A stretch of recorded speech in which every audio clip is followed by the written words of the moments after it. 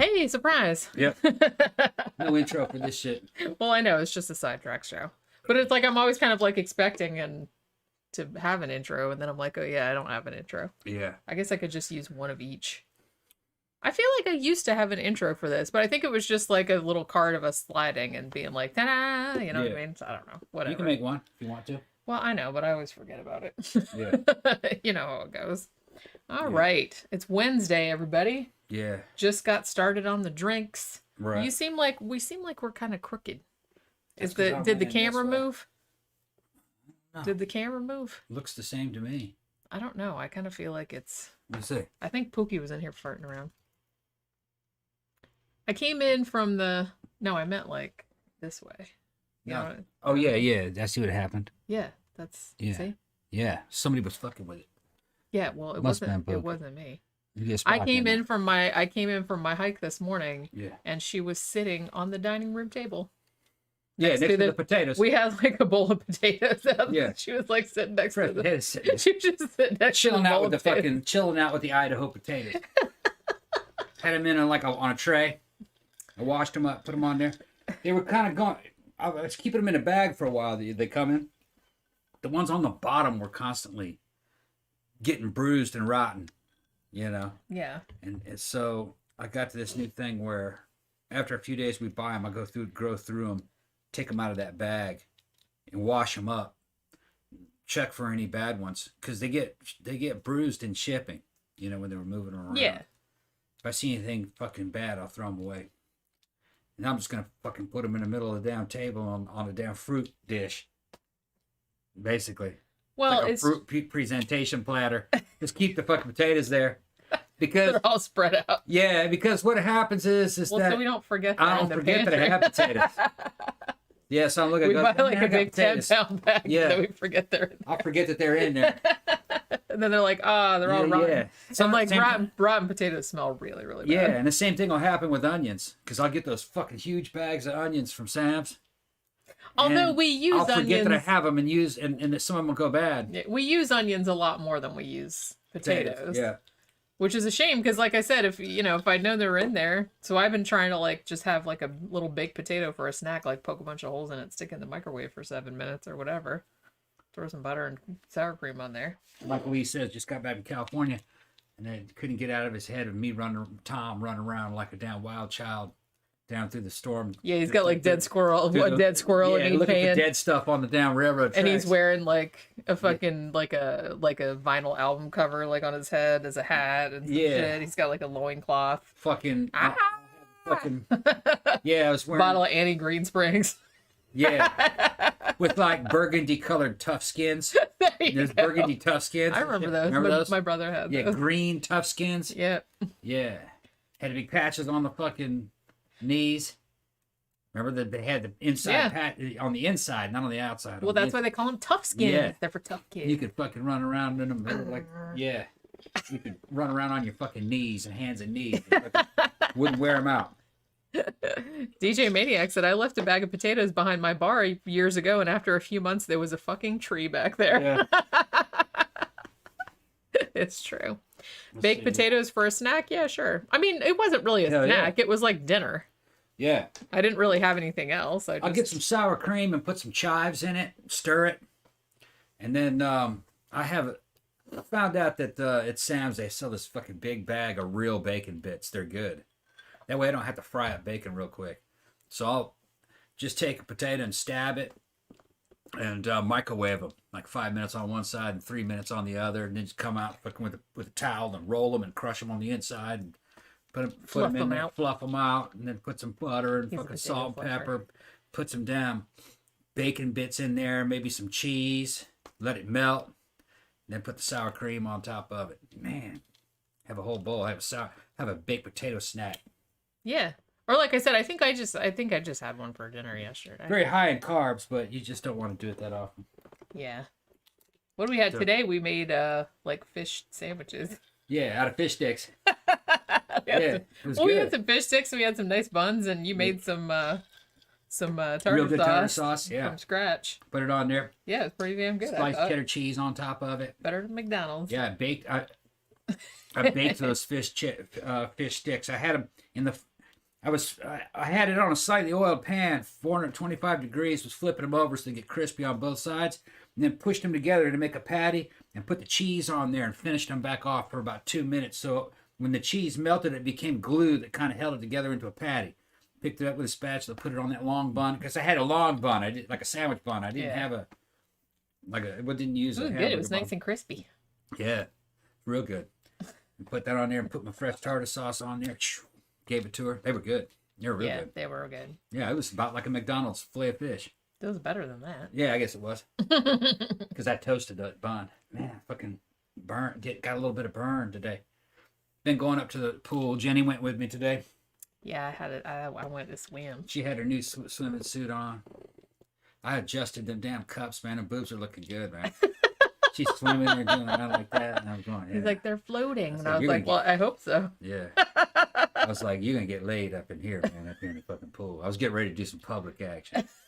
I didn't have my fucking phone, though, because I would have recorded it. Post that up on our OnlyFans. I wonder, though. We don't have an OnlyFans. We make a bunch of money on our Jenny blowing me on OnlyFans and shit. Make like $100. But yeah. Maybe we should consider it. But, you know. No, I know. Guys, you are shit. Couldn't get away with it. Yeah, well, it's not like you don't see anybody looking at you. You'd be like covering yourself up. No, here, just put a sheet over me. Okay. Crazy. It's crazy.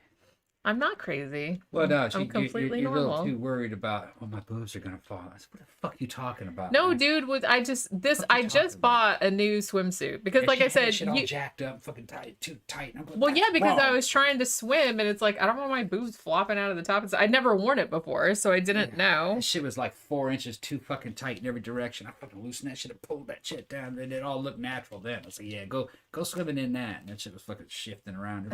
It's beautiful, man. It's like flotation. I was like, damn, too bad my tablet isn't fucking waterproof. I'd stick that shit underneath the water. Get an underwater shot with all that damn support and everything. Look good. Sure, there you go. Yeah. It was fun. You get some sun though, man. You're fucking white as a fucking He ghost. all he does is criticize. White as a day ghost, in man. and day out. White as a ghost. That's the goth prerogative. Yeah. That's the goth prerogative. Yeah, but I don't want skin cancer. Okay. You won't get skin cancer. Well, plus Too late to get skin cancer. I'm not real into that look anyway. I don't really like how it looks. Yeah, the normal look. Yeah. Yeah, I don't like that. See? The healthy look. That's all he does is like criticize me all day long. But yeah, so every single thing. What works. Every single thing. What works at fucking in your 20s doesn't necessarily work, fucking as you get older. It just, certain things look, it's now, besides, I'm not going to get into it. I'm not going to get into it. Fucking the body type that you have looks better when it's fucking has some color on it. I'm just saying. Makes your skin look good. I don't like to lay out. Same with me. I don't like to lay out. When I look fucking pale, man, I don't hardly have any definition. I get a little bit of color, and all of a sudden you can see damn shapes and shit. You can see a little bit of the damn stuff starting to come in, and everything looks better. And then you look 5 pounds lighter with a little bit of tan. Just do. I'm just saying I don't really like to lay out in the sun. I don't mind swimming. Look at Tila. And I go out hiking and stuff. Tila's here. Tila, Jenny needs black girlfriends. Definitely. She went out and took your advice. She got all these fucking wigs and the nails. That shit was spot on. Of course you were right. You were right. It's like a different woman every fucking night. She put those nails on, had her in this fucking sexy house outfit. I recorded it. I posted it. A lot of people saw it. Got a lot of hits. She had a long, straight blue hair. I couldn't keep my hands off of her. I was getting ready to knock that shit down. She's in the car next to me driving to the club. I'm like, I'm going to fuck you. And she's like, oh, no, you can't do me. She's like, not while the car is moving. Yeah, the car was fucking moving. She's like, I'm going to fuck you. She looked good all that night. I don't know if you've seen it. I'll show it to you. I got that shit on video. I got pictures to prove. I like how that wig. Yeah. I still have 2 more wigs that I haven't worn out yet, so I don't know how they're gonna look. They'll probably look okay too. I just gotta brush them and stuff. But I really like the red one that I got that I wore to mannequins that first time. And there's like a couple pictures. I put some pictures on Facebook. And it was funny because like nobody recognized me. And so because everyone's used to seeing with bangs, because I've had bangs like forever. And even I when I see myself without bangs, Mm-hmm. like if I have a wig without bangs on it, it's just like looks really, really strange. I think I look like it's just a completely different person. Taylor's agreeing. You need some black girlfriends. That shit was fucking working, man. Everybody's liking it. Hold on. Just the only thing is that those fake nails. She's saying stay out of there. That was her getting ready. All right. Yes, indeed. All right. Yes, indeed. I crept up behind there and took a picture of that. Picture of my big old ass. Yeah, it fucking look good. Okay, hold on. All right. Let me get this. I'm gonna play. This is that Chantel's fucking soul food restaurant. Hold on. That was before we moved to the other table. Yeah. What the hell? Oh, I don't know. You you broke it. There you go. You broke it. Look at them boobs. You can fall down in that shit. Hold on. It's a crumb catcher. That's what Crumb that is. catcher? Yeah. It's got the slits in the fucking skirt. I broke that belt later too when I was trying to go. You didn't even need that belt. I like that belt though, but now I have to get another one because I broke it. It looks better without the belt. I broke it. Less is more. See, he's no fun. Yeah, whatever. Then we started hanging out with some other people in there that they were from the club. Taylor probably would have approved. It's weird because there was hardly anybody in there that night, but they were getting so many to-go orders. Yeah. Because like the girl said, it's like we have so many folks. They had orders like fucking backed up. Yeah. Yeah. Because everybody was out clubbing. It was like a Saturday. You ended up with those two right there. And it was like that dude there, man, he was driving me crazy though. And she was like kind of rolling her eyes with that dude. She's only been with that dude for about a month. But she was walking by in the restaurant, and I said, "Check you out." I said, "You're lean as shit." She said, "You got some nice ass legs." That's what I said. Because she was probably about 6 or 7% body fat. I mean, just no extra fat. A lot of definition. Looked like she was lifting. And she's like, "Yeah, I know you guys, this and that." And she was pretending like she knew us. And I said, no. I know white people all look alike. We don't know you. She goes, "Oh, no. And then she pulled out pictures of us together. So she had pictures to prove that she knew us. She worked there. She used to work at Chantel's. Yeah. When she showed the pictures, I mean, because the I recognized last time... her after she showed I mean, it was like a few months earlier. Yeah, she changed her hair. And we'd been drunk. Yeah. And her hair was totally different. Yeah, her hair was totally different. Like, I was pretty wasted when we were eating there that night. So when she showed the pictures, I was like, oh, right, I remember. And she had a mask on. That's right. Yeah, so I was like, obviously. Yeah, of course I don't recognize you. You had a damn mask on. What did y'all eat at the restaurant? I just got fried shrimp, I think. Yeah, I had... I was going to get chicken and waffles, but I saw somebody else had it, like, on the next table, and it looked like a way too large a portion. I had beef sliders. They came with 3 of them, and it wasn't that good. The best thing that they've had there was that catfish and the jerk chicken.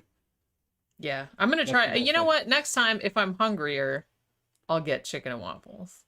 Because I really wanted chicken and waffles, but then I was like, God, that's like a huge...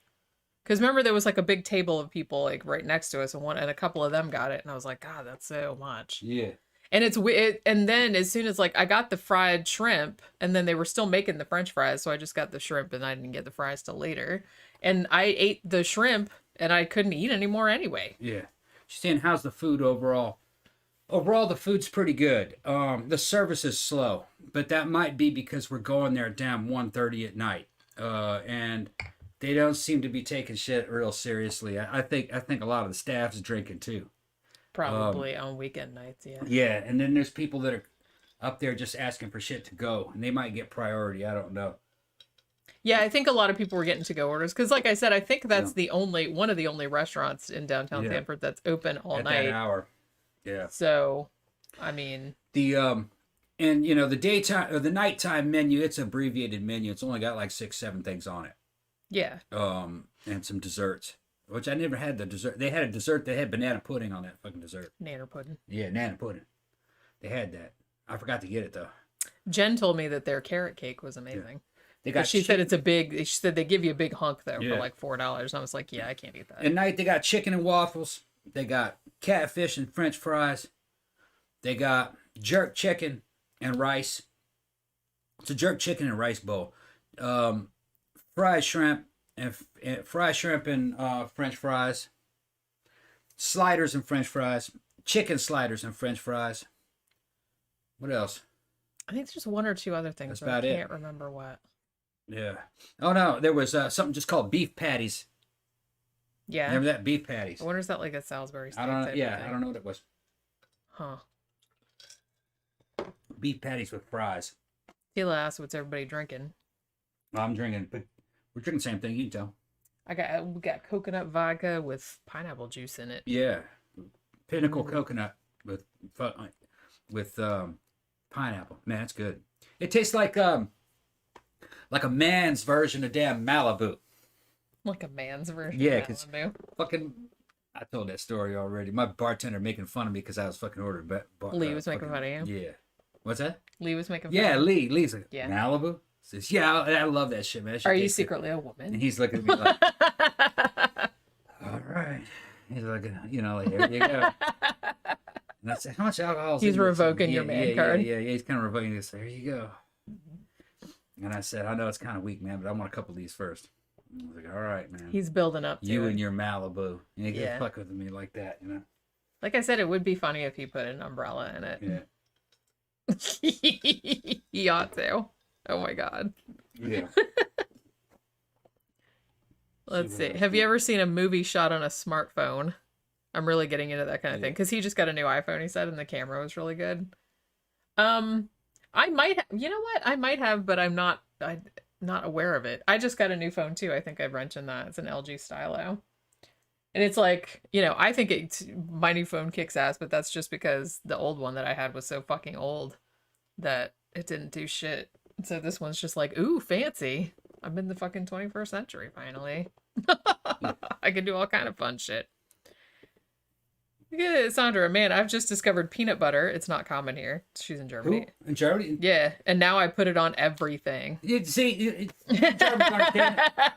I don't know what brand you have. If you could take a picture of it, that'd be well. You can't post it in the comment section, but it'd be. Wonder why you can't post. Wonder why they didn't make it so you can't post pictures in the damn comments. I don't know. It's People just be a posting jet. fucking dick pics in the comment section. Well, That's inevitably. that's what would happen. That's why they Because didn't do it. 80% of dudes are like, I'm gonna put it everybody needs to see a picture of my dick like right Yeah, now. yeah, just faceless dicks. Okay. Yeah, but yeah, that's good that I Go introduced you. All right, you got to understand that there's like a couple of weird traditional ass fucking sandwiches that you make with peanut butter. All right, you can get what Elvis used to make, which is you take sliced bananas and you make a peanut butter sandwich. Put peanut butter on one side of a piece of bread, white toast, and then slices of banana on top of that. Put some more peanut butter on the other side of the bread and close it. That way it's glued itself together with bananas in the middle. You take that and you drop that into a hot skillet with butter. All right. And fry it in butter on both sides until it gets creamy all the way through and crispy on the sides. All right. That was fucking peanut butter and banana sandwich. Fucking Elvis liked that. But he also had a chef make him a more deluxe version of that called Fool's Gold. Okay. Fool's Gold was a big old piece of Italian bread that you cut in half. Like a whole loaf. A whole loaf. You with did one sandwich. Yeah. You did the same thing. You put peanut butter on both sides. Whole jar. A whole jar. A whole jar of peanut butter on both sides. I don't know how he ate the shit. Bananas, right? No. Okay, it was just peanut bacon. butter, jelly, and bacon. Peanut butter, jelly, and bacon. That's what it was. And butter, too, I think. And butter. All right. Because and then you of course. fry that thing. And you fry it in butter. Both sides. And that was Fool's Gold. All right. And he paid $100 for those sandwiches back in the fucking 50s and 60s. Ridiculous. I mean, I'm almost kind of in awe of Fool's someone Gold. that could actually eat that in one sitting. Because, like I That's how he said, got fat. I mean, Yeah. He probably didn't eat all of it. I hope He probably not. divided it up. Because I'm just kind of like, I don't know, man. I could maybe eat like one sandwich and then maybe a little bit of another Yeah. one. Then I'd be like, yeah, that's enough. That's enough. Yeah, that's right. Why- He knows about that. why Fool's didn't he Gold just- had bacon on it? He said, why did he just take the sandwich and attach it to his ass? Yeah. That's what's going anyway. Might as well just staple it right on there. That's a good one. T, you got a good fucking sense of humor, man. You can hang with us. That's some shit that fucking, man. If it was fucking like 11:30 or fucking 12 o'clock at night, and we were at the club and I was fucking loaded up, and Jenny was, and you said that shit to me, I would have fucking lost it. Yeah. I would have fucking lost it. He would have. Yeah. I'd have fucking lost it. Just attach that shit to your ass and go out there on the dance floor with that bulge in the back. The fools go. Yeah. Well, she was the one that told us about that girl that lost her fake ass on the dance floor, and like everyone just kind of like backed away from it, and we're like, yeah, we're not touching that. That shit's so fucking Which I get funny. it. Oh, speaking of peanut butter, I think I showed this before, but Ken sent me this. Yeah. This is cashew butter. Look at that. The other one's still in the fridge, and I've been making Actually, I just made some toast with it this morning for breakfast. I had some multigrain bread, and I put some cashew butter on it. It was yummy. Who was that was talking? Who's in Germany? That was Sandra? Yeah. All right. Biggest bread. I'm trying to find out what kind of peanut butter. Yeah, I mean, peanut butter is. She's been eating fruits and vegetables and nuts, everything with peanut butter. Yeah. Yeah, I mean, apple with peanut butter Apple with on peanut it. butter, celery with peanut butter on it. Yeah. That's kind of a thing. There used to be a thing when we were little kids. You know, my grandma, she would cut up the piece of the celery, she put peanut butter on there, and she put raisins on the top. It was called ants on a log. Yeah. I hate raisins, though. So I was like, yeah, let's just leave the ants off. How about that? We'll just have celery with peanut butter on it. But yeah, she said she never seen anybody there eating peanut butter. That's fucking ridiculous. I guess it's just not a thing. If you got good bread and good jams, man, make a peanut butter and jam sandwich. I like the grape jam. We call it jelly. But you can use jam that has preserves in, it's like preserves. Preserves is the thicker version of jam. Yeah. It's got fruit in it. Any of that shit. Strawberry. Strawberry's good. Too. Strawberry, That's probably my favorite. Some people like apricot. I don't like apricot and peanut butter that much, but some people like it. What else is good with peanut? The best for me is grape. Grape jelly. Yeah. That's the best one. And and then coming in second would be some kind of strawberry. Put it on white bread and fucking toast it in a pan of butter. Fuck, man. Just doesn't get any better than that. She said she made peanut butter cookies too. Oh yeah. God damn. Hell yeah. Yeah, peanut butter cookies are super good. Real good. Peanut butter fudge. My mom used to make that. Okay. So good. Okay. Here's one, Sandra. You take the peanut butter cookie dough, all right, and you get a metal pan for like a cupcake pans, or like for muffins. Yeah. Okay. And you put the dough in there and you make a crust, so it goes all the way up the sides. Okay. You take that, and then you bake it. Right? Yeah, you bake it first. Yeah. You bake it first. And then when it comes out, fill it with Nutella and peanut butter.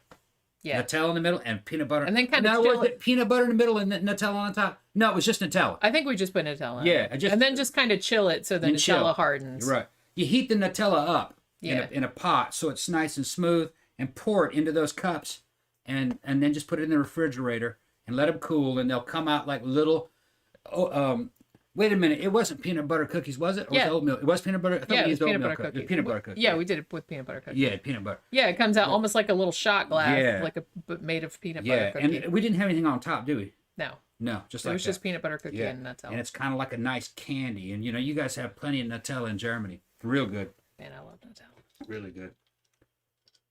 Zach says, I've seen some Europeans get gagged out by the idea of peanut butter, and it's real upsetting. I don't understand it. Yeah, my favorite's the natural kind with the oil. I like the texture. Yeah, I like pretty much any kind of peanut butter. I like crunchy more than smooth, but, depends on what you're doing with it. But yeah, my mom used to make peanut butter fudge all the time. Peanut brittle is also real good. I remember making that in school, like in my home ec class. Yeah. That shit was delicious. I think it's both good. They're saying crunchy or creamy. They're both good. I'll take either. I prefer crunchy, but it's not that big a deal. And then like some of just like the bulk regular American style peanut butters, from the big companies like Jif and fucking, what was the other one? Fucking Crunch. Skippy. Peter Pan. It's all good. But then like some of the deli homemade or the deli special made ones are good too. The ones that'll separate. If you can get organic ones. You can get organic ones that don't have any sugar in them. It's a little, I like mine with a little bit sweetened, but some of them don't have any sugar in them. You could put honey in there though. Yeah, that's sugar too, though. No, I know. I'm just saying that if you don't like put white sugar. I actually remember somebody did the math, and they said to get equal sweetness out of honey, you'd end up actually putting a shit ton of honey in there, and more calories than the sugar actually. The sugar is the more direct route to sweetness, if you know what I'm talking about. Yeah, it's actually a little bit better on calories. Yeah. And of course the price. Real pure cane sugar is not a problem. That's not a problem for in terms of weight gain. The problem is that damn corn syrup. It's corn syrup, yeah. That's fucking much more fattening than cane sugar. Much more. That's why you could drink Mexican Coca-Cola all day long and not gain a pound. But then if you drink fucking American corn syrup based Coca-Cola, you get fat as shit, develop diabetes. Corn syrup's bad for you. It is, yeah. Whatever happened to that honey that we bought from our neighbor? From his... Used it all. Did we? Yeah. Okay, I don't remember. That's always out there. We got fresh honey right here up on the street. You got a honey bee hive over there. Yeah, he's got like some hives. Yeah. Just like this little house back in the thing. And he puts his little cooler like out in the front and he puts all his bottles of honey out front. They're like $8 or something like that. And he's just like, just leave the money in the cooler. Yeah. Gramthars says sweet tea is like Miracle Grow for your belly. It's worse than Budweiser. Yeah. Yeah. Oh, Gramthars just became our newest patron. Oh, he just did? thought I Great. would mention that. I'll mention it on the main show too. But, All right, we'll mention it. Just thought I would mention it today. Now Tita's going, damn, I want some peanut butter. Hell yeah. I know, right? Yeah, I can't believe that nobody in Germany eats peanut butter. Well, like I said, it's just not a thing. It's just, it's just kind of like Americans don't grow up eating a lot of, we don't grow up eating blood sausage. I like how I appreciate that I turned a German on to fucking peanut butter. Peanut butter's good, and it's very high in protein and calories, very concentrated. It's a good survival food. We got issued peanut butter in the Army. It came in MREs in a damn packet. You could pull the top off it, squeeze it out. We'd squeeze it out on top of these crackers. These big crackers would give us a shelf-stable bread, and then they'd give us fucking jelly too, grape jelly, and put it all, or apple jelly. Apple jelly was more common because the Army got a better deal on apple jelly. It's just, that's just like cheap. nobody wants that. Nobody wants that. But apple jelly tastes a lot like grape jelly. Really, if you got your eyes closed, sometimes it's hard to tell them apart. They ought to just turn the shit blue colored. You probably wouldn't know. To be honest, I think a lot of stuff, this is what I heard, I don't know if this is true or not, but well, a lot of fruit juices, have a substantial portion of apple juice because it doesn't have a really strong flavor. And if you put, other juices with it, like grape juice or whatever, it'll drown out the flavor of the apple anyway. I mean, and that's, it doesn't need to be drowned out because shit, I'll drink apple juice by itself all day long because I like apple juice, but Got some people in there saying, Tom, I'm not joking about that OnlyFans. No, I'm not joking. I'm not joking. I'm ready for a career in porn. I've been ready. I've been living that life. But I'm not gonna fucking corrupt Jenny like that. He's not gonna corrupt I'm not gonna corrupt like Jenny that. like that. No. She'd take all that shit personally. It was your fault. It was your fault. They're all looking at me now. No, I wouldn't. I wouldn't go like that. Yeah. You're so silly. Shit, we got half of our friends want to have sex with us. That's true. Yeah. I posted that picture up. Fucking Aleta and fucking what's his name? Tony. Tony. Yeah, Tony's already trying to trade fucking porn, which he did. He's trying to bait me in. Here, look, this is what I got. You want me to show you? I'll show you. He's trying to get me to respond. And I said, dude, I don't have anything to send you. He goes, come on, man. I said, I don't have anything to send you. I haven't taken any pictures. I'll show you. Show you what I'm talking about. Oh shit. And I said, who's that other girl? Who are all these people? I haven't shit. This is like a couple days. Yeah, you know how they are. Yeah, I know. All right, look. Oh man. Yeah. We can't show that. I can't show it. We'll get demonetized. That's Aleta. We'll get demonetized. Yeah, get demonetized. Can't show it. That's pretty funny. Yeah. I said, I ain't sending you nothing. They're like, if you guys ever want to do anything, man, just call. We'll be right over. Fucking Tony, perverted motherfucker. It's like said, porn on the go. Yeah. All you have to do, right you want to just, I ain't into all that swap action. She goes, well, we don't have swap or anything. We just, we just watch. We just look. You get on one side of the room, we'll get on the other side of the room, and we'll put on a show. You can take pictures, man. They're cute. They're not ugly people. They are, yeah. Yeah. Aleta is my ex-girlfriend. His girlfriend is my ex-girlfriend. Yeah. From Yeah, you were the one that introduced me. I introduced Yeah, them. that was a long time ago. Yeah, it really didn't work out between me and Aleta. Fucking just the chemistry wasn't there, you know. And but we still were friends, you know what I mean? Fucking well, that fucking girl from Disney that I snagged, that Disney princess, he was dating her. I didn't know.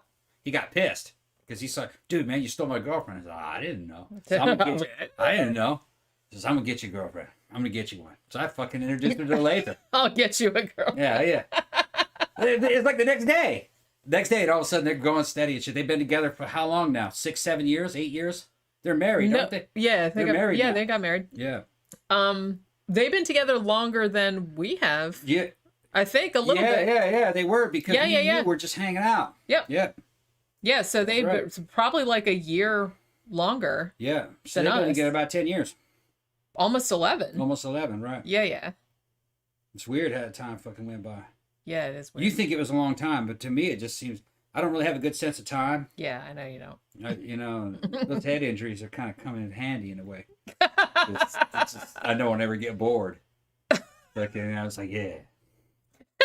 Well, I'm kind of like an animal. I live in the moment. You know what I mean? Like the dog. Sandra was just asking me, is it hard to live with a teenage boy? It is. It is, yeah. Well, like I said, I had 2 brothers, but, you know, that were younger. Right now, I'm like 2 15-year-olds. Yeah, it is kind of... She almost got jumped in the damn closet. I know. I was just Yeah. I got back and I was like, we got back from the pool and I was trying to put my like swimsuit in the hamper and like... I was like, I gotta get some. And then I was like, and I had to pee. She's like, I go to and, the bathroom. And I snapped out of it. I had to pee really bad. okay, And then I was all just right, kind of like, dude, I still got shoes on. I got some, Yeah. what are you even doing? Yeah. My hair was all wet with chlorine. And Couldn't take it. Couldn't take it. Couldn't take it. Pookie runs in there going, what's going on in here? Yeah. She's always doing it. You hurting her? No, I ain't hurting her.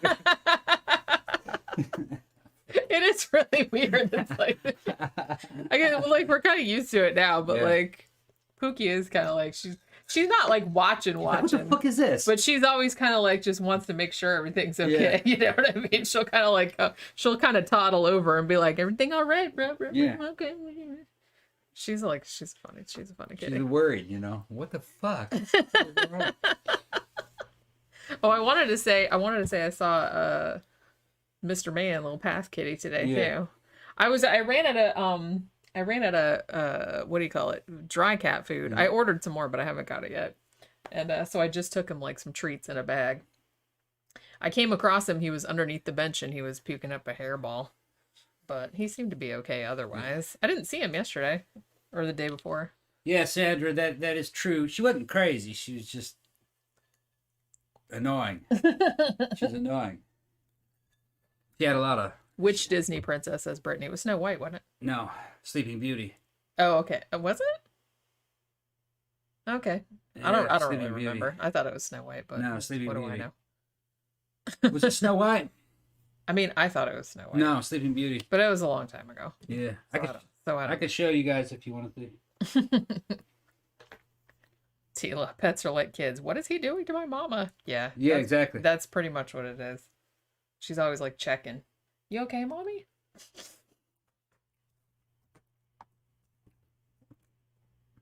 Yeah, I already said she was on the fucking dining room table at Aunt Little Brent. I don't care though. She can sit up there if she wants to. I'm not worried about it. You know, she's probably like running all over tables and all kind of shit, getting germs everywhere while we're sleeping. So I can't really. I'm not all that concerned. I have to go way back in the archives. Yeah, like I said, it was a long time ago. It was a long time ago. Like, yeah, it was like 11 years, something like that. Yeah, 10 years. Something like that. I'll show them later.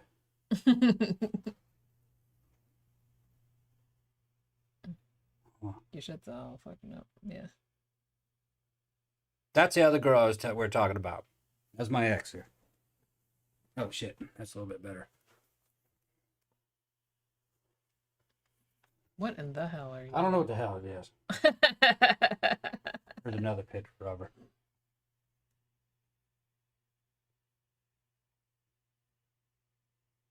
Okay. Let me see the Disney princess. Where is that? Zach asked me if I ever looked into that book I mentioned a couple streams ago. I don't think I did. I haven't had like a lot of time to do that, but I promise I will. Oh, I haven't shown him this. Here's me riding. Look at your little Damian ass. Yeah. Anyway. Oh, Focus. it's awful blurry. Focus, bitch. It doesn't want to. Doesn't really want to focus. It doesn't want to. Yeah.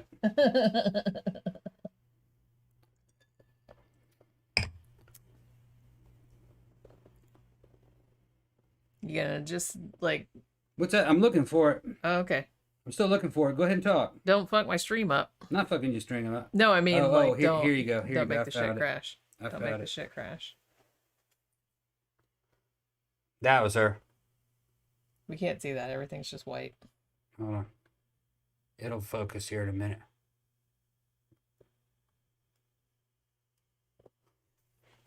David June said you look like a limey. Oh. Hold on. Make it bigger. Make it bigger. Wonder why it's not.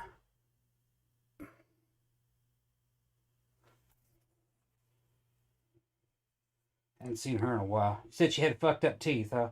She did not have fucked up teeth. They weren't fucked up. They were just big.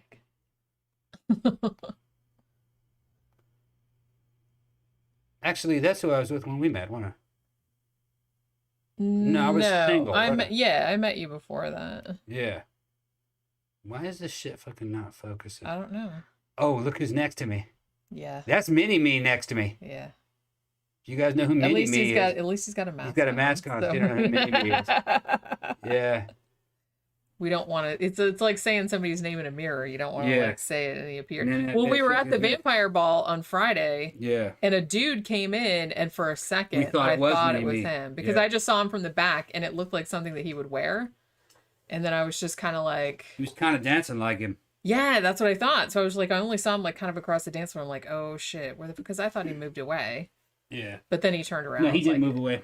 Yeah. Then he turned around. I was like, oh, okay, that's not him. Zach says, Tom, why are all the women you've been with look the same? Because they're all good looking. All good looking people look the same? Yeah. They all, all good looking people look the same. They had the same ratio. Facial ratios. They all look like fucking anime cartoons. Fucking, they were all of the fucking pretty much the same ethnic background, and they were all goths. I don't know. They all look like me. Nah. I don't look like you. No. I don't think. No. I don't look like anybody. I just look like me.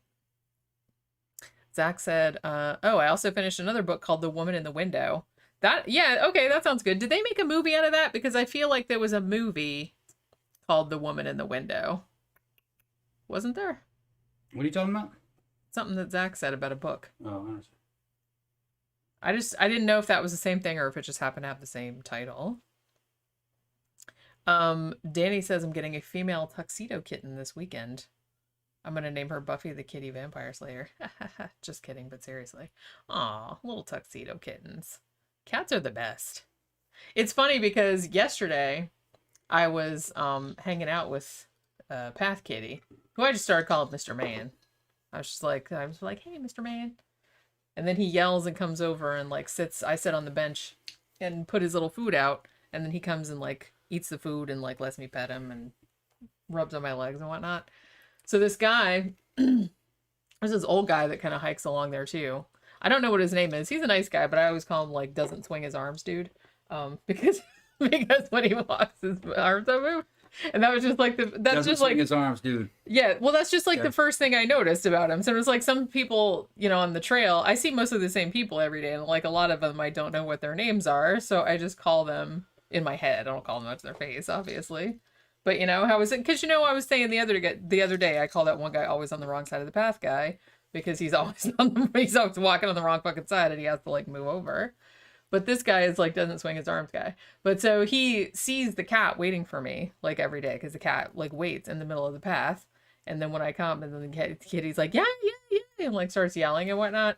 And so I was there, and yesterday I was petting the kitty and feeding him, and he walked by and he said, you're a really good person. And I was like, Thanks. I just love cats. You know what I mean? I guess I'm a good person. I'm almost ready to get another drink. Yeah. You got plenty left, don't you? Mhm. I think I'm gonna make a pineapple upside down cake. Oh yeah, that's right. Yeah. Did we have that on the last stream? What's that? Yeah, I don't know. I think it was, I don't remember. Oh, that was the cake, vodka, the pineapple juice, and the grenadine. We actually got one of those at Mannequins. Although there, I started drinking, she had strawberry vodka. She didn't have any coconut or cake, but she had strawberry pinnacle. So I was like, well, what does the strawberry and the orange taste like? And she's like, So I had that, and it tasted pretty much exactly like a strawberry Pop-Tart. Delicious. So yeah, I had a fuck ton of those. I don't even remember how many of them I drank. So many. Because it didn't taste real alcoholic. I didn't get super drunk on the last one, though, because when we went to the vampire ball, we had done, the stream beforehand, and we had had a couple drinks before that. So by the time we got there, we had some drinks, but we didn't really have that many. And then I just got like a bunch of water, and then I stopped drinking like a couple hours before we left. So I was pretty sober by the time we left. Yeah. Yeah, there's a movie going to come out next month today on Netflix, and Amy Adams, Gary Oldman. Oh, yeah. See, that's what I was thinking. There was another movie too. Oh, okay. I remember seeing the trailer for that when the theaters were still open. So I guess they just pushed it back. But you know what I was thinking though was that there was another movie that I think was on fucking Netflix or Shudder or something like that. It was called The Witch in the Window. And it was okay, but it wasn't really all that good. Just saying. So yeah, okay. So one of the things that I wanted to talk about, because maybe I'm a nerd, but it's like I'm really, really into this. So for whatever reason, a couple weeks ago, I got it into my head that I needed to watch Amadeus again. Now, Amadeus is probably, well, not even probably, it's easily one of my very, very favorite movies of all time. And I've seen it at least a couple dozen times, right? So for whatever reason, a couple weeks ago, I think it was because we were talking about Tobe Hooper, which made me think of the movie The Funhouse, which made me think... Yeah, that's good. Whoa, cakey. Yeah. That's very cakey. I feel like that's cakier than the last cake vodka bottle we had. Maybe it doesn't just have as more much. of It doesn't have as much pineapple in it. Because that's very, very cakey tasting. Strong. It is. You get Pinnacle Cake Vodka. It's got a picture of a white birthday cake on it. Yeah. With a white frosting. It tastes just like cake. It tastes just like white cake. And you mix that shit with... It's good with a lot of fruit juices. It's good with orange. Okay? It tastes just like... Well, anything that tastes good with cake will work with it. Yeah. If you mix it with orange juice, it tastes just like those little orange cupcakes. Those Hostess orange cupcakes. It tastes just with the orange frosting. It tastes just like it. But if you mix it with pineapple juice and then drop a little bit of grenadine syrup, it tastes just like pineapple upside down cake. It does, pretty much exactly. Real good. I wonder what that would taste like with lemonade. Lemon cake. Probably tastes like lemon cake. Yeah, but that'd be really good. Ooh, I'm into that idea. And that Do we have any lemonade? I can make some. Oh, we have lemon juice. I have lemon juice and I make it with the sugar. Tila was asking if there were any other amazing costumes at the vampire ball. There were. I can't really remember any of them offhand, though. Most people just did like real cool Victorian stuff. Walker went full fucking... He dresses up every time Walker he goes went out, though. full fucking honky motherland. All right. He wears a kilt a lot. Yeah, he went fucking Scotland. All right. I'm going to show you.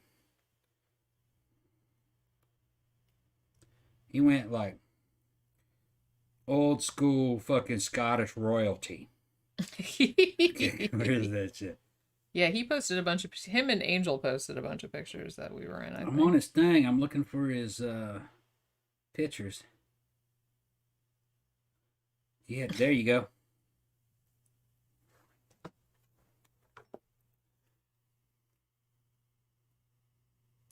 Focus. Focus, bitch. Okay, yeah. Yeah, that's a nice coat he's got. He's got a little waistcoat. Everything. That almost... Was that nighttime? Yeah. Yeah, okay. Walker's It almost looked like it was daytime there. Walker's my army buddy. I gotta tell you guys the fucking truth, man. Almost all my fucking boys right now, all my fucking friends are black ex-military guys. Or bikers, black bikers. Yeah. It's just how I fell in with them, I guess. I think a lot of it is because I'm in the goth scene. And a lot of dudes that are in the fucking goth scene, a lot of them are kind of soy. If they're not soy, they start to gravitate. Well, they got black dudes in the goth scene that they're not soy at all. So fucking, they just kind of gravitated together over the years. I guess. I don't know. Can you explain it? No. You said I was like, you said that dating me was like dating a black guy. Did I say that? You said that on the show. It's like dating a black guy. I don't remember saying that. Yeah, he said it on the show. Okay. Well, yeah. I guess. Yeah. I think it might be true, though. Might be true. Sleaze and Cheese Movies, that is Bee's Nest's new name, by the way, says Tom wore his assless chaps at the vampire ball. Yeah. All chaps are assless. Yeah, there's no such thing as chaps with ass. Doesn't work like that. A lot of people don't even know what chaps are for. You know what I mean? It's just to protect the tops of your legs. You're able to ride your horse. Yeah. Fucking your jeans fucking touch the saddle. Just to protect the tops of your legs from fucking brush and shit going by. You don't really need them. It's more of a tradition, though. Like in English riding, English equestrian, there's no chaps. That's a Western thing. It makes sense, though, probably. They're like, oh no, my pants will get dirty. Yeah, it might make more sense. It depends on what dudes are doing. They might have a lot of equipment hanging from the saddle. They might be working a lot with ropes and doing things. So maybe that might fucking prevent some chafing of equipment. You know what I mean? Rubbing against the tops of the legs when they're riding.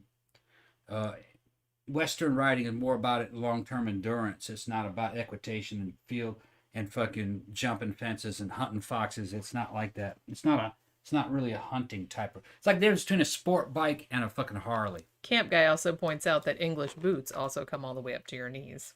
So Yeah. that affords you some protection. Yeah, they're actually called. What's funny is that those English boots are actually called Marlboros. Fun fact. Yeah.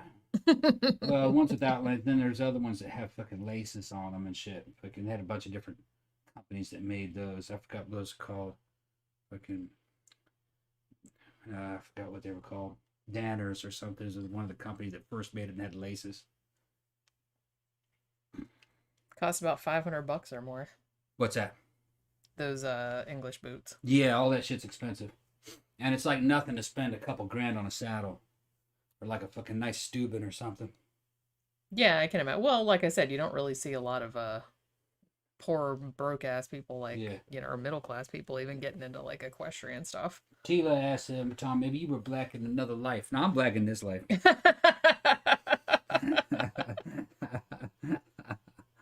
He's like one of those cookies that's like vanilla on the outside and chocolate on the I don't know inside. what it is.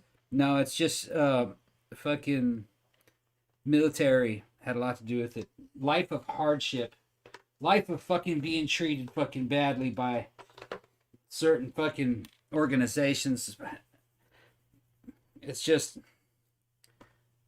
I talk a big game on the fucking show because I am proud of my accomplishments and I really enjoyed the life that I had. But there's a lot about it that wasn't good. But you know, it goes along with a lot of the philosophies, Germanic style philosophies that fucking guys like directors like John Milius talk about. You know what I mean? And Conan and fucking Apocalypse Now and Jeremiah Johnson, is that some men are forged on the anvil of Crom. All right, you're either fucking beaten down into nothing or you're beaten into steel. It depends on fucking your willpower, your will to endure. It's all about endurance and putting up with shit. Everybody has to put up with shit, you know, but some people are just destroyed by it, you know. And I was under a lot of fucking pressure at certain times and fucking I could have given in, but it just, you know, defeat is not an option, you know. Defeat would have meant death, And there was some shit that I didn't even know about myself, okay? After I got out of Korea and went to the 101st, I was in the 327th. I was in the 1st and the 327th Recon, which was a scout platoon. And I didn't really think much of it. I didn't really find that unit all that special, really. It had some prestige to it, being a recon scout. There's only 40 of you per regiment.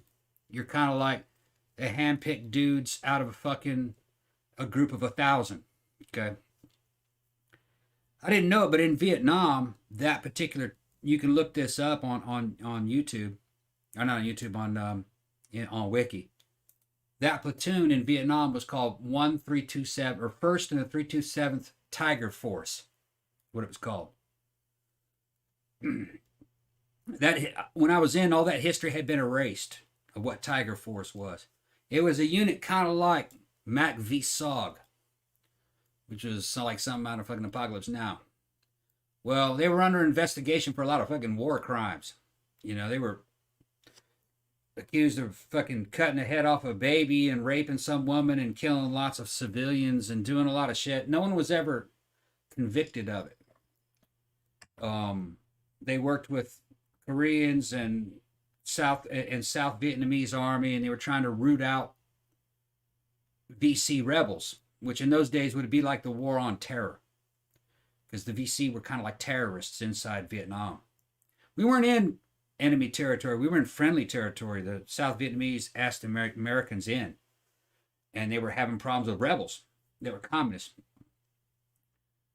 And kind of like the Tiger Force got kind of like, during the investigations, got accused of going rogue, trying to out VC the VC by playing psychological warfare and maximizing horror and all kinds of things against people and tracking people down. They were kind of like the Blade Runners of Vietnam, killing guys out on fucking patrol routes on fucking little trails and taking their weapons and trying to figure out which village they came from, and then go back to that village and figure out who knew and who was supporting them, and taking pictures of them and figure out who they were related to. And then, you know, they would fucking call in the rest of the 327th and burn down a whole village and send a bunch of people off to some kind of prison or something. But I didn't know anything about how fucking ruthless the 327th was in Vietnam. But it made sense, though, reading about some of this. I don't have the context for those war crimes, but knowing the nature of that fucking war and what the command was all about, I can see how it could have happened. I don't disbelieve what the charges are or what the accusations were about the 327th. Thank you, David. Thank you very much. What does he say? Cheers, just got home. I'm pouring a drink for the show. Oh, okay. Yeah, I don't deny that what they're accused of sounds plausible. Sounds very plausible. But no context is given. That war was fucking very fucking shady. And special operations are special, and they're black operations for a certain reason. They're special operations because they're illegal.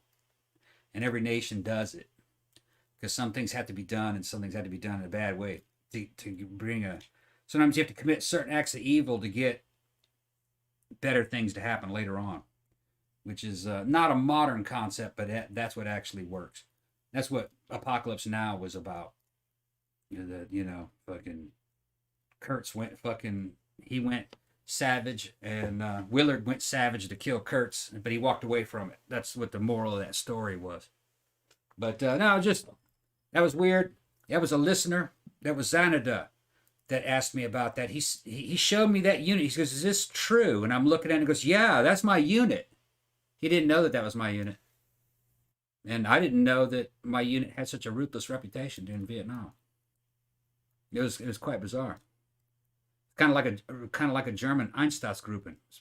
Never mind. I got to get off the subject. Yeah, it bores Jenny. Jenny. Well, no, because I had started talking about Amadeus, and then you came back in and Amadeus gave me the drink, and then I didn't even know we were talking about Amadeus. Yeah, we were. Okay. Yeah, I was going to. I mean, it's a sidetrack show, but you know what I mean. Yeah. It's just kind of like, so I was just waiting for you to get done with that so I could get back to talking what I was talking about. That's all. Okay. My drink's almost empty though, so I might kind of give it a couple minutes. Yeah. All right. Yeah, I'm glad you could join us, David, because I saw your message about getting off at 5 and not, but we haven't even like, we're only an hour in. It's fine. Although I'm surprised we're at an hour already. Everybody hit that like button, please. Doesn't seem like that long. Yeah, it really like does button. help a lot. It does help a lot. Yeah. Everybody hit the like button. But yeah, so as I was saying a while back, I had got it in my head for some reason. I think it was because, like I said, we had been talking about Tobe Hooper movies. And so I was thinking about The Funhouse because we had talked about that movie before, right? And that movie has Elizabeth Barrage in it. And Elizabeth Barrage, I always associate with Amadeus because she played his wife, Costanza. So I was kind of like, man, I really want to watch Amadeus again. I haven't seen it in a really long time. I have it on DVD somewhere, but I think it's like up in the attic or something.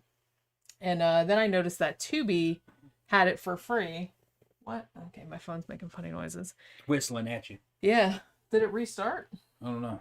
It looks like it restarted without authorization, but whatever. And what I didn't know when I started watching it was that the version that's on Tubi is the director's cut, which I had never seen. They did the director's cut back in fucking, I think it was 2002, and I didn't hear about it for some reason, even though it's like my favorite movie. And this version is 3 hours long, and I sat and watched the whole thing, and man, there is a shit ton of stuff in there that they took out. Holy crap. I couldn't believe it. And because we were watching it together because you'd seen it before, but you had never seen the director's cut either. So we were like talking about that. And there's some scenes in there where the one scene that surprised me the most was the scene where Salieri, if you've seen the movie, like, yeah. Same thing? Yeah. The scene where Mozart wants to get that appointment with the princess or whatever, but he's all butthurt because he's like, why the fuck should I have to give samples of my work? He's like, they should just give it to me because clearly I'm the awesomest because, he's Mozart. And so there was that situation. And then, so his wife, Costanza, she kind of goes behind his back and brings the music samples to Salieri and was like, please put in a good word for him. We need the money. He really needs the job, but it's like, he's too proud. He won't do it. And I think in the theatrical version, that was kind of like as far as it went, but then he ended up not getting the appointment. In this version, this bit was cut out. Salieri essentially asked Costanza, hey, if you really want me to vote for your husband to get this job, then you have to come back here by yourself. And basically, you have to like have sex with me. That's what he says. Or that's what he implies anyway. And then, so he's like a much less sympathetic character. He's not super sympathetic in the theatrical cut either, but he's like a lot less sympathetic in the director's cut. So she shows up. He doesn't know she's going to show up or not, but she does show up because she really wants him. Thank you. She really wants him to have the job, right? And she comes in the room and she's just kind of like, okay, we're going to do this. And she starts taking all her clothes off and she gets like down to like her titties hanging out. And then he's like, and then he calls his fucking valet or whoever. And it's like, get this woman out of here. What's she do? Like, she just showed up and like started taking her clothes off or something like that. It was like I'm like, oh my God, it's the fucking worst. But yeah, so what? He felt guilty that he was going to do it. Yeah. I think he was hoping, I mean, he was hoping that she was going to say no or not going to show up. Yeah. But it's like, if he was hoping that she was not going to show up, like, why even like say that to her? It's just like, he's like, it was the religious connotation. I get you. Well, yeah, I know, but he was trying to be pure and was trying to serve God and do what God wanted, and then he got pissed off at God, and because of fucking Mozart's talent, so he tried to destroy Mozart and fucking destroy Mozart's marriage and shit, and that was part of fucking getting even with Mozart because Mozart fucked his girlfriend. So he's like, well, I'm gonna fuck his wife. That's what that was. Yeah, although technically he decided he felt guilty about it. Yeah, technically she wasn't his girlfriend because he hadn't had sex with her. Yeah, Salieri hadn't. Well, in Salieri's mind, it was his girlfriend because he was in love with her. Right. So therefore, right. he had. So you got to understand the context of the time. That's like some shit out in the Middle East where I like you, so therefore you're mine. No one else can have it. Yeah, right. That's that's almost that's the state of that was the state of civilization at that time. I like you, so therefore you belong to me. Yeah. You know. I love you, so you love me somewhere in there. Fucking, kind of virgin thinking, really, when you think about it. There was also a lot more scenes of Mozart going around like begging for money. Like he asks Salieri for a loan. He goes to Baron Harkonnen and asks like that guy. I didn't realize that guy was even in the movie because all of his scenes were cut out of the theatrical cut. But he was another guy. He was a guy that had a wife and a daughter. And Salieri sent Mozart there. It's like, hey, I hear he's got a daughter that needs a teacher or whatever. And then he goes there and it's this really uncomfortable experience because the daughter doesn't know how to play or won't play because she's super shy. They have like all these dogs that are really obnoxious. And so he's just like, yeah, fuck, take this job and shove it. And then later he comes back to that guy and he's like totally hammered and he asks him for money. So there was a lot more of that. So I got interested. Like I know the movie of Amadeus, it's not historically accurate. It's actually based on, because this is like fascinating to me because Mozart to me is like a fascinating character. He's like a fascinating person. And I've read a bunch of biographies of him. Now, I will say that the movie of Amadeus, it's historically inaccurate, but not really in regards to Mozart. That's kind of what Mozart was like. It's exaggerated for the movie, but from his letters, from letters to people that knew him and stuff like that, they said he was a little dude, real pale, kind of pimping. He really liked dressing fancy, like having fancy wigs, shit like that. He was always kind of broke for that reason because he made a lot of money, but he also spent a lot of money. He was like a rock star. Yeah, so he really liked and also, the very famous like annoying laugh that Tom Hulce does in the movie. Everybody that knew Mozart at the time said, yeah, he had the super annoying laugh. So I don't know if that's what it sounded like, but that is like historically accurate. However, I feel like Salieri gets the shit end of the stick here because Salieri obviously did not kill Mozart, but the idea of that is much older than this movie. Matter of fact, while Salieri was still alive, rumors started to circulate that he had killed Mozart. From not much. I think Mozart, when he was dying, he wrote a letter to somebody and said, I think I'm being poisoned. Because I think he didn't know, they still don't know what killed him exactly, because he died real young. He was only 35 or 36. What? Bag's driving me crazy. Lower. How am I supposed to know? All over. Big scratch. Big scratch. Big one. Yeah. Okay, that's good. Look at I can't reach that shit. You can't reach. Oh, because my arms are too big. Listen to that shit. Listen to that. I can't reach it. I can reach that part. I know you can reach it. See? It's because you're little. That's kind of. I used to be able to reach it fucking a while back, but I can't reach it now. No, anyway, because of his big Hulk It's arms. just getting too fucking big. Too fucking big. I don't know, Jada. If you've seen Amadeus, that's a good movie. It's one of my favorite movies of all time. It's real good. The theatrical cut is good too, but like the director's cut, I had never seen it before. It's 3 hours, so like it's a commitment. Yeah. But it's not. The thing about Amadeus, it's so funny. Like I was watching this one video. There's this really great channel on YouTube called History Buffs, and he watches like all these historical movies and talks about how accurate they are, like to the history. He did Amadeus, and he loves the movie Amadeus, but he's kind of going into like where the historical inaccuracies were. And he was like talking about that. And the thing about it is that, as I said, in regards to Mozart, it's pretty accurate, like as to what his personality was. He was real into toilet humor. He loved poop jokes, fart jokes. He wrote funny like concertos and stuff, like for his actor friends. One of which was called "Lick My Ass Nice and Clean." Damn.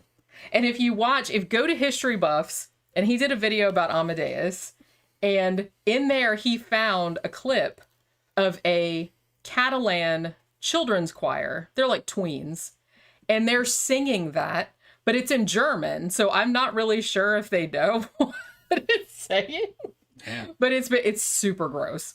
But yeah, so he wrote a lot of stuff about like ass licking. It's like he would write to his cousin all the time, and he'd be like, say stuff like "shit the bed with all your might," and he was real into like licking people's asses and with poop on them and stuff. You kind of like kind of taking it out of fucking context. I mean, of what the dude was. I mean, he was basically one of the world's first rock stars. And he was very much like... He was very wild. He was a child star, and he didn't really have a childhood. No.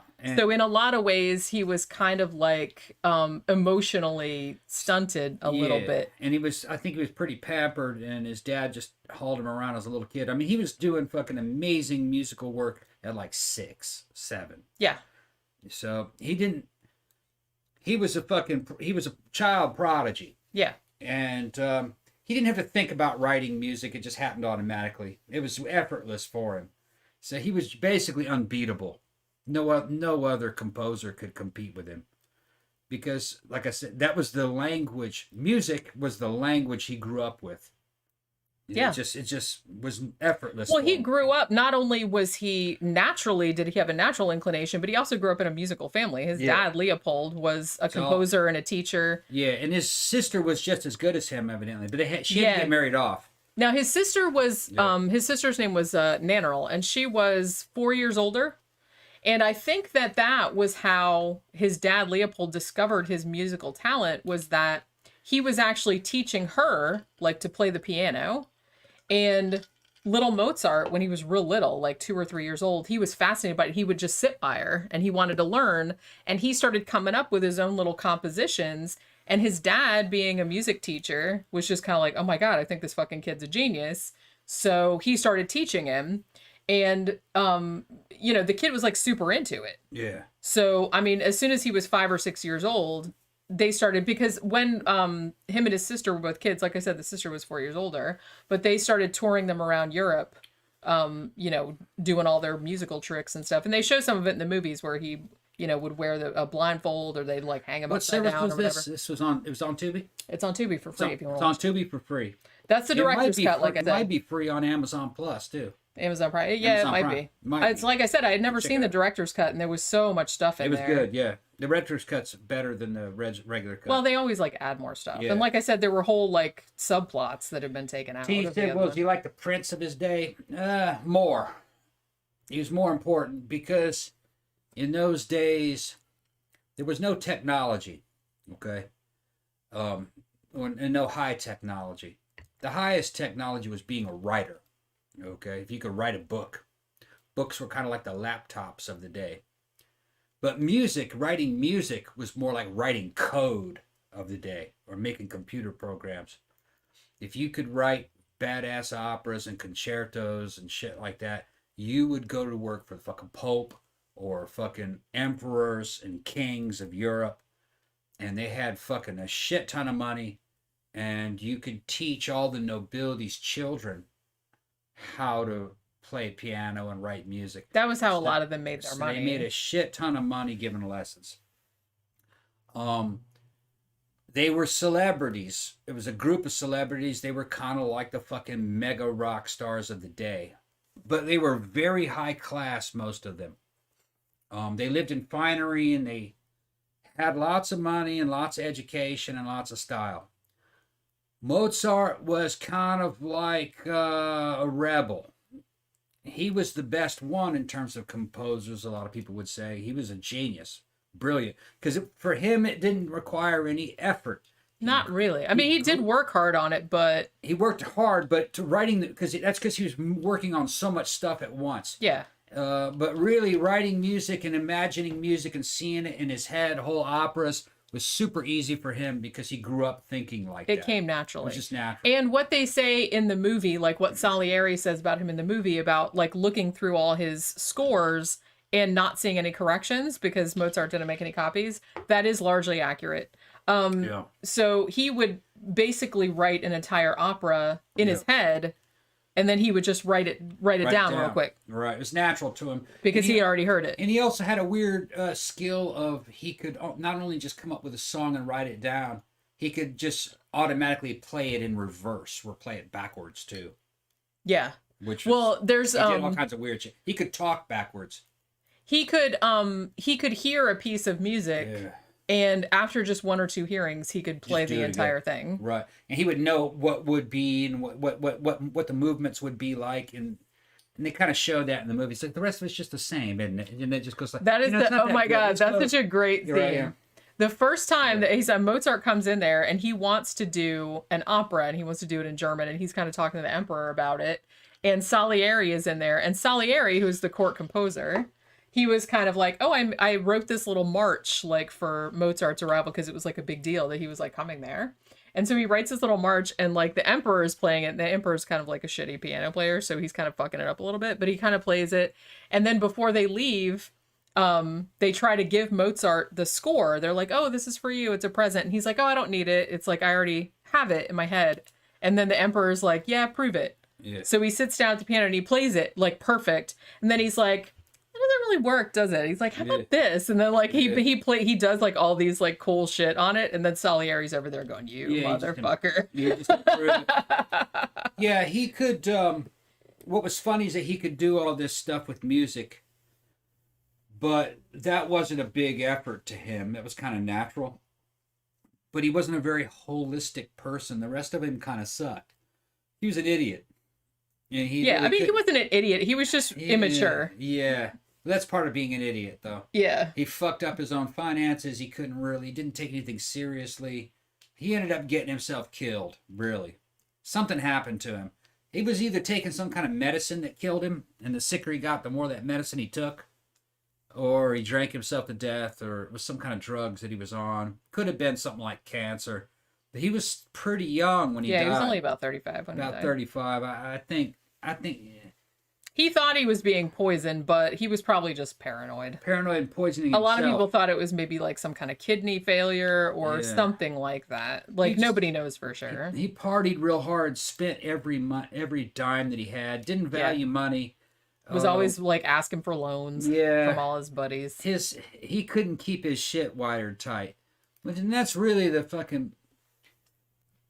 In a way, that is not the theme of the movie. The theme of the movie is that fucking Salieri realized that the fucking world is mediocrity and that he is a mediocrity. And he's like he's the Pope. The patron saint. He's the patron saint of I am mediocrity. their patron saint. I absolve you.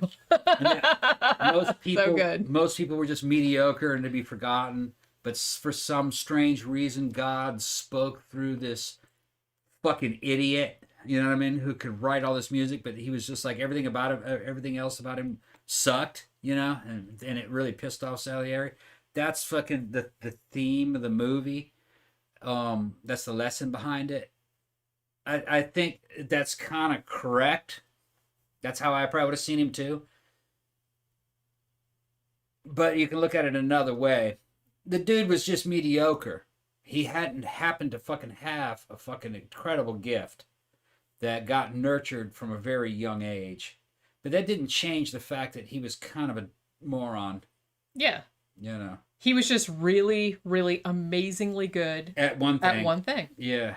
Yep. And that was enough to like cement his legacy like forever. But in a way Mozart himself was mediocre.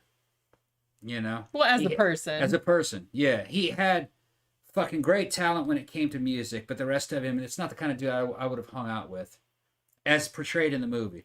But he was not well-rounded. Yeah, I mean, the interesting thing about this movie, like I said, the portrayal of Mozart is exaggerated, but it's fairly accurate.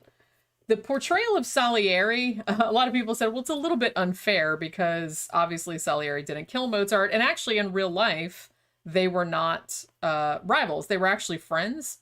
And matter of fact, as much as Salieri liked to talk about how, what's the word I'm looking for? How sad or how fucking pathetic he was or whatever. He was actually, much better known in Europe, and he was actually known for quite a long time, like, even after Mozart died. And he was actually one of the most sought after and best paid teachers in Europe. He taught Beethoven. He taught Schubert. He taught Franz Liszt. He even taught one of Mozart's kids. Because Mozart and Costanza actually had 6 kids. They only showed 1 in the movie. Now, only 2 survived to adulthood, but they had 6. Now, the interesting thing about Salieri, too, is that in the movie, he's so, like, I'll give God my chastity and stuff if he gives me this talent. He was married, too, and they had 8 kids. And he was banging that opera singer. Yeah. But actually, Mozart banged her first. Okay. And then Salieri. So I don't think Salieri stole her or anything, but they were. Salieri got sloppy seconds. Yeah, yeah, that's what it is. But they were actually kind of buddies. Yeah. You know what I mean? I don't think they were they like were working the same gig. right. You know, a lot of times that's the way it really happens. And Salieri, jealousy usually is not that intense between guys that are in the same field because there might have been some, but I don't. They know think. the game. They're all trying to make a living. And the thing about Salieri was that even though he was, like I said, he was a very well-regarded composer. He was a very well-regarded teacher. His operas were performed, throughout, like, for many years after Mozart died as well. He had a few advantages also. Like I said, he was a very sought-after teacher, so he made money that way. He actually married into nobility, like his wife was a noble. So a lot of the people that he taught them for free because he didn't need the money. Whereas Mozart was kind of like always kind of scrambling for money, and he didn't really want pupils because it kind of got in the way. So he was always he wasn't always broke, but he did find jobs, but there was kind of one, and actually they didn't put this in the movie and I'm surprised, but at one point when Mozart got kicked out of one appointment or one job, I believe his employer actually kicked him in the butt, like literally, like kicked him out the door, like by his ass, like whack, like fucking kicked him out. They didn't show that in the movie. But yeah, so like I said, it makes a better movie, but as I said, the idea that Salieri killed Mozart is not recent. That goes back to while Salieri was still alive. And then in 1830, there was a play by Alexander Pushkin, and he wrote a play called Mozart and Salieri in Russian, I believe. And in that one, I think Salieri kills Mozart like on stage or something. But there had been rumors that he had poisoned Mozart. And like I said, that was going back to when Salieri was still alive. Salieri, who actually, he didn't commit suicide, but he tried to commit suicide, just like they show at the beginning of Amadeus. So some people said, oh, that proves it. He must have felt guilty about it or whatever. But he had dementia by that point because he was an old man. But so people kind of use that as a thing too. But I don't know. I just feel like there had been rumors swirling around it. And there were so many rumors that he actually came forward and said, I didn't do that shit. Like, he had to deny the rumors. Yeah. So it was going around while he was still alive. Yeah. And then, like I said, that play was real popular. And then I think in 1979, they did like a Broadway thing of it. And then that's what the movie is based on. Now, T was saying, she compared him to what was he kind of like Prince? What would be a good comparison to today? I don't even think it would be even Eddie Van Halen. You know what? On the History Buffs video, he kind of compared him a little bit to Michael Jackson because Michael Jackson was also a child prodigy and was also had a real overbearing dad who got him into the industry, and who also had issues because he didn't have a normal childhood, was real like emotionally immature when he got older. And he's like, so that's kind of the same thing that you have going on here. Yeah. Even though Michael Jackson, I think he was a genius performer. He knew how to bring a product to market. I don't believe he was a musical genius, though. I just don't. Yeah. I think Prince was better at music than... Yeah, I'd agree with that. And I think fucking... At least at pop music, But one thing about Michael Jackson is that he knew how to package a product and to make his product seem bigger and better than everybody else. Although there's a time limitation for that. And he reached his time limit. The 90s. In the 90s, before he died, his mojo was slipping away. Yeah. Yeah. And the same thing probably would have happened to Mozart. I don't think Mozart, because of how he wasn't built for the long haul. Musical stars don't age well. They tend not to. They go out of fashion. they end up falling kind of into obscurity. I have a feeling that eventually that's probably what would happen to Mozart, just because of his personality. I don't know if he would have fallen into obscurity because his music was so important. Yeah, his writing would have survived. But I'm talking about his personality. He's as one a of man. those dudes that, like you said, like a rock star that burns out real early. Yeah. Because, like I said, his kind of thing was he grew up with this, just immense musical talent that was nurtured by his dad. He didn't have a normal childhood, like I said. He spent his childhood touring around Europe and performing for all of these. So he kind of had like a weird thing going on. And so I do kind of feel like he had a thing where he was really into the finer things in life. And as I said, he would get money, and he just really didn't have any concept of, I should save money for the future. I should do this. He just kind of would get money. He'd just blow it. You know what I mean? So I need this fancy wig. I need this fancy outfit. He needs this fantastic apartment with all this shit in it, like a pool table. Kind of takes me back to when I was in high school in 1984. I could not imagine a pop rock style band any better than Van Halen. You know what I mean? I just couldn't. They had the best guitarist, the best vocalist. They had a good bass player, great fucking drummer. They were at the fucking top of the charts when it came to the rock genre. I couldn't imagine a world where fucking David Lee Roth was not a fantastic vocalist. But you look at David Lee Roth today, and it's kind of pitiful. You know what I mean? He did not age well. And then that music, Van Halen 1 and 2, and maybe even like 1984, Diver Down, and those old albums, you can go back and fucking get some nostalgia off of them. They were good. But it just is not as good as it seemed back in those days. Other things overtook it. And I think that what would have happened, I think, to Mozart had he not died.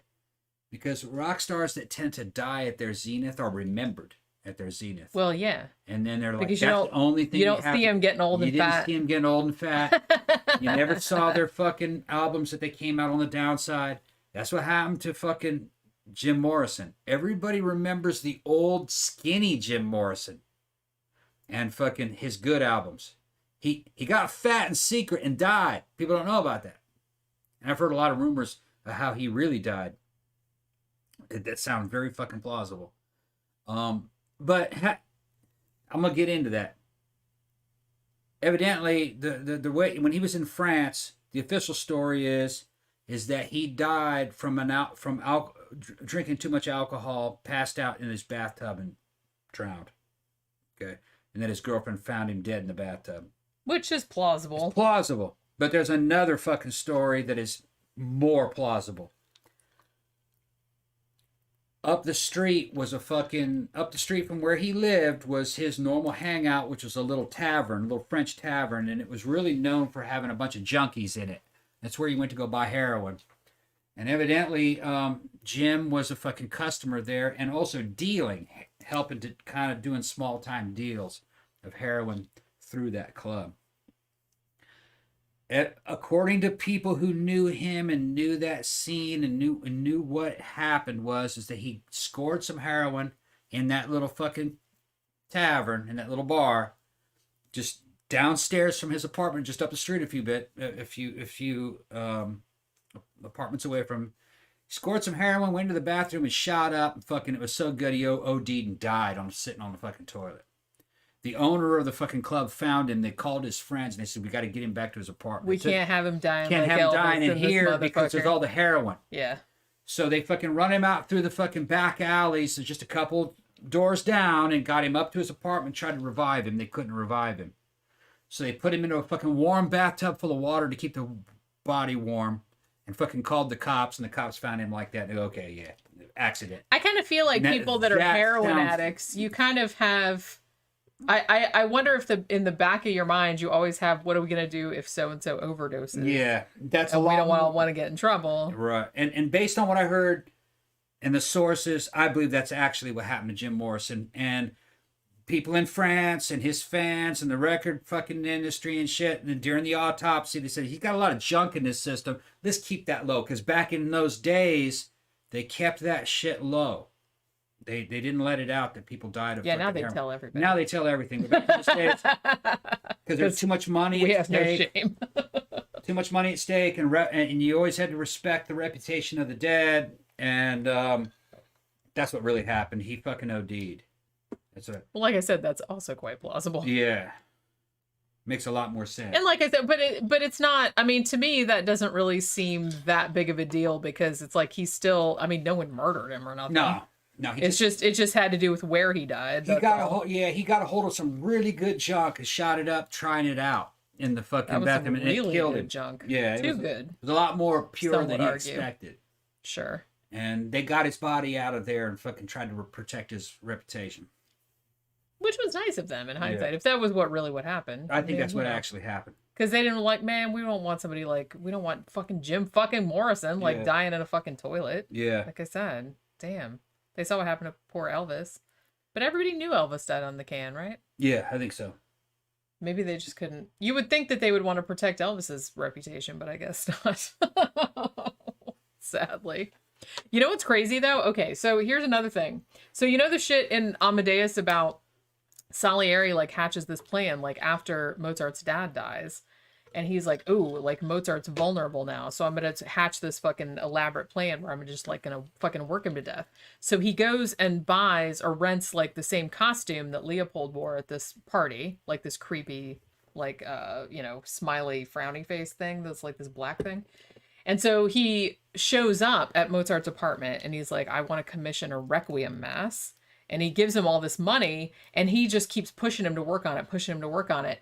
And it actually does end up like killing him in the end. Like it's Salieri in the movie doesn't like kill him directly, but it's almost like he pushes him to exhaustion and to drink more and shit like that. But you know what's crazy? In real life, somebody actually did, an anonymous person did commission that requiem mass, which Mozart didn't actually finish like before he died.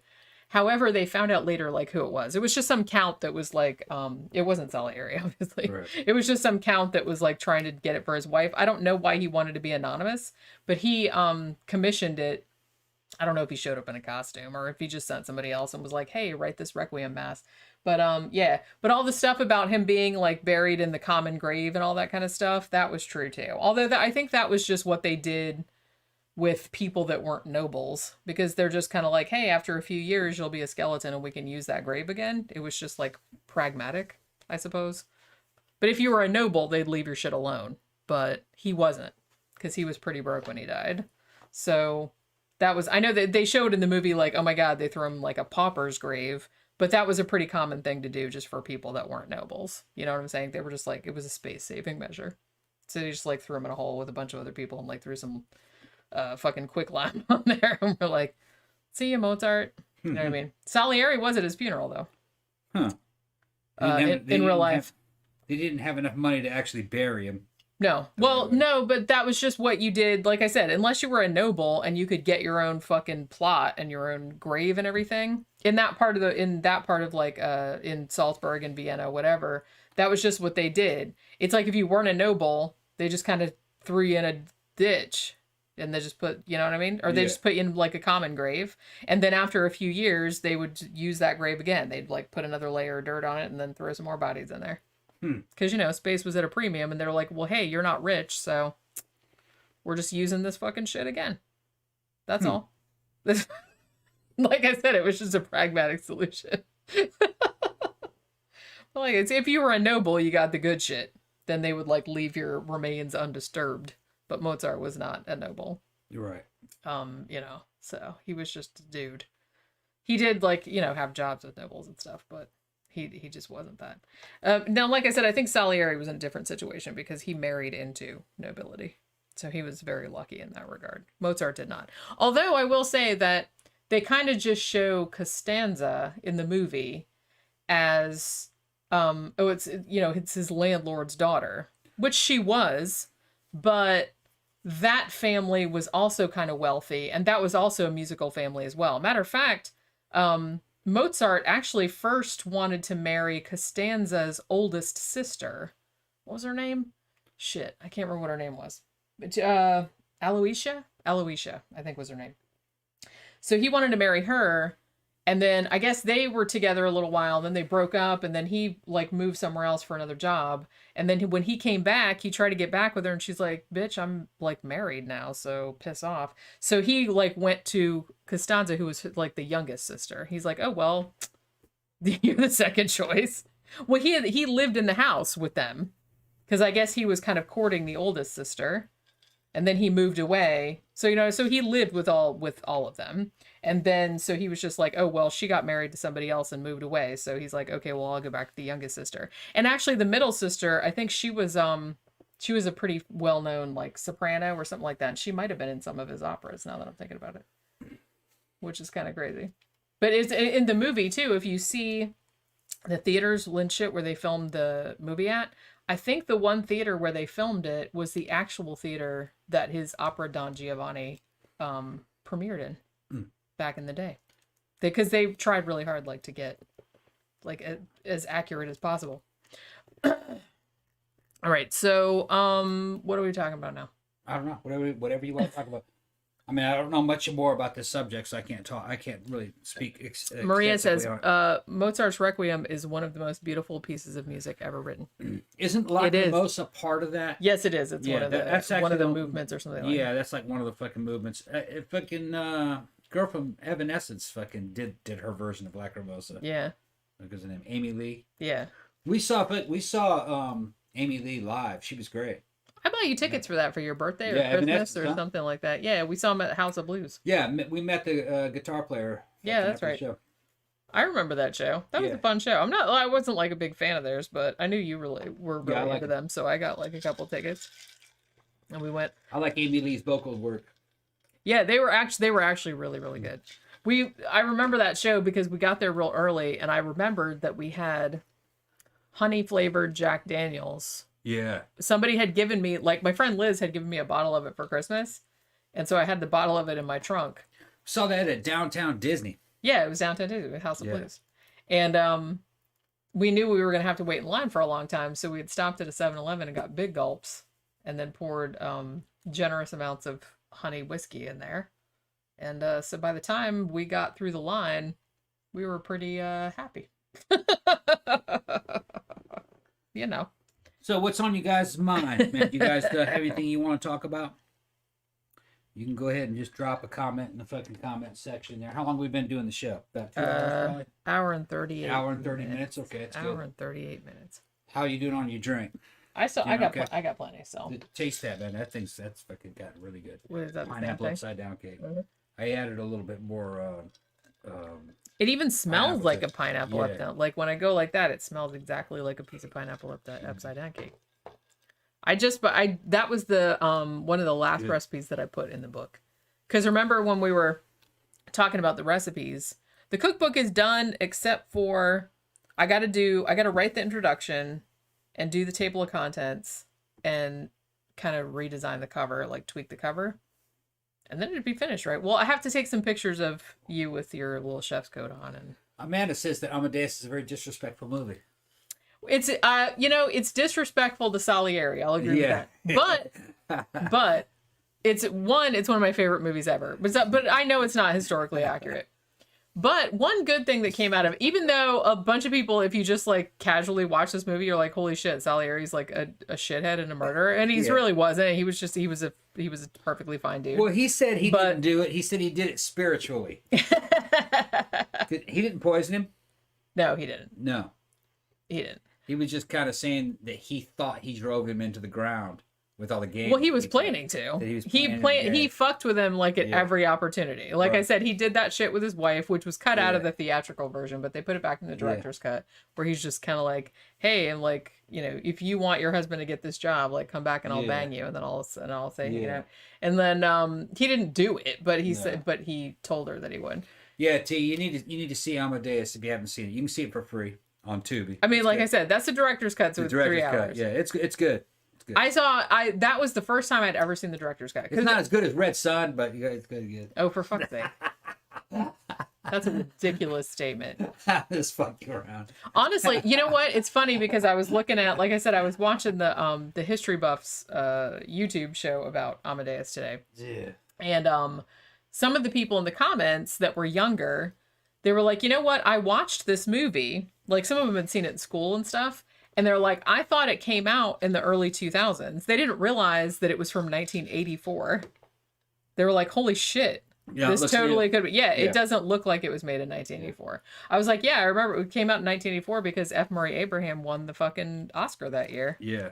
for the shit. Well, I think both him and Tom Hulce were both nominated for Best Actor, even though Salieri is really the main character. Yeah. He it's about him. It's not really It's about him. It's not about and the thing Mozart. about it too is that what you're seeing, like I said, it's, you know, Salieri as a person was not a lot like that. Like there's some things in it that are kind of you know, that are kind of accurate to his character. Like, yeah, he was super into like candy and sweets and stuff, and they do show that a lot, like, which is very funny. But yeah, he was super into that. You know, he was generally a pretty nice guy, according to everyone that knew him, and he was like quite famous. But you have to think too that the way that Mozart is seen, I always considered this movie as, because it's all from Salieri's point of view, he's telling it, you know, in the framework of the movie, he's telling it to a priest. Like, he tried to kill himself. They put him in an insane asylum, and the priest comes and he's giving him like a confession, and he's talking about, hey, how I killed Mozart. And so he's just telling him the story. So he is essentially an unreliable narrator. Yeah. I mean, you're just It's in his imagination. you're seeing everything through his perspective. Right. But like I said, ironically, what I was going to say is, ironically, even though, yes, this is very disrespectful to Salieri as a person because he was obviously nothing like this, but when the movie came out, everybody got really interested in Salieri's music again. And so they started, like, orchestras and stuff like that started doing them because he, you know, ironically, he kind of had been forgotten, like, over the years. But when this movie came out that said, hey, he murdered Mozart, like, everybody was like, oh, let's check out this dude. So then they started, like, doing his music and operas and stuff like that. So I guess that's kind of a good thing. But as I said, if you're watching a movie thinking that it's going to be, like, historically accurate, and even, like, the director and the playwright were just like, you know, we used a lot of stuff from real life, but we wanted this to be essentially more based on the play, like I said, from a long time ago. But we wanted it to be, I think they called it like, There. well, hey, Pookie. I think they called it like a Fantasia about Mozart and Salieri, which, like I said, not true, but could have been. I think that shit's funny that fucking I'm getting Sandra over in Germany to fucking get her hooked on peanut butter. On peanut butter. That's fucking hilarious. It's also hilarious that peanut butter is not fucking popular in Germany. Well, like I said, it's just one what of those kind of things. shit is that, It's man? one of those things. Well, it's just peanuts with Yeah, sugar, but- salt, ground. But the thing about it Into is a that fucking it's knife. only normal for us because we Yeah. grew up eating it. Yeah, If you grew up somewhere where they didn't really eat that, it's like I said, it's a beautiful condiment. It's What- even good on vanilla ice cream. I mean, honestly, Yeah. other than the U.S. and like Thai food has a lot of peanut butter in Yeah. it. Like they use a lot of peanut butter, like for satay or whatever that is. Satay. Yeah. I'm gonna put my fucking hat on. Oh, it's time to put the hat on. I'm getting drunk. Yeah, it's time for a fucking Tila says, so watch Amadeus theatrical or director's cut. director's cut. Yeah, either one. The theatrical cut is also amazing. Yeah.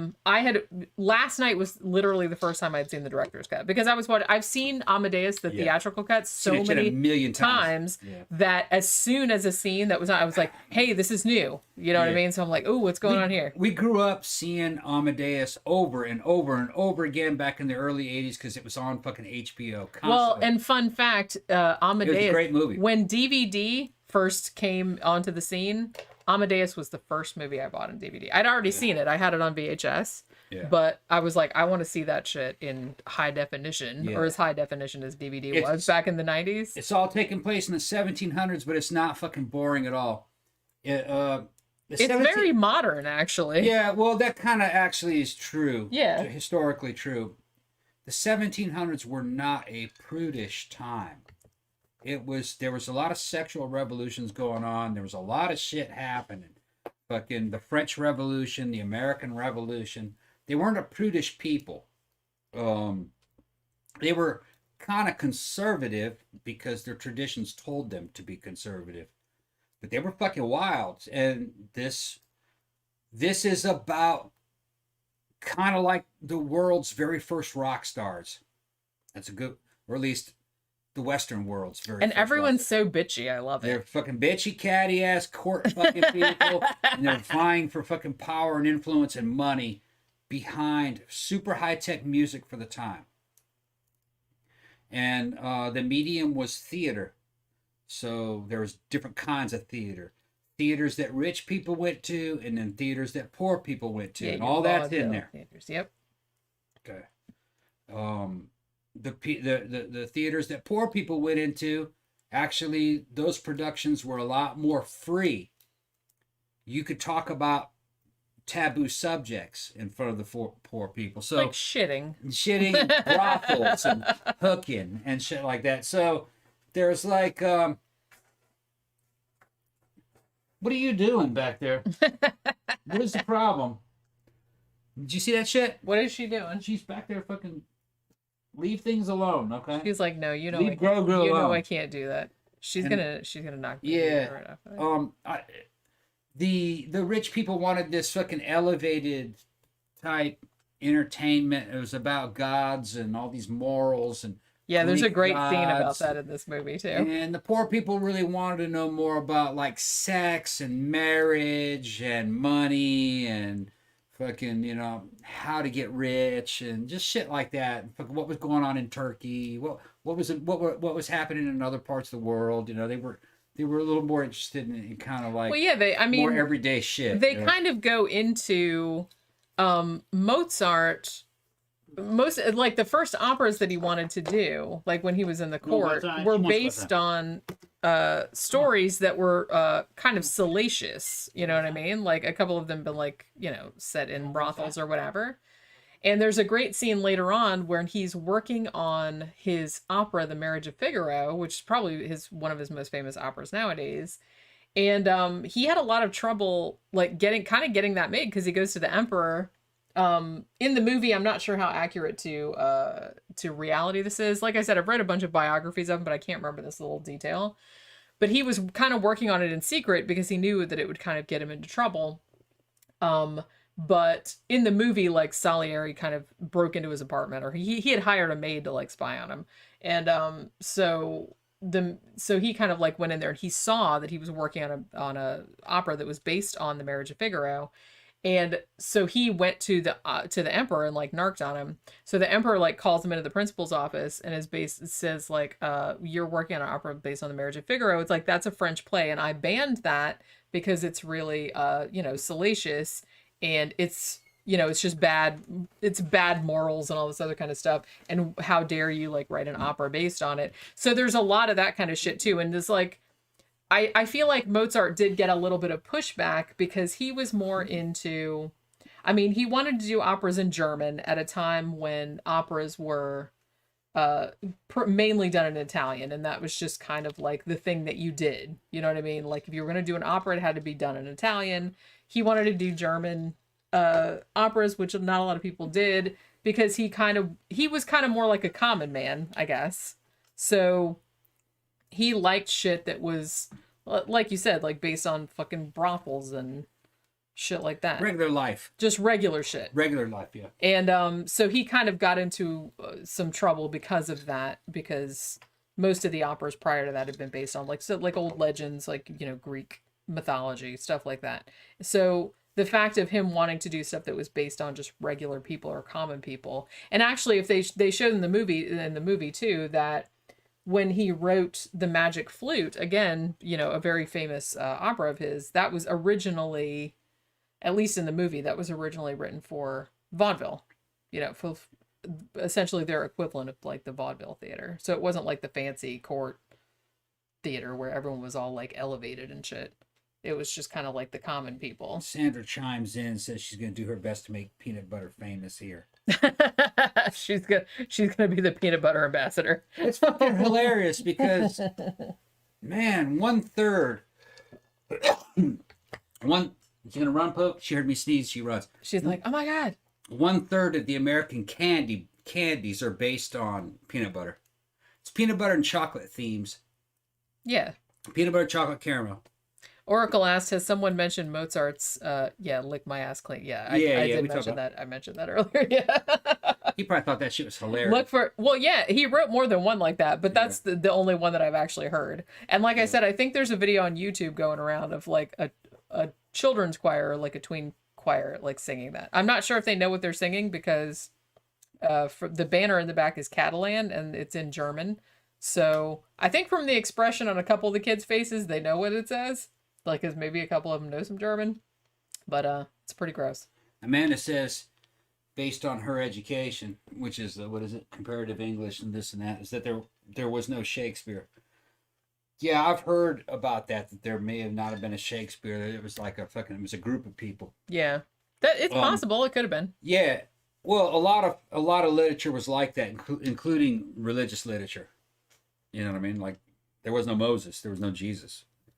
Those were like brands, which would be a good way to put it. Well, it's it's kind of like back in the 80s or 70s and 80s when they had like those paperback houses that would publish all those kind of pulp paperbacks like romances and westerns and stuff, and they would have a house bunch of names. Yeah. They were like pseudonyms. Yeah. But they just a bunch of different people would write them. You know what I mean? But you would write them under one of their house names. Yeah. Right. So it might have been something like a situation like that. Because you have to understand, during that time, there were corporations and there were companies, but they weren't really well formed and they weren't really a part of the mainstream culture.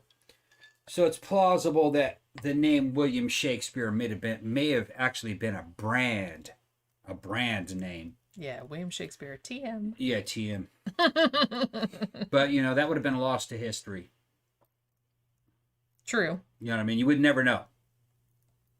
It's hard it'd be very hard for one guy to write all those plays. Where are all the other writers? Not impossible, but... Where are all the other writers? Where's his competition? I wonder sometimes if Shakespeare was like a pseudonym of another author. Because even nowadays... a lot of writers will write, especially if they write in a bunch of different genres, they'll write under several different pseudonyms. I think it's more likely that it was kind of like a brand name. It might have been. If you had a really good play and you wanted it to sell, you claimed it was William Shakespeare, and everybody come and see it. Nice play, Shakespeare. So then all of a sudden it starts to build up. You know what I mean? Anytime you come out with a good story, you better say that shit's Shakespeare. It's like that. So it'd be like somebody ripping off fucking Porsche over and over, or Lamborghini over and over again. No matter what you make, if it's good, you better put that label Lamborghini on it. Because in those days, you know what I mean, fucking copyright laws were probably not that hard and probably not that strict, and you could. Yeah, they were a little loose. Let's say that. You could probably do it. Yeah. I mean, to be honest, it's funny that people complain nowadays about, everything's a remake or a reboot or whatever. It's like they've been doing that since fucking forever.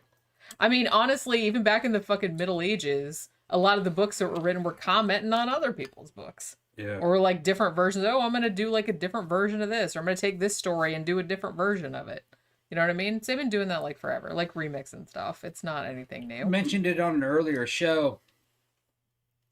I was, what's wrong? Sorry, I laughed. Yeah. Victor said, based on all the research I've done, William Shakespeare was actually Meryl Streep prepping for a role.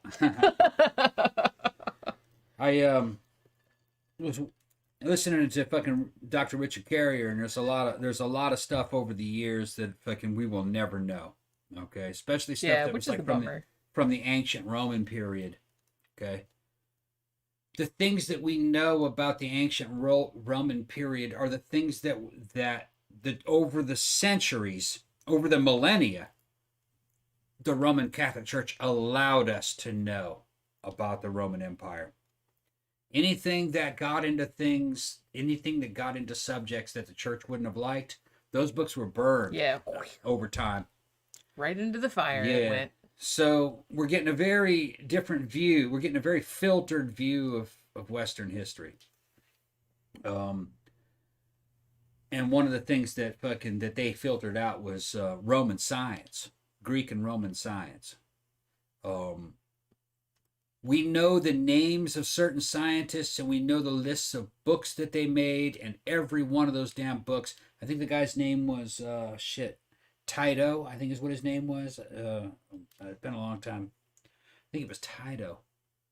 We know that there was that guy, and we know the titles of the books that he wrote, and it was like several dozen of them. Not a single one exists, because whatever he said, the church didn't like it.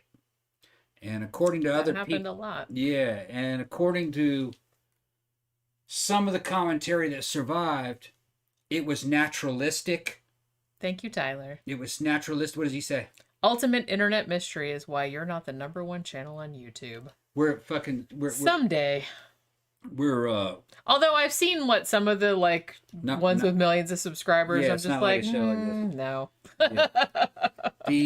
But what I was saying is, that the what evidently he was about was naturalistic science, evolution, and atheism. So of course the church would have never allowed that to be passed down. And so Carrier also thought that Roman technology and Roman science was far better than we think it is. That would not surprise me in the least. Far better. Yeah. That it might have been early 1900s. Which, that's bizarre. But some of that stuff, like the Antikythera device, which we have, it was found out of a damn Greek-Roman wrecked ship at the bottom of the ocean. And some of the stuff that was taken out of a damn Roman lake. What was that lake? It had... what was it? Caligula's pleasure barges. Yeah. And I think it was Mussolini that recovered them from if I remember correctly, yeah. Yeah, he recovered them out of a Roman lake. The valves built in the fucking water system inside these pleasure barges, and it had a centralized heating system in it. All that stuff was 1920s level manufacturing. That's fucking... Yeah, they knew what they were doing. They knew exactly what they were doing. They were doing investment casting. They were doing high precision fucking water valves. And that's like and then the gears, the cogs, gear ratios. That was 1920s. Yeah. That's fucking they were dummy. mind-blowing. Well, Yeah. like I said, people back then weren't stupid. I mean, No. they could figure shit out just like people nowadays figure Yeah. shit out. It's just that, like you said, a lot of knowledge was lost, unfortunately. It's... Dark Age happened. Yeah. Had that Dark Age not happened, we'd be 2,000 years ahead in technology today. We might be, perhaps. Oh, definitely. I mean, That does kind of bum me out to think about. They were on the cusp of a industrial revolution. Now, somebody earlier on mentioned in the comments sections that they had heard that because Romans had slavery, that had suppressed technological development because they didn't need labor saving devices. They had all these German slaves. No. Carrier said no. Said they had slavery, but they also had technology, and they were more interested in technology than they were the slavery. It's just that it never quite reached critical mass. It never entered. What was his explanation? I don't want to misquote him. They knew about technology. They knew that technology was the key to it. They were working on it, but we don't know what they did. We don't know how far they got because over the 2,000 years, the Catholic Church stamped out the books that described what they were doing. In order for Rome to survive, it would have needed steam-powered railroads, which they never did that. They also needed the telegraph, which is telecommunications. And then there was never any evidence that they had figured out electricity. And I think that's what made the difference. In the late 1800s, electricity was discovered. Well, 1700s, they knew about electricity. Yeah. In the 1800s, they learned how to use it. Okay? And that never happened in Rome. Now, it may have been because of religion. because electricity was something that was directly linked up with Jupiter, who was Zeus. He could throw lightning bolts. And if you fucking started fucking around with sparks and lightning and electricity, that might have been a heresy. So it could have been, it might be possible that the Romans were incapable of electricity for religious purposes, which that might explain why. Yeah, because some people might have like discovered it accidentally, and they were like, "Oh shit, okay, I'm just can't fucking talk about that." I made a lightning bolt. Yeah, I made a lightning bolt I made a spark with a piece of glass and a piece of wool, and I can't tell anybody that I threw a lightning bolt. Yeah, because then that's the power of Zeus, and I'll be playing Zeus. They'll make me they'll make me drink hemlock or something. Yeah, or crucify me or some shit. Yeah. So there might have been a situation like that. But there's no telling. The memories were lost. But we would be way ahead. Oh, I'm sure. We would be way ahead. I would like to recommend, if anybody is into like nonfiction books, a few years back I read a book called Freethinkers by Susan Jacoby, I think it was. And it's kind of like a history of atheism from ancient times to now. And you would be surprised. I mean, as much as the church meddled in everything and burned a bunch of shit and everything like that, some shit did survive. Not as much as you would think, but some of the stuff that was written by even ancient writers that somehow survived is amazingly modern. Like just from a philosophical standpoint, from a scientific standpoint, people knew the score back then. It's just a lot of the time they were too scared to say anything. And rightly so, because their ass would get killed. You know what I'm saying? What are you doing, Bo? What are you doing? She's trying to tell me she wants to go somewhere, but then when I get it... Well, you don't want to go anywhere because, there was a couple of questions back here. I love that somebody mentioned... She's telling me, let's go. Okay, let's go. You ready to go outside, Boo? I love that Camp Guy mentioned The Devil's Dictionary by Ambrose Bierce. Yes, that is also quite hilarious. I'm a big fan of Ambrose Bierce, actually. And then Maria asked... I think she asked about Amadeus, about what was Peter Schaefer's and Milos Forman's intent with the movie. I think, honestly, they were just trying to make a meditation on, one, the creative process, and also kind of talk about, as I said, professional rivalry, jealousy, but also the kind of thing where it's not always fair who gets the quote-unquote godlike talent. Because I think that's kind of one of the themes of the movie, is that there's even a scene like very early on, like where Salieri's, he's old, he's in the asylum, and he's talking to the priest. And the priest says to him something like, all men are equal in God's eyes. And Salieri says to him, are they? Because he's like, obviously not, because Mozart, who he considered, I love that he called him throughout the movie, he calls him the creature. Yeah. But he just calls him like this, he's like this immature child of he's just like this vulgar little man, and he got this godlike talent, and it's like effortless. Meanwhile, Salieri's like busting his ass, like trying to write this amazing thing, and it's like he's still kind of in Mozart's shadow, even though Mozart was, didn't seem to have to work that hard at all. What? Socks. Oh. Vicky's work socks. I was supposed to get a package today, too. I didn't get anything? It'll probably be here. Okay. Wasn't anything out there right now. It wasn't in the mailbox? All day long of... no, not when I went. I went at 3. Oh, okay. There was some stuff there, but... Well, I'm always... It's funny because I'm always like... because I'm too lazy to go to the store, so it's always kind of like... Whenever I think of something that I need, I'm just like, oh man, I need some more lipstick, or I need some more. I just like fucking order it. Camp Guy said, talking about Egypt, I just saw a video of how they made that pyramid. Yeah, I don't know which video you saw, but was it the one with the ramps, or the one from the ramps inside. on the inside? Yeah, I think there's a French guy who figured it out. He built a fucking... Hey, Sophie's here. Trains. What's up, Soph?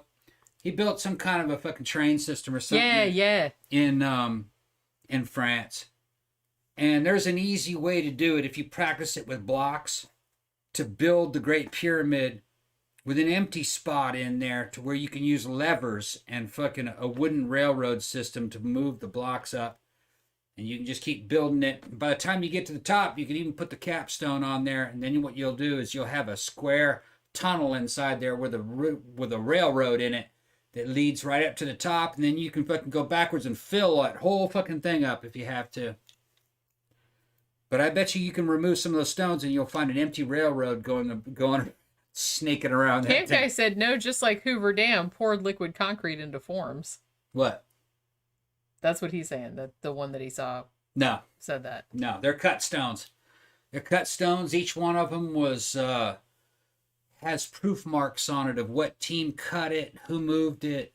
The stones are all numbered, and they were all assembled in order. Each one of those stones was ordered from the quarry in the order they needed of assemblage. So, no. Well, I imagine they probably built a model of it prior. Yeah, I mean, they practiced it with wooden blocks. They used little wooden blocks to practice. And the thing about it is, like, they built, several of those pyramids, Yeah. so you'd think that they had got their shit together. Yeah, they had the shit together. They were 3D printed on You the go out into mothership, said Egypt, Victor. And I lived in Egypt for 6 months in the army, did desert patrols and trucks and shit, got pictures to prove. I always say, I'm not a fake, I'm a real fucking thing. I'm out there with the little Bedouin children and hanging out with the Bedouins, drinking karkadeh, and smoking shisha and shit underneath the fucking stars. Just me and the Bedouins, okay? Patrol trucks and come back and give me about an hour. I'm going to hang out with the Bedouins. And I had a cool squad leader. His name was Smith, Sergeant Smith, and we used to listen to we partied together before he made sergeant. So, fucking, I could drive the patrol vehicle. I could say, look, man, drop me off at the Bedouin village. I'm gonna do some PR with them.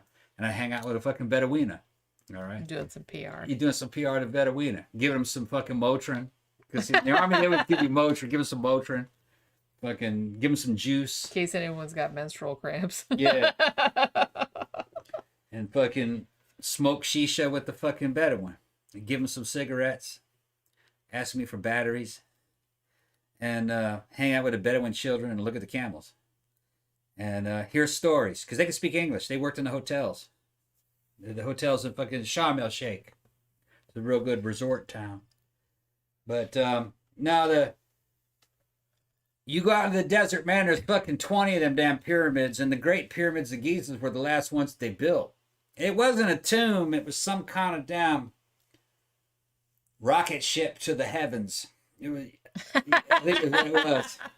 You're launching the king's fucking soul to the fucking stars. There's tunnels and shit. Yeah. Yeah, because when you go into the Great Pyramids, there's nothing on the walls. So there's no inscriptions or anything. So it was something generic. It was something that you could put any king in. It was like... It was prefab. Yeah. They're like, we're just going to build this here. The next king that dies, we're just going to pop him in. Yeah, well, I think what happened was they were building pyramids over and over again. They got sick of that shit. So they wanted to make a universal pyramid to where anybody in the ruling class or a king could go into that pyramid and their soul could get shot out to fucking the Orion's belt. Because the way their religion was. So they could join the stars in the proper place. Okay. And each funeral, you could put different trappings on the wall and on the walls and decorate it. That way, I think that last Great Pyramid of Giza was not for one king. I think it was for all kings and all royal people. You know what I mean? Yeah. You put the body in there only for like a day. You rotated it in and out. So you're talking about a soul launching platform. That's what I think it was. That's my new jam band. Soul launching platform. Right. Because it was a big effort. Oh my God. They had a tunnel. They had a place where you could put a body. All right. And above that, where you could put a sarcophagus and shit. And above that, there was a tunnel that led out of the pyramid. It was only like a foot diameter, but went fucking hundreds of feet to the surface of it. And at certain times of the year, it lined up with Orion's belt. So you put people in there at that time to show that soul what stars to aim for. So you can link up with that particular star. That's what I think it was. Sorry, I was like, Victor and Tammy, I see what you did there with your Eddie Izzard references. Yeah. We've got tons of castles just lying about the place. They just get in the way. But yeah, so I see what you're doing. I just didn't want anybody to think that The inscriptions say it was the inscriptions outside of it say it was for fucking what was his name? I'm trying to remember the name of the king that they said it was from. But I kind of think that they put that there later. You know? A couple centuries later. I think the Egyptians had forgotten what that was for. You know? What was his name? Fucking, it was the... What was that guy's name? Akhenaten? No. I don't know. Got his name. So just got a super chat. Oh, thank you, Victor, for Eddie Izzard. Yeah, see? Yeah. I know what you guys are talking about. As time went on, I think the Egyptians themselves kind of forgot what that stuff was for. Which is common in history. Very common. Well, you have to think, I mean, from our point of view, when you talk about ancient Egypt, you think it's, just like 5 years, like everybody knew. But it was like, it wasn't. It was like thousands of years. Yeah. So it's kind of like, you know, it's like people built stuff like hundreds of years ago. And it's like, they don't, like, now it's 200-300 years later. Like, we don't remember what that shit was for. There was stuff built here in fucking Florida that people forgot about. That's what I mean. And that was only like a few decades. Yeah. Well, there have been places in the South where they'll dig and they'll find a stone structure with an underground tunnels leading from one building to the next. There's no record of what that was. Not even sure when it was made. Might have been the 1700s. It might have been the 1600s. I mean, because probably no one was thinking about why would you... I mean, they don't think about the future. They don't just think about, we need this right now, whatever that was. And would they just build it and then they just get on with it? Yeah, and the government here is fucking spotty. You know, it was something that the local people built. The government may not have been involved in it. It might have been a very local government. Maybe, you know what I mean, a city council maybe built it. And there's no records surviving. You just find a damn tunnel. A fucking stone-lined tunnel, maybe 30 feet below the surface, that goes a fucking quarter of a mile from one location to the next. You have no idea what the fuck this is. You're not even really sure when it was made. Because, like I said, back in the day, it probably would have just been seen as a very pragmatic, hey, we need this, whatever it is. And then, but now we don't know what it's for. It's almost kind of like 500 years, 1,000 years later, you're doing an archaeological dig, let's say, and you come across this doodad, and you're just kind of like, I have no idea, like, what this doodad was for. But it's like, nobody really thought to, like, write any fucking instructions on or anything like that. Because to them, it would have been very obvious what the doodad was for. It was just that the culture has changed so much, everything has changed so much, that now we can't imagine, like, what that might have been made for. But to them, it was just like, you know, it was just like a routine thing, and they knew what it was. So they didn't really think, in 500 years, people will find this in the dirt and they won't have any idea what it is. You know what I'm saying? Yeah. People don't really have that, you know, people's brains didn't evolve to, kind of encapsulate that kind of time period. You don't really think, you don't cast your mind 500 years into the future and think, people are going to dig this out in an archaeological dig and they won't know what this is. But in between the paws of the Sphinx, up near its chest, there was a plaque that was found that talked about the Great Pyramid, and it made reference to which king it was for. It wasn't Cheops, what the fuck his name was. And the thing is that people, the default setting was to believe what that stela said. But that stela was probably not from the time of the Great Pyramid. It was probably fucking centuries later. And the original Egyptians had forgotten what all that stuff was for and who it was made for. Khufu. That's what it was. That it was the Great Pyramid was made for Khufu. Nah. Probably not. The Egyptians believed that hundreds of years later. Maybe a couple hundred years is That's a long time. They're seeing this thing and they go, who made this pyramid and who's it for? Must have been made for the fucking great King Khufu. But that doesn't mean they were right. And everyone's like, Khufu. That sounds legit. Right. Time doesn't work that way. Well, and like I said, you can think nowadays, I mean, now we have the internet and a lot of things are more, people are kind of more aware of archiving things. Yeah. Back then, And as I said, from our standpoint, it seems like, oh, ancient Egypt, it seems like it wasn't that long a time. But some of the stuff that we talk about, like when when the Sphinx was built, when the Great Pyramid was built, there was like centuries between those things. Yeah. And it's like that's generations and generations of people. And it's just, and they didn't have the same access to information that we have. The ancient Egyptians had three major periods in their history: the Old Kingdom, the Middle Kingdom, and the New Kingdom. The New Kingdom was the one that you know of, with King Tut and all that, and all those cool looking fucking sarcophagus and all that sarcophagi and all, and that motif that you go, yeah, that's that Egyptian motif that you know. That's New Kingdom, and that's like 2,500 years ago. That's when that ended. A lot of that shit goes back 5,000 years. All right. Yeah, it's just like super long time ago, and New Kingdom Egyptians didn't even know their own history. They didn't know about the Middle Kingdom or the Old Kingdom.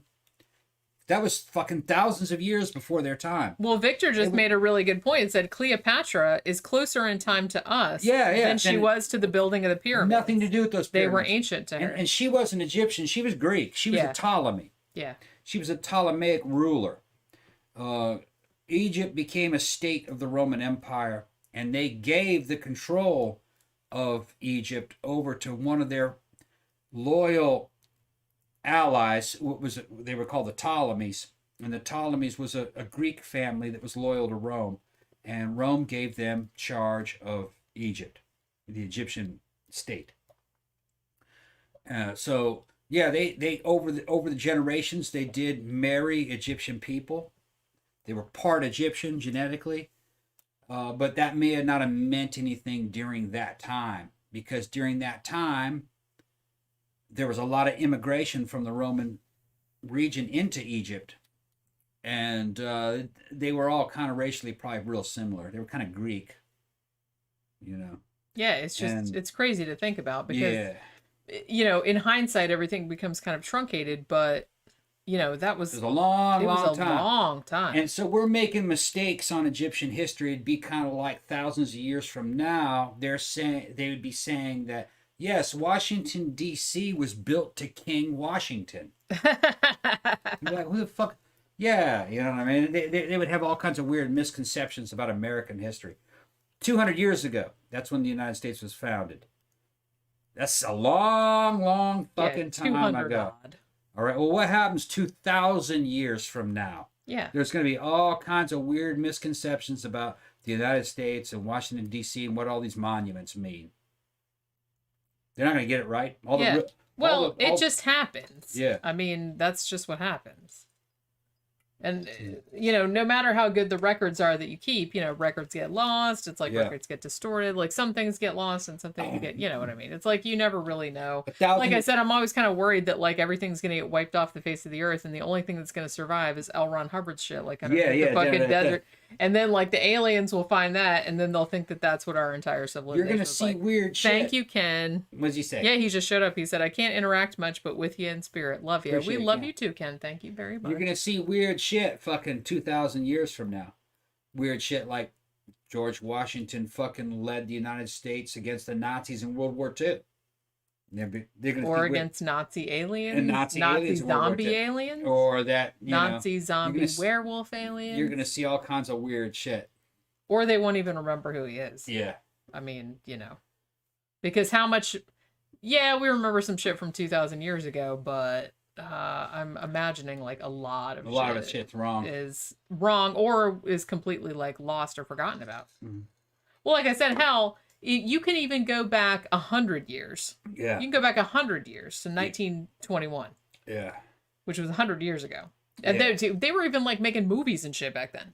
100 years ago, we were just talking about this the other day, a bunch of silent movies, a lot of them were lost. Lost forever. Because they filmed them largely on silver nitrate stock, which, if you don't know, is very combustible. Yeah. If you don't store it correctly, it will spontaneously combust or it will just degrade. So a lot of movies have been completely lost and there's no way of recovering them. And that was only 100 years ago. Only. Yeah. So think about extrapolating that 10 times, 100 times.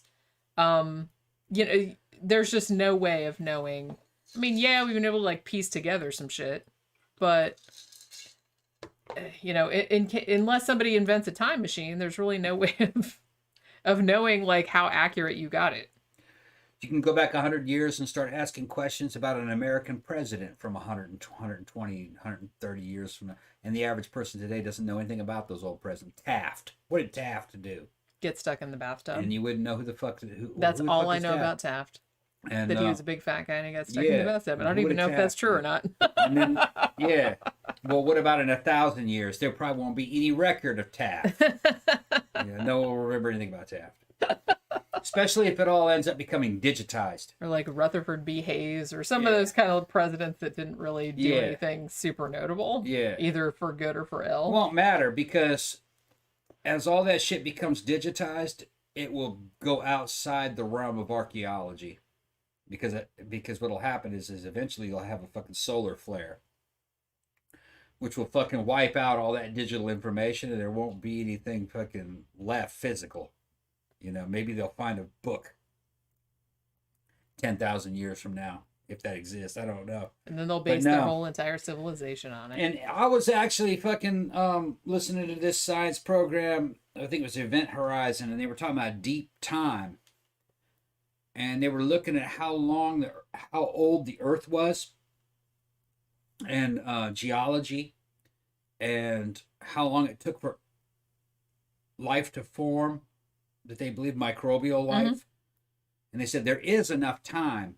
Oh yeah, big time. There's enough time to There's where plenty of time. You could have had several of these events of having fucking civilizations and shit on the earth. Yep. And there would not be a trace of it. Nope. Because it would all have been fucking shoved underneath the fucking plates and fucking melted in all that magma and erased. It could have happened 4 or 5 times. There's enough time. And then if you go back far enough, before the Earth was even habitable to life, Mars was probably habitable. There could have been stuff there. Life on Mars. Of fucking, like, intelligent life with the civilization. And there would have been nothing left. No trace left on Mars. Because that's too long. Even though Mars doesn't have tectonics. Just the fucking erosion that's happening on Mars. If they were building anything out of concrete or steel, it'd be gone. Talking about 1 billion years or something, 100 million years. I mean, I don't know. I mean, like I said, brains didn't evolve to understand the concept of millions or billions of years. Mm-hmm. I don't think people understand how long of a time that is. Yeah, it's called deep time. Yeah. And the fact that the Earth is several billion years old means that there is ample time for life to have created and a couple times. Yeah, and like I said, it wasn't even just like a one-shot deal. It's like where it's, you know, it started with one-celled organisms and now it's like all these complex life forms. It could have happened lots of times. Yeah. There's plenty of time for that to have happened. Which actually gives you kind of like there's impetus to go to the Mars and search the surface of Mars. And search it well with fucking satellites to look for disturbances and structures that were built on Mars and things that were left on Mars, not from us or aliens, but from aliens that evolved on Earth a long time before us. Like that's Lovecraftian type shit. Think about it. Yeah. You could go to Mars and find something that was there 10 billion years ago or some crazy number like that. And you're going like, yeah, who built this shit? Well, they were people from Earth, but not you. Long time ago. Yeah, long time They took ago. that Mars elevator. Yeah. Like that guy was always talking Came about. here on fucking rockets. Spaceships. I love that shit, though. I remember when I was a little kid, because when I was a little kid, I was really, really into dinosaurs. And I had a whole bunch of books about them. And I think I remember the day when I realized that a lot of, you know, the kind of the big ticket favorite dinosaurs, like, you know, every kid's favorite dinosaurs like Tyrannosaurus Rex and Stegosaurus and stuff. I think I can recall the day that I realized that a lot of these dinosaurs that are really iconic were not alive at the same time. That a lot of times there was like millions and millions of years. Like this one went extinct like millions of years before this one even came onto the scene. And I remember that blowing my tiny little mind when I finally realized that.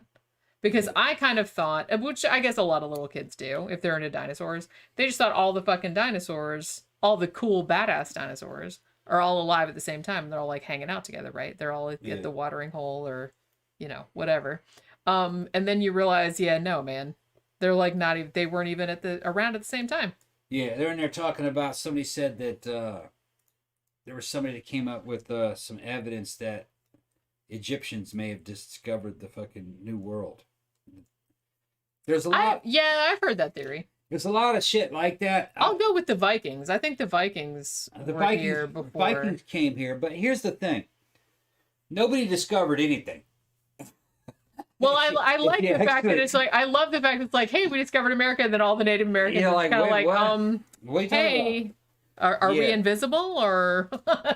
The oldest fucking human skeleton ever found in the New World was found outside Mexico City, and it was a Caucasian woman, and it was from probably, I think they said it was about 10,000 years ago.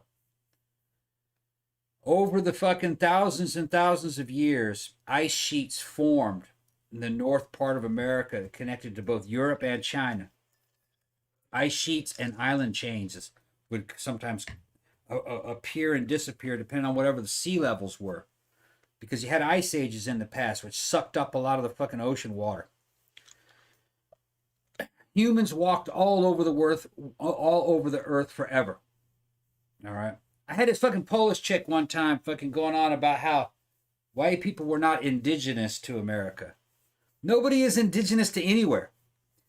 Well, if you want to go back that far. Yeah, you start going back fucking far. Nobody was indigenous to anywhere. They all fucking walked around. You find shit. Or boated around. They boated around. You're talking about fucking human beings, I think. Human beings as we would know them started, I think it was 20,000 years ago. Isn't that about right? Isn't that when the very first Homo sapien archaeus was? Well, Homo sapiens, that was... Homo sapien archaeus, I think, is 20,000 years. I mean, if you want to go back to just humanoids, you're talking 3 or 4 million years. Yeah, 3.5, but that's Australopithecus, and they didn't have human intelligence. They were basically like upright chimpanzees. But humans, somebody that you could talk to, somebody who made fire, made tools, it's about 20,000 years. Man, fucking, they were going everywhere all the fucking time. They're wandering all over the place. And they were taking boats. Like, today, you don't think of black people as a seafaring people. But they were fucking 10, 15,000 years ago. Because you find dark-skinned people that have some African features way out in island chains that go all the way down to Chile, where Easter Island was. When the British found the Eastern Island, they found that it was inhabited by black people that had blonde, curly hair. They're all gone now, extinct. And they got there, I guess, through Micronesia and going through I imagine, sure. They were kind of like a Micronesian or a Samoan, weird mixtures of Asian and African, but they were seafaring. They went everywhere. White people, like the Clovis people, walked from Europe across the ice sheets into northern Canada. You just went and where the food was. Yeah, where the food was. I mean, And they were all breeding in, and these American Indians, fucking Hollywood is going to tell you they were all the same people, and they weren't.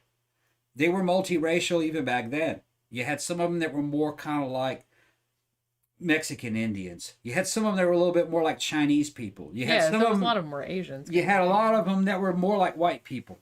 Okay, and that was up in the northeast areas of where like Canada would be.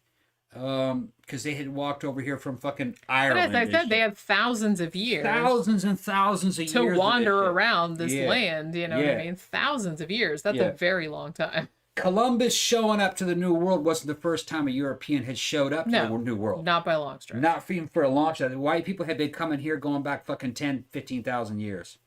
They just came a different way. They'd be walking across ice sheets during the Ice Age, or they were sailing over in little small boats, or getting lost at sea, and would just show up and be like, where the fuck am I? I made it, Might as well build a house. Might as well build a house. Stuck here. And then you start breeding in with the Indians. Some of the Indian tribes, Native American tribes, who would call them North American Indians, some of them went extinct just because they just bred in with fucking endless waves of Irish immigration in the 17 and 1800s. The Mandan tribe totally absorbed because everybody wanted to marry them. Why'd they want to marry them? Because they were good looking. Why were they good looking? They looked like white people. Well, they probably were white people because they'd been coming here for thousands and thousands of years. So don't believe the fucking hype. Don't believe Hollywood. You want to use Hollywood. I kind of always, I've heard like a lot of people were like, well, it's like, well, they couldn't have walked all over like this country. They could have walked from here. It's like, do you know how long a couple thousand years is? Yeah. You can walk a long way. And also, you can walk a long way in one day if you don't have a car. You also have to they didn't have cars. You also have to understand genetic flow. If I'm a white person in a white village, and the village next to me is not quite as white as me, but I marry a woman from over there, that child fucking over there is a little bit whiter. And then that prodigy marries somebody in the town in that other direction that's not quite as white, but then that genetic material goes to that one, it spreads like a virus. It's called genetic flow or genetic drift. I think is what I think was genetic drift or genetic flow? Drift is more. That's something different. That's like that's a different. It's called thing. Genetic flow. Okay, you're having sex with your neighbors, and over time, your neighbors start to look more like you, depending on numbers, how many, what the genetic weight is. So well, it's always a percentage game. Features flow out of continents and mix with others. It's a fucking people fucking put too much. People are people. Don't fucking worry about it. So why should it? Yeah, people are just people. And I should get. Because when you're thinking about all these racial features, really all they are is they're more like family resemblances. And they're just variations. They're variations to get. I always kind of thought of them the way it's like, oh, I have a fluffy white cat. I have a short-haired black cat. Right. They're still cats. Nobody is like racist about cats. They were just they look different because they were specialized to live in certain areas. Yeah, that's all it is. There's hot weather and cold weather people. It's like, it's like just in general, this trait, whatever it was, like worked better in this environment, and this trait worked better in this environment. They didn't have air conditioning. That's all it is. Yeah. There's nothing, there's no kind of like, and there's nothing other than that. It's just kind of like adapting to whatever the environment There's other things too, you know what I mean? Like in terms of fucking,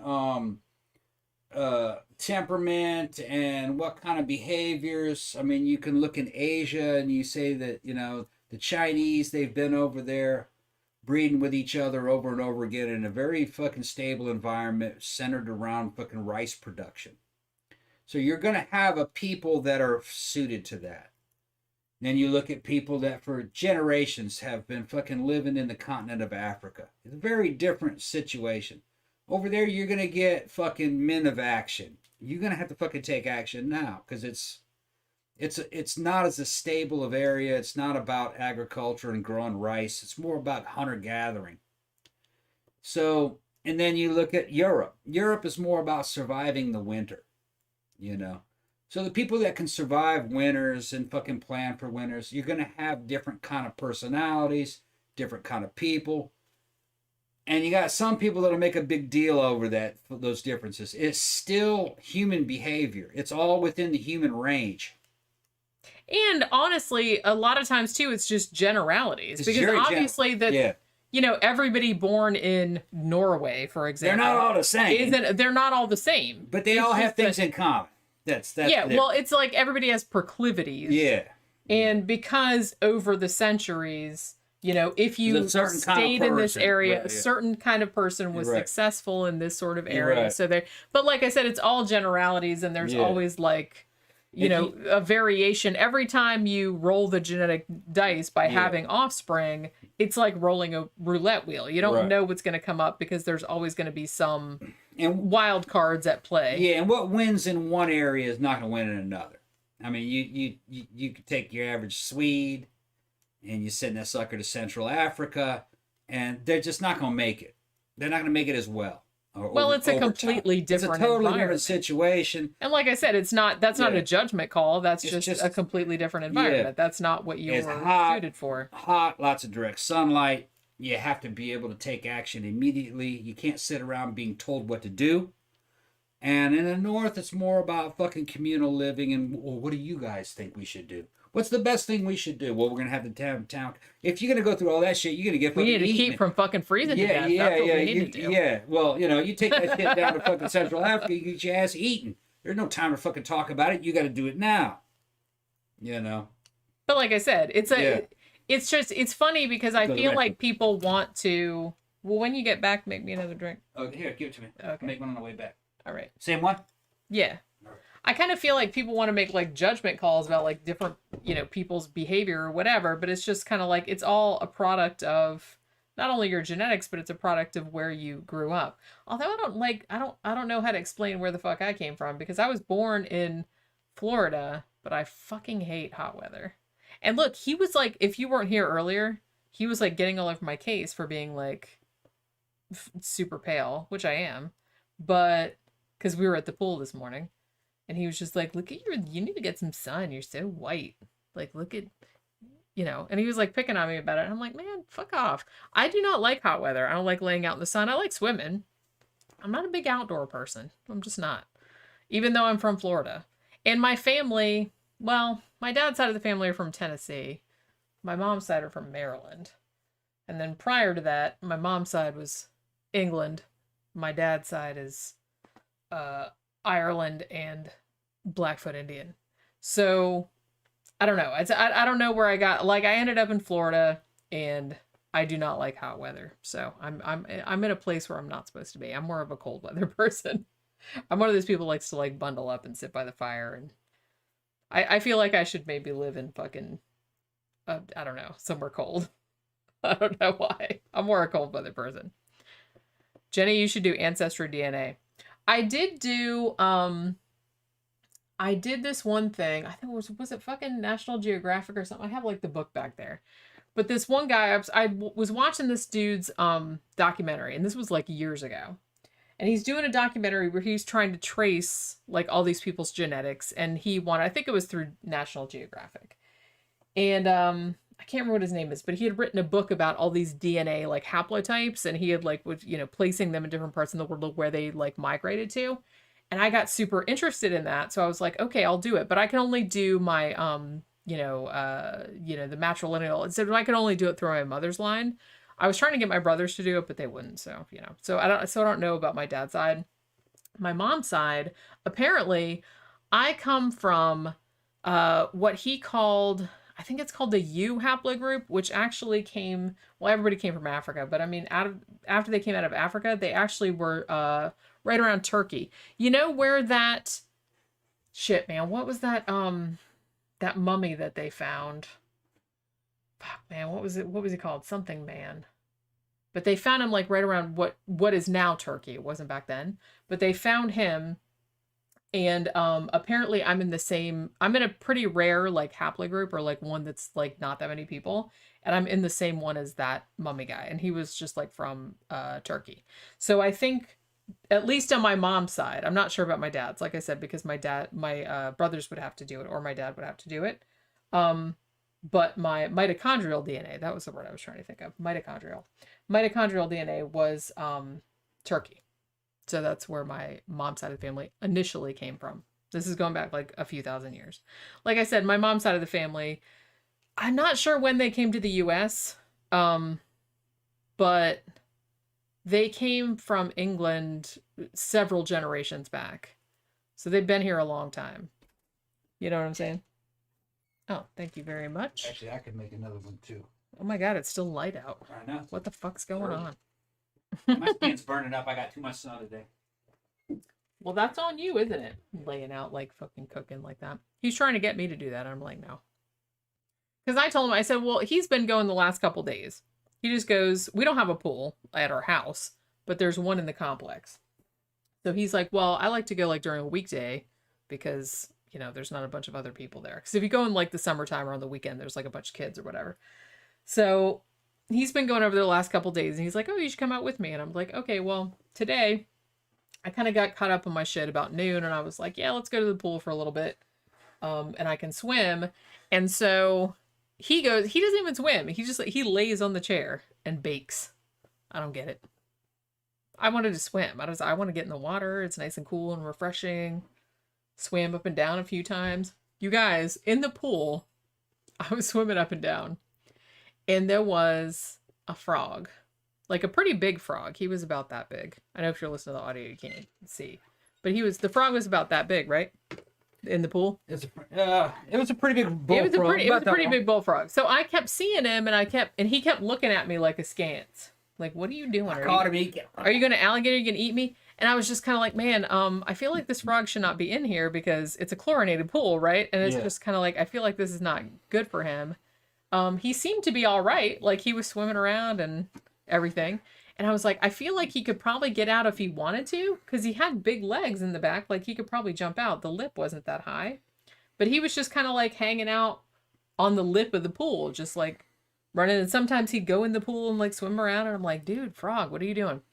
So Tom's like, we need to get him out of there because, I mean, there's a pond on one side of the pool, but there's like a fence and there's some grass and there's a pond. And then on this side, there's a fence and the grass and some pond.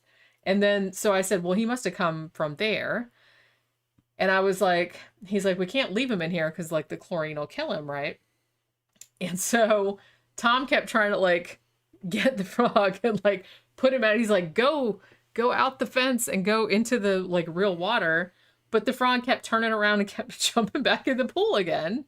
So it's like, so I felt really bad. Like we couldn't get him to get out of the pool. He just really, really wanted to be in the pool. Yeah.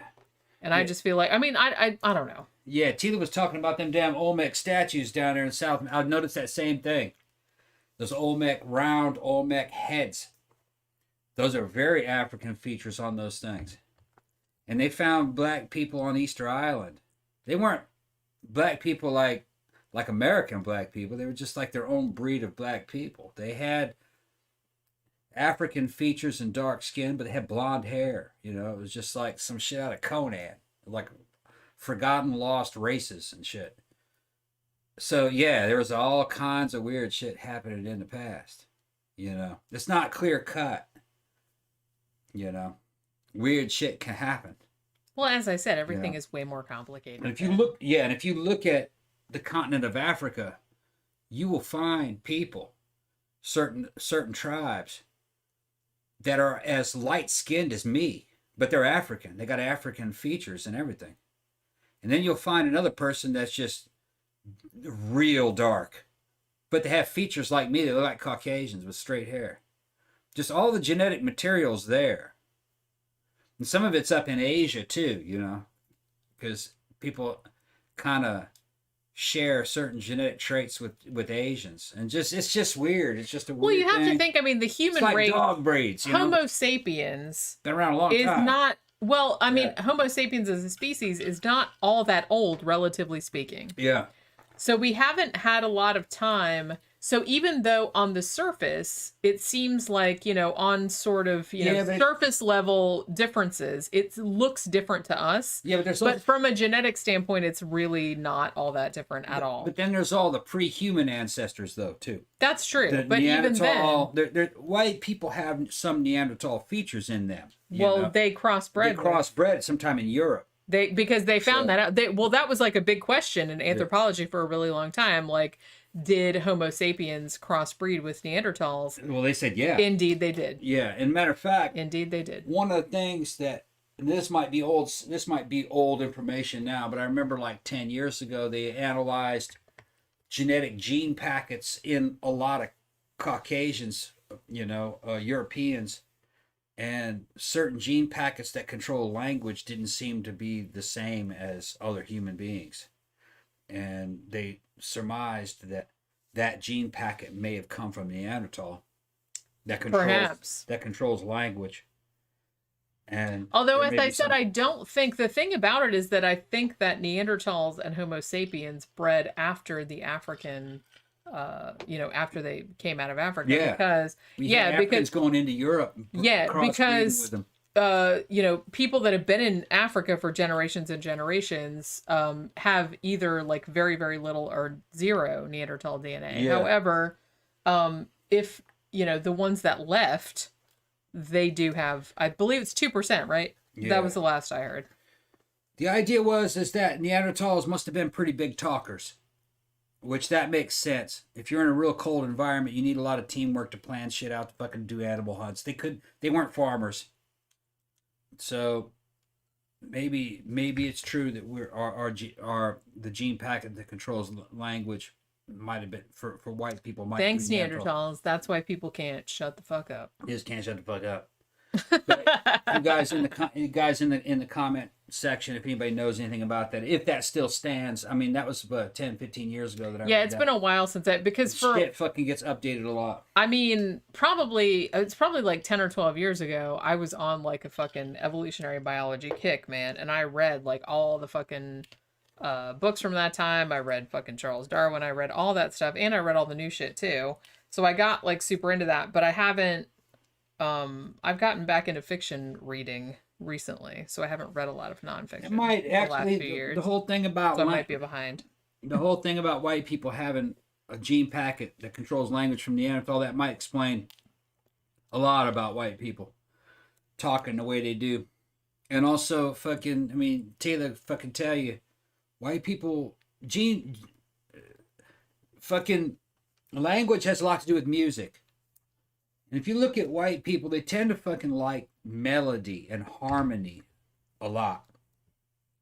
And then African people tend to like rhythm a lot better. They prefer that a lot better. And that might have something to do with the differences in those fucking gene packets. I'm a science. I believe in science. Science explains this weird shit, and it explains a lot of tendencies. And dealing with animals, horses and dogs and stuff, I don't differentiate between horses and dogs and humans. They're all animals. I don't believe in any of this fucking spiritual bullshit when it comes to fucking the human body and the human mind. I do believe in fucking spirits and the afterlife. That doesn't have anything to do that doesn't have anything to do with these religions. That's also part of biology, I believe. It's all science. Well, it's because human brains evolved to get information through storytelling. Yeah. And we also have a thing in our brains where if something happens, then someone caused it. Yeah. So if you see something, for example, a thunderstorm, and so you think, oh, well, someone must have caused that, i.e. gods must have caused it. Yeah. So that's a very simplified, but that's kind of like people have intention. So they attribute intention to other things that don't necessarily have intention. Right. You know what I'm saying? So just going back a long time. Like now we're aware of that, but I think like back then they didn't really have that. But that's just how human brains evolved. We're storytelling, we're intention seeking animals. That's what our brains evolved to do. That's all. So I do kind of feel like that's where a lot of religions came from, is because we're primed to see intention in everything. See the fuck he says, Tom, you saying white people got no rhythm? And I was laughing. Yeah, kinda, yeah. White people don't have what it is. Largely they don't. Yeah, largely they don't. And I will agree with that. I think I do, but other people, white people, most white people don't. You can develop it as a white person, but it doesn't enthrall you as much as harmony does. You notice that? Harmony and melody was more appealing to us. Not so much rhythm. And coming up around black dudes, I noticed of course that they like rhythmic type music. And not so much harmony and melody. They don't really get that as much. They're like, they hear it and they go, nah. So I think tastes and preferences has a lot to do with genetic makeup.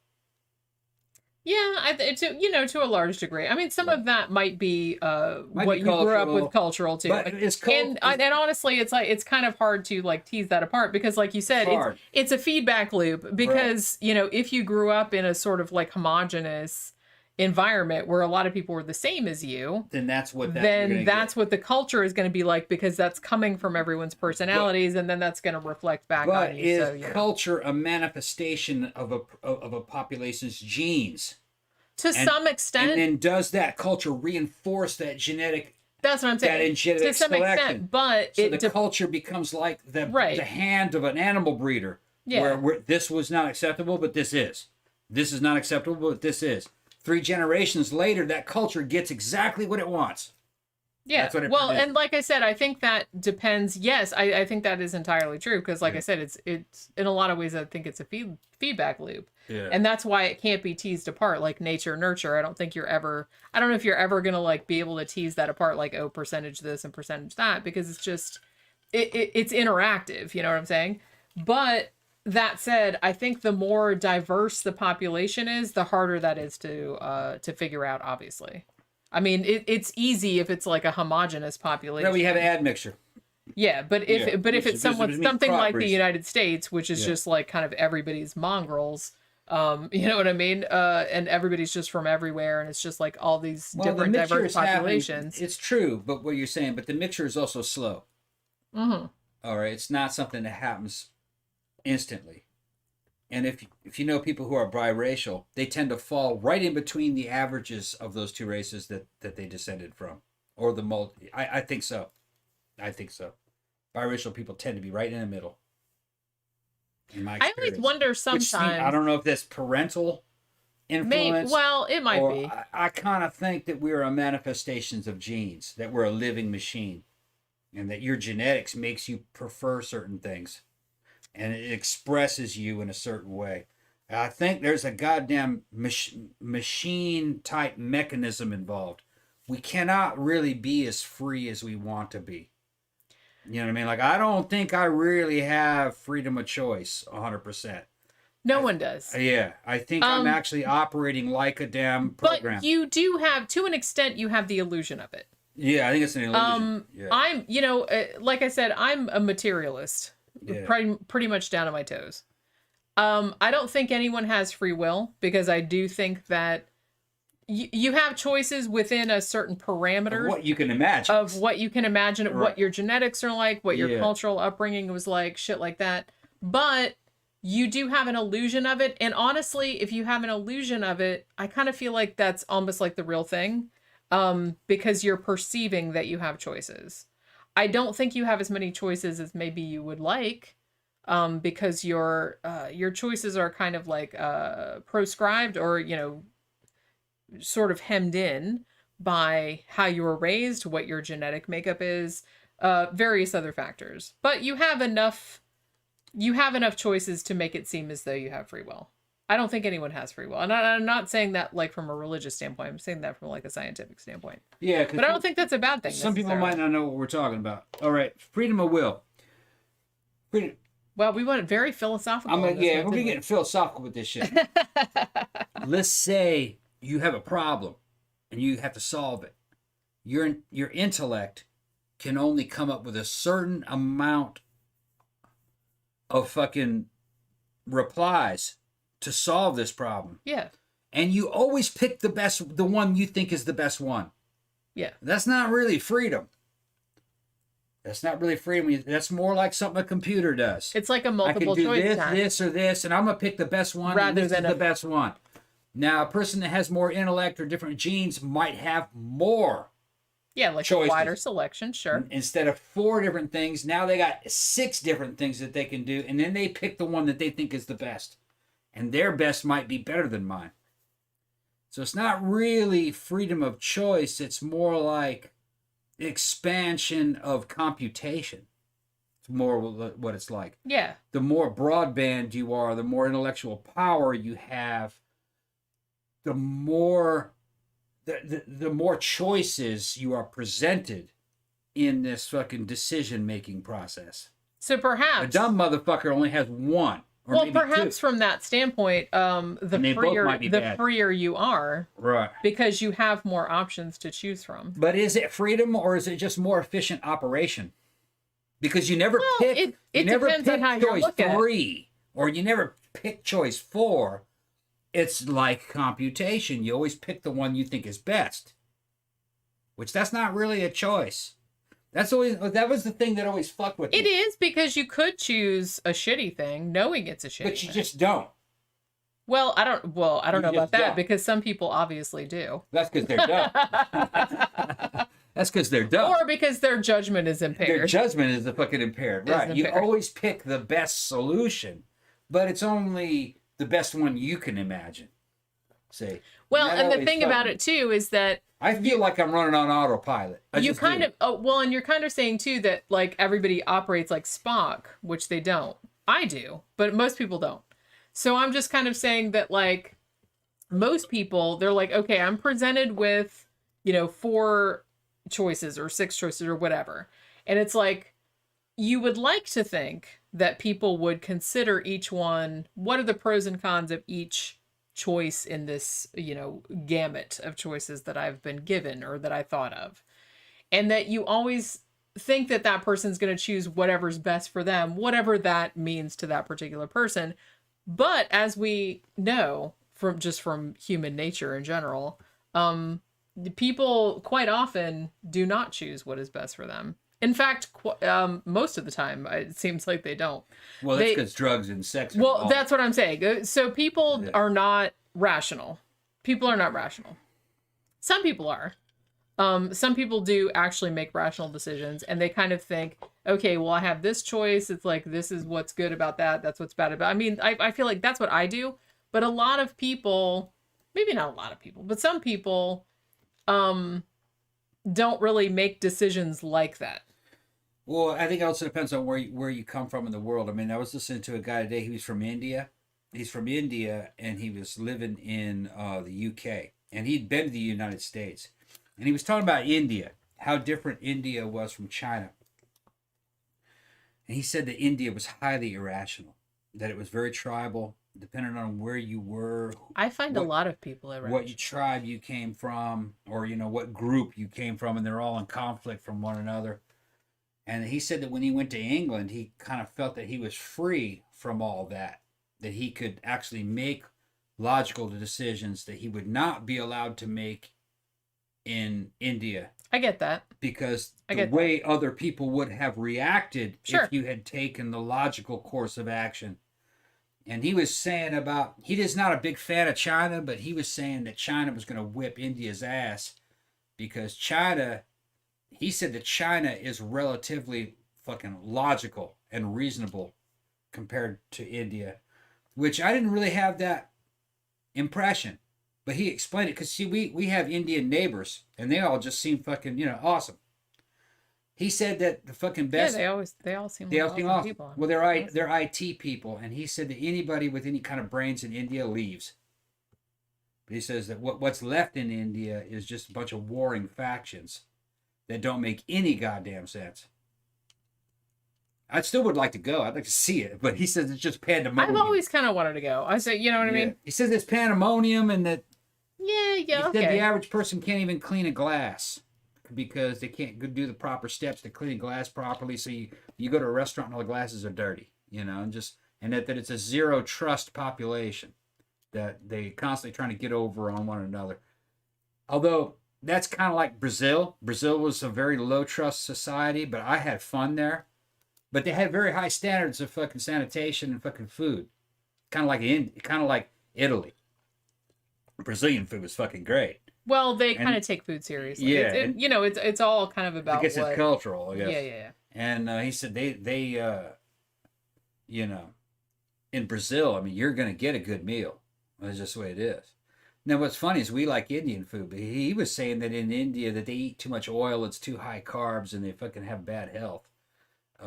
But maybe the Indian food that we like came out of these fucking 4-star hotels, but Yeah, kind of. probably what it is. Because honestly, like I said, if I could only pick one cuisine, gosh, it might be Indian food.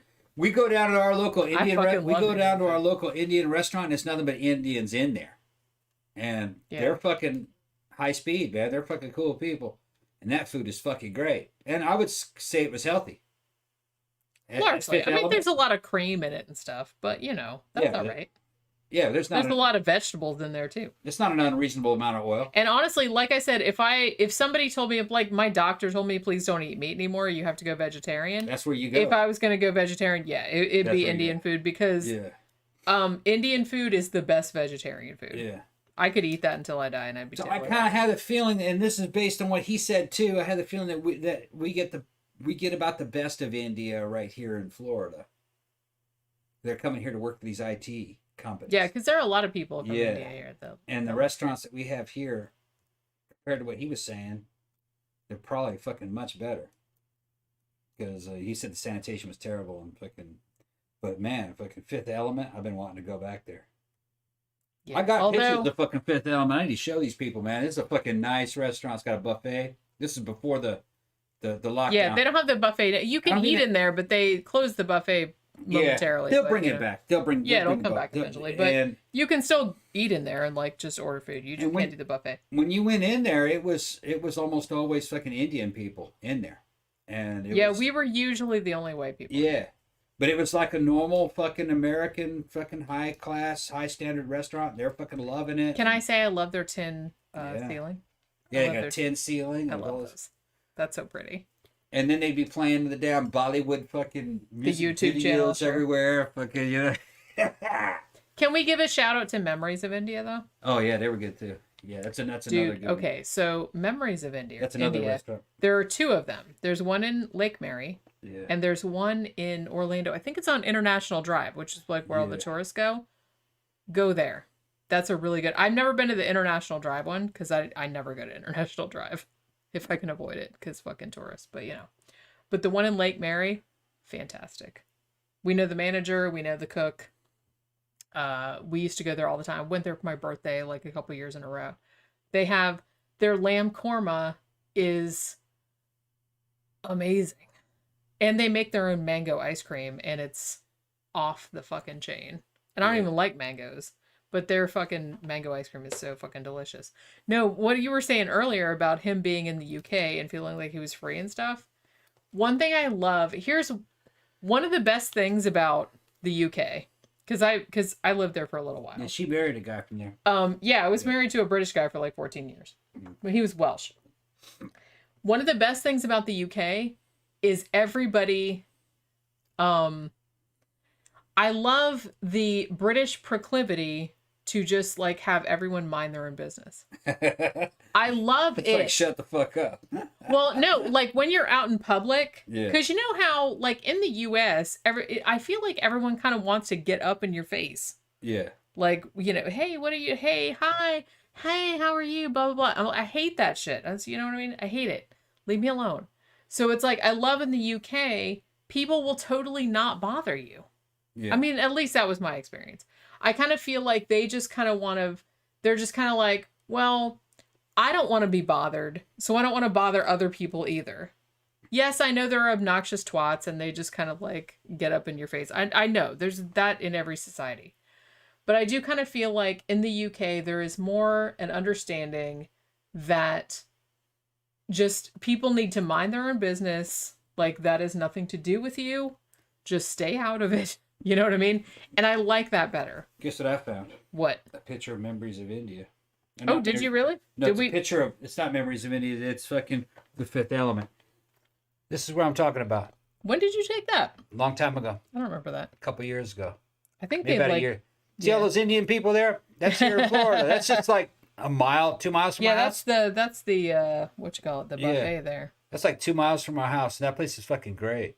I'm trying to get it to focus right. You can't really see those their walls. buffet, their buffet has different stuff on it all the time. But they have this one thing where it was like a tikka masala, but it was paneer instead of chicken. See that ceiling? Oh my God. Yeah, look. Oh, I love the ceiling. It's got the little piece. That's my favorite thing. It's a copper ceiling. That's right. It's copper. It's not copper. Yeah. Yeah. You see, look, it's just the Indians.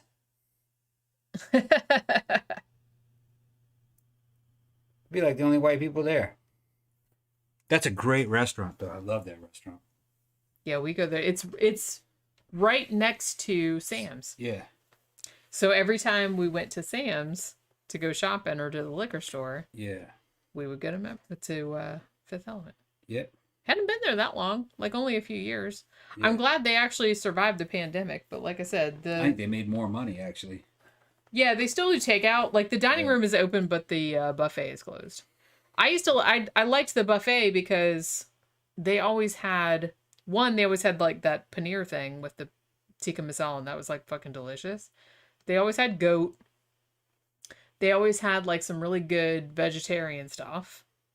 They always had some kind of dal dish. They always had, they always had like a really good variety.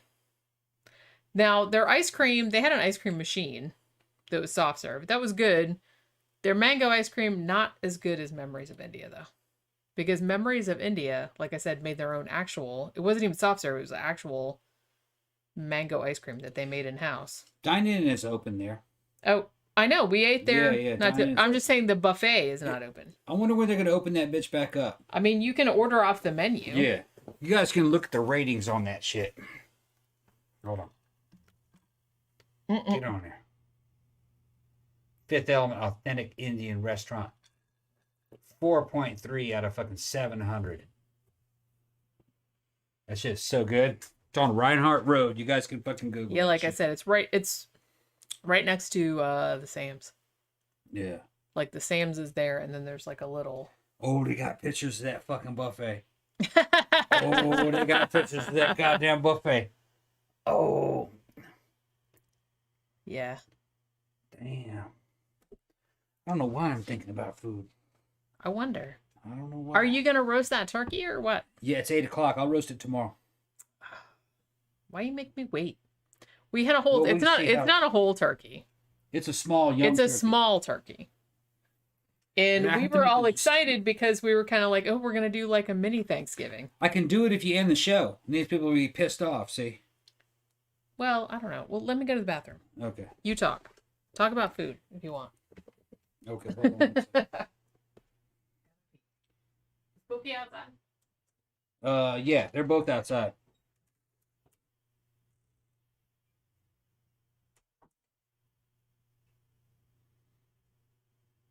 So you think it focuses best a foot away from the lens?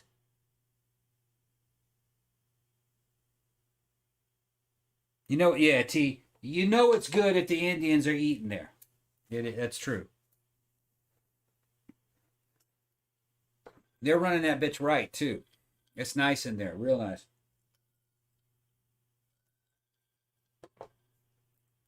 I gotta figure out what the hell. She wants me to cook that turkey dinner. I bought some of that cornbread stuffing, the dry cornbread that you can make the stuffing mix out of. You just add like chicken stock to it. The thing is, though, it's a young turkey, but that's got to be 3 hours, man, to cook it. 3 or 4 hours to cook that thing. She wants me to do that now. It's 8. It'll be midnight by the time it's done. She's fucking crazy.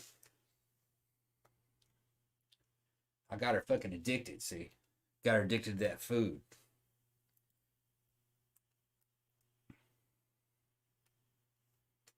Let's see what T said. T says, Tom, what's your favorite restaurant in the area? Yeah, my favorite one is that one I just showed you. I like Fifth Element. I like Memories of India. Favorite restaurant in the area would be Fifth Element, I would think. We got a couple good Chinese restaurants. Or, like I said, Memories of India is probably... I like Memories of India. Is a little bit better in some ways, but it's not as authentic. Yeah, but I have to say, like I said, their lamb korma is like the best fucking shit ever. It is true. Their lamb korma is fucking good. Seriously, their lamb korma is really good. And they don't have a buffet, but they're more like a sit-down restaurant. You don't need a buffet. No, you don't. Because you just buy that damn lunch plate and you're fucking full. It's good. Seriously more than you can eat. Yeah. And they'll give you like butter naan or garlic naan. And you get rice with that shit. You get dessert with it too, right? Yeah. You get mango ice cream. Or you can get rice pudding. You can get rice pudding. Right. They only have 2 desserts. I mean, that's probably my favorite, like I said, but I don't know. Where else? Honestly, I can't really think of it. Man, I was big into Koi Wan. That was our Chinese-Japanese buffet. It's big, man. It had a river running down through the middle of it. It's like something out of damn Disneyland. It had a river with the Chinese fucking bridges that go over it. Yeah, it's a massive and there's fucking huge fucking koi in there. And they're fucking begging for food. And you had a Chinese buffet and a Japanese sushi buffet. And then you got a hibachi grill that they'll cook up what you want. And then there was some like American food for fucking the kids. You know, like hamburgers and fucking pizzas and shit. And then there's like a a salad bar, and a fucking what do you call that goddamn thing? And ice cream bar with the Chinese ice cream in there with fucking ginger ice cream. Oh And- man, I gotta find And green tea ice cream. green tea ice Yeah, cream. they had a whole ice cream bar. They had Yeah. a whole other dessert bar Yeah. that had all different like cream puffs and brownies and all that kind of shit. Salad bar, Jello bar, sushi bar. They had the raw stuff. They usually had like oysters, Yeah. scallops. I don't know. Sometimes they had scallops. I'm gonna show them koi Shrimp. wan. Yeah. I'm gonna show them koi wan. Yeah, we used to go there a lot before the pandemic. They're koi wan. Yeah, it's a massive. All right. That's And where the thing about it is that goes like that, but then that's like there's like 4 or 5 different things. yeah, that's the you can rent. sushi bar right there. Yeah, that's just the sushi bar. and then back there And they in have the a regular back- like alcohol bar too. Yeah. Like a big one. Let me see. It's a huge place. There's the outside of Koi Wan. Yeah. It's still there. I think they're just doing Oh, yeah. takeout. Okay. Dang, you're making me want like some I know. fucking Chinese food. Yeah. There's the Chinese part of the buffet. Man, I'm telling you. They have everything you'd ever want up there, including boiled shrimp. And then you can pay for crab legs too. So extra money you can get crab legs. Okay, here's I used to go and get all the seafood stuff. I get raw shrimp, Yeah. I get oysters, I get octopus. yeah, it looks like a downtown Chinese street. That's what it looks like in there. Through that round opening, that's where the dining room is. And then over here, That's the bar. Well, that's- this is the alcohol bar. over Yeah. here, where you're looking And at. then this the- is the sushi bar. then the sushi stuff. Yeah. Okay. That's a few miles. How far is that away from us? That's actually I don't know, how far is that? 5 miles? Maybe. About 5-6 miles. And then that's the main dining room right there. Man.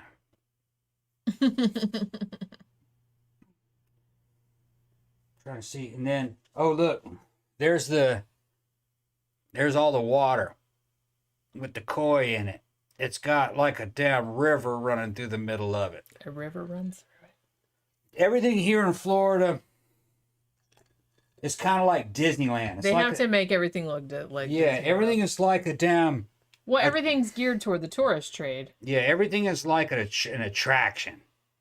Okay, it looks like an amusement park.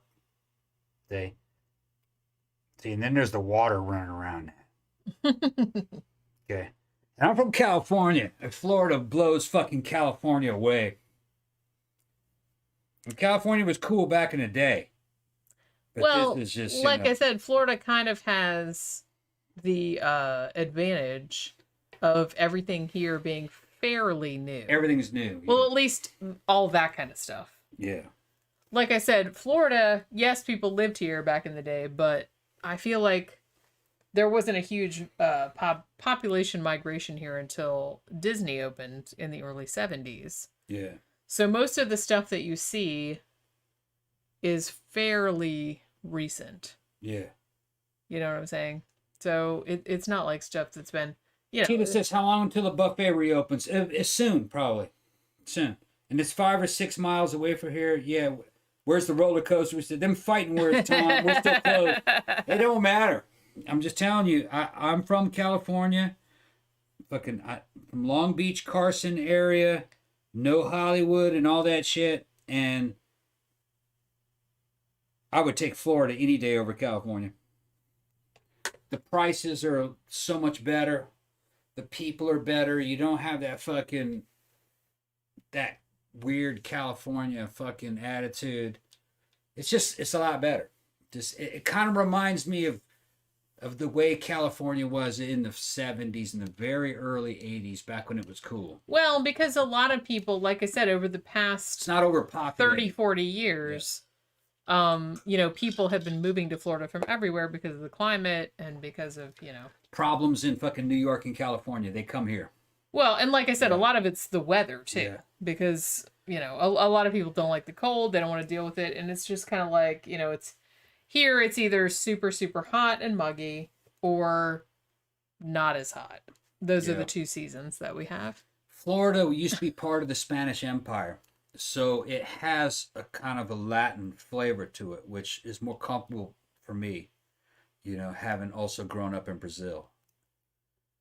So kind of the Latin temperament kind of keeps these motherfuckers under control. It kind of does. I got to tell you that the Anglo-American attitude, especially in the upper class, is kind of fucked up. It's not as realistic as a lot of the fucking Latin type attitude. I don't want to. Jenny might get mad. It's kind of a macho. It's kind of a macho fucking attitude, which not in a bad way, in a good way. I like it. It's very positive. Everything's very positive and upbeat, and they're not worry warts, and they're not over analyzing shit. And they're not just trying to overanalyze themselves into a fucking oblivion by worrying about every little thing. You just fucking do what's practical. It's a very practical fucking state. And if you don't like a city type area, you can just go a few miles out into the fucking boonies, man. You're in the jungle. It's a fucking jungle here. Yeah, I mean, This is honestly, Dagobah. you can go into the middle of the state, Yeah. and it's just a forest. You can go into the south and the middle of the state, and it is a big, huge fucking swamp. It's a fucking swamp. Yeah. With miles and miles of nothing. And the country... Except alligators and trees. And thinking more about it, I was telling you guys about the history of the Seminoles. I'm going to smoke because I'm drunk. You gonna smoke? Yeah. I was thinking about the history of the Seminoles and everything and who the Seminoles were. When we went to go see her mom and we stopped at a couple of these damn little towns. Yeah, because my mom lives in the, like, Ocala National Forest. I was looking, I stopped off at the fucking 7-Eleven and it was packed in this little town. And I was looking at those people, man. I was fucking impressed by them and I realized that, yeah, these motherfuckers are Seminole Indians, really. They're fucking big, all right? Yeah, we still got a lot of that. And the Seminoles were a mixture of Germans, Irish, and American Indian, and with a little bit of black. And they today you look at them and they're just these big motherfuckers in Harleys, with Harleys and fucking monster fucking cars and fucking huge Mustangs and fucking Camaros, and they're just 100% fucking American, all right? And they're just... That's better. You know, man, you smoking that shit in this house? Yeah. Let me get a drag. I haven't smoked a cigarette in a long time. I only want to smoke when I'm drinking. Man. Bitch, you're going to get me smoking again. I got to take this shit off. I have one pack for occasions where I get drunk. That If doesn't I'm even out. taste good. I think I'd rather vape. That's the first time I took a drag off a cigarette fucking in a long, long time. It's not as good as I remembered it. But, the natives here, man, are fucking fierce. Well, it's kind of a combo. I mean, like I said, I'm a Florida native. Yeah. But my parents are not. Right. My dad was born here, but his parents are from Tennessee. My mom was born in Maryland, but they moved here when she was still a kid. So, I don't know. It's weird because I went to high school in Florida, obviously, and I only knew one other person that was born in Florida. Yeah. She was born in Gainesville. Meeting someone that was born in Florida was very unusual. Everyone's from somewhere else, which is crazy. It's crazy. That's the way California was. It takes a while, but the people that have been here for generations, they're big. I walked into that fucking 7-Eleven and those fuckers towered over me. They were like fucking 6'1", 6'2". I remember you saying that. Yeah, Because like I said, fuckers are huge. I think I've talked about this before. My mom and my stepdad, let's not get into that whole situation, but they bought 10 acres on the outskirts of the Ocala National Forest, which, if you don't know, is a huge, I don't even know how many square acres it is. It's massive in the middle of the state, and it's a forest, honestly. You can go out there, and when we drive out to my mom's house, Got lost. How long does it take to drive out there? About an hour, About hour an and a hour. half. Got spooked out there, man. It's creepy. and well, I'm from fucking Mississippi. and there's no Okay. cell phone service. No. So this is why I don't like. I know you don't like going to my mom's house because it's like super far. I don't like going out, but a couple times I've been there like by myself because you were sick or you didn't want to go or whatever, and I've driven out there by myself, and I'm always kind of like driving back at night, and I'm always like, fuck this, because there's no lights, Yeah. there's no cell phone service, Yeah. and my sense of direction is bad. So it's I always get lost coming back, even though I kind of know the way, but you know what I mean. And it's just this because it's in the middle of nowhere. It's this forest. And you'll see fucking weird shit. Like a fucking house on top of stilts with a bunch of cars underneath it. And you Yeah. keep going, then you'll see a bunch of trailers with fucking Harley Davidson stuff, brand new fucking Harleys and brand new fucking Camaros outside of it. So they got these fucking brand new fucking vehicles outside this kind of like shitty trailer. And then Yeah. maybe 6 of them together. And then that passes. And then all of a sudden you see a compound of fucking like 3 or 4 fucking houses. And you know they're nice, but you know they're all related. And then there's all these fucking roads that lead out into the forest, and you go down in there and it's dirt roads. And the it's all dirt roads out there. It's dirt not paved. roads. And then the dirt roads end up in these fucking compounds of these fucking nice houses. Yeah, Nice houses. it's crazy. They're all just like custom compounds of families living Yeah. out there. And if you think for 1 second that you're in metropolitan LA or fucking New York where you call the cops and the cops show up and save you, you are fucking tripping. There's nothing. You are in tribal territory. There's nothing. Yeah. If you piss off the wrong person there, you will never be found. No, Out there. I don't think you Ever. would be. They would just throw you in a swamp and alligators Yeah, would eat you. they run that shit, not you. All right? And it's Now- not that far from us, No. honestly. And you see Confederate flags and Trump flags, which I don't give a shit. Fucking, I'm from Mississippi. I grew up seeing the Confederate flag. That doesn't really mean anything. It just means the South. And I voted for Trump. But I was kind of fucking spooked. I'm like, these motherfuckers are not really in the United States per se. Not really. They're in their own fucking thing. Well, and if and the thing too that you have to remember, a lot of Mexicans live out there, yeah, but they kind of keep on the down low. Well, because Yeah. a lot of Mexicans live out there because they work on all the farms. yeah. They work. There's a lot of agricultural. It's not racist. It's just tribal. It's Yeah. fucking tribal. All right. It's a weird Yeah. place. Yeah. But like I said, you can drive an hour from here. Because like I said, it's an hour and 20 minutes, something like that, like to my mom's house. But you drive about half an hour, 50 minutes from here, Yeah. you're in the middle of nowhere. Yeah. Cell phone service, very spotty. I have my GPS on when we're driving to my mom's house because I kind of remember where it is, but I like to have the GPS just in case I forget. And the cell phone service keeps dropping out. Yeah. Because I kept telling them, oh, my GPS, it lost the signal. It lost the signal. It kept losing the signal like Yeah. we were driving out there. And I've been to my mom's house a few times, but we actually turned off on the wrong road last time. And we ended up on this dirt road that had these massive, it wasn't even a road. Yeah. It was this dirt path. And it had these massive, like, potholes. Yeah, yeah. And we Almost are like, getting the car stuck. And we're like shit. getting the car stuck, and They there's did like that shit on trailers. purpose. They did that shit And on I'm just purpose. kind of like, is someone gonna come out and shoot us, Yeah. or They did that shit on purpose to make it hard to get into that fucking part of that Yes. road. Because they wanted to make sure that only their people I'm like, could oh, get this into is that fucking that's road. right. This is like the wrong turn. Yeah, we were We in the took wrong the wrong place. turn. We Now, took the wrong turn. here's the... It's a fucking trip, you know what I mean? And I, like I said, I came up in Mississippi. I've seen some trippy ass shit, but fucking Florida is fucking a fucking trip. Now, A lot of it is wilderness. I don't know Yeah. if a lot of people. now know. they're not. Now here's another thing: is that they're not poor. They're not poor, and they're not fucking dumb. As a matter of fact, they're not. They got better shit than you. They got better shit than you.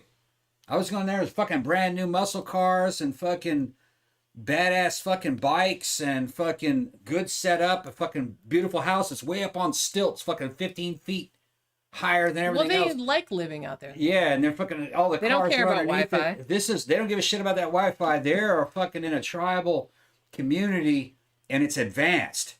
It's advanced. It's not a it was better than what I remembered growing up as a kid in the South in the fucking 70s and 80s. It was way, they have their own fucking parallel society out there, which I liked it, but I felt fucking kind of like an outsider.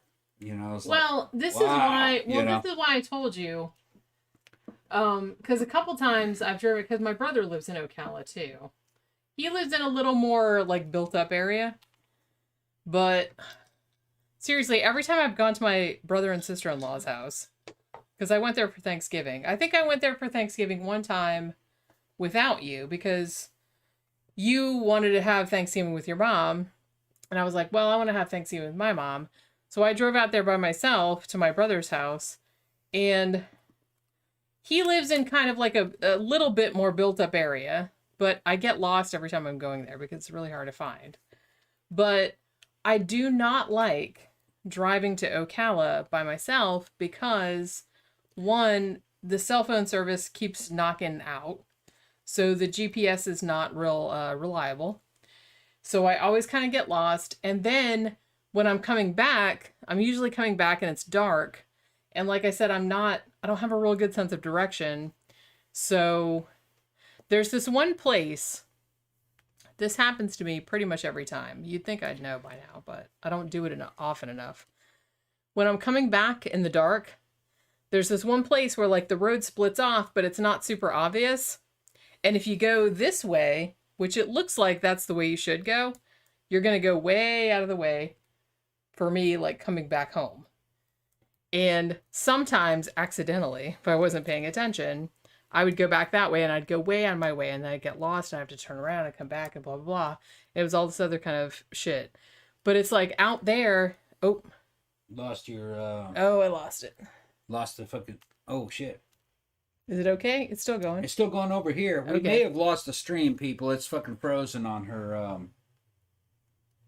It looks like it's still going good here. It might still be going. Hopefully we didn't lose it. We might have. Yeah. Although, like I said. No, it froze. Oh, shit. Wait a minute, did it freeze? On mine it did. They're going test, test, test. They're saying it's fine. For some Okay. reason your laptop froze. My shit froze. Yeah, it seems to be streaming well. Here, All right. no problem. I don't know what happened with your shit. I'm looking at your thing. Yeah, it's good. What were 'Cause you yours- talking about? Oh, I said that this is why I don't like to go out there by myself because I'm always afraid that like my car is going to break down. I'm going to get a flat tire or something. Yeah. And then I'm going to be like, because there's no lights Yeah. or anything. I wasn't, I was just kind of tripping that when I went out there is that they had their own thing going on and I didn't have anything to do with it. You know what I mean? You could definitely tell that these are motherfuckers that if an apocalypse ever happened, that they would survive it. Well, and honestly, That they have everything they need. This is scary, but you could totally murder somebody out there and bury them and they would never be found. Never. They run Ever. that shit, not you. Ever. You can definitely tell that they run that shit, not you. It's like going on a tribal reservation. It's huge, and it's fucking empty, and there's no witnesses. Yeah. Like I said, the Ocala National Forest is almost like the whole middle part of Florida where it's not all that built. Like Orlando's built up. Back. Yeah, well, this shit's back. Yeah. My chat's not back. Can you refresh that? Oh, you fucked it up. Did I fuck it up? Yeah, you fucked it up. Okay. Well, you fucked it No. up on my thing. Okay. That's good. I didn't get the chat back. Just tell me if anybody says I see it froze here for a second. Everybody's back. Okay. I It's don't understand buffering. what the deal was. But but so you go out there. I will say though that if you go out there, there's a lot of cool campgrounds and there's a lot of cool springs. If you really want to go see what Florida maybe kind of used to look like back in the day, there's a lot of really cool springs that you can visit out there. You know what I'm saying? Yeah. I think we It froze. Froze on you. Froze on me. You're still going. No, went out. Oh, well, Went out. It's gone. shit. Should I start over? Go ahead and start it over. You sure? It's gone. You sure? Wait a minute, hold on. Let me see. Let me go fucking go back into it. Because it's running there. Nope. No, it's not. It's not. Alright. Should I start it over? Ran it too long. Yeah, ran it over. Oh, what? Hold on one second. Let me see if I can get back in there. Let me see if I They can might get still be hearing the audio. I don't know. back. We'll see. I don't know. My stuff's doing all It kind still says it's live. of... Okay. My shit's doing all kind of crazy shit. Is it? Okay. My shit's... Let me Well, get through this commercial and then I'll fucking pop through. Because I stopped that damn. the YouTube is, like, whited out. Is it?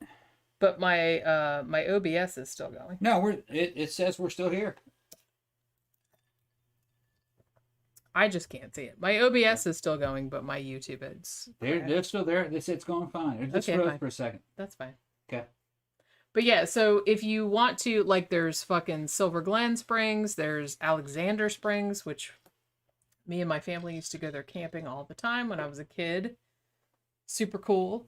You want to go there, you want to swim, you can go canoeing, there's alligators, Yeah. you can camp there.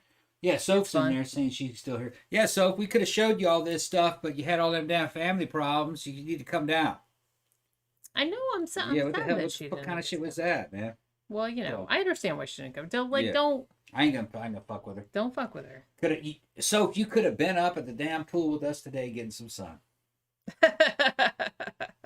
There was nobody at the pool There's today. nobody at the pool. Well, like I said, it was Wednesday and it was like Yeah. noon. Yeah, because we work from home. We can go down there when everybody else is at work. We got the whole fucking clubhouse to ourselves.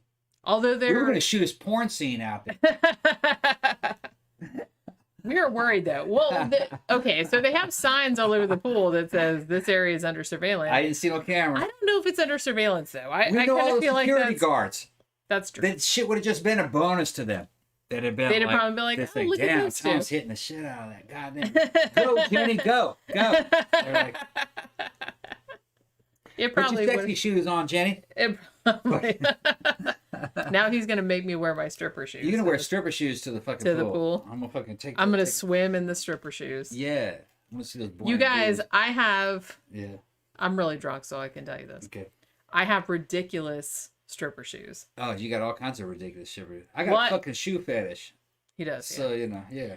I have these stripper shoes. I got them at. If you're ever in Florida, check out Sweethearts Yeah. with a Z. You don't need that anymore, though. It's right across the street from Rachel's. Yeah, it was which is the big strip club. strip Yeah. club. Me and Jenny conquered Rachel's, man. Fucking those girls love you. They did. Fucking dudes go to the fucking strip club try to get laid. You're fucking tripping. You can only get laid if you go to the strip club if you're a girl.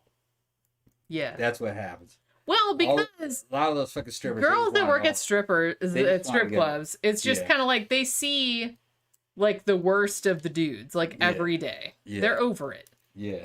So whenever a girl shows up Yeah. that's like interested in their honestly, the time that we went to Rachel's, and I still remember this. Yeah.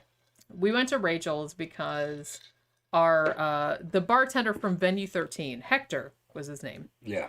He was doing they were doing like a battle of the Battle of the bartenders or bars. whatever. Yeah. So we went. You And got so we invited. went because we were like hyping up Hector. He was an Yeah. awesome dude. And we went there and the strippers are so excited to see some girls there Yeah.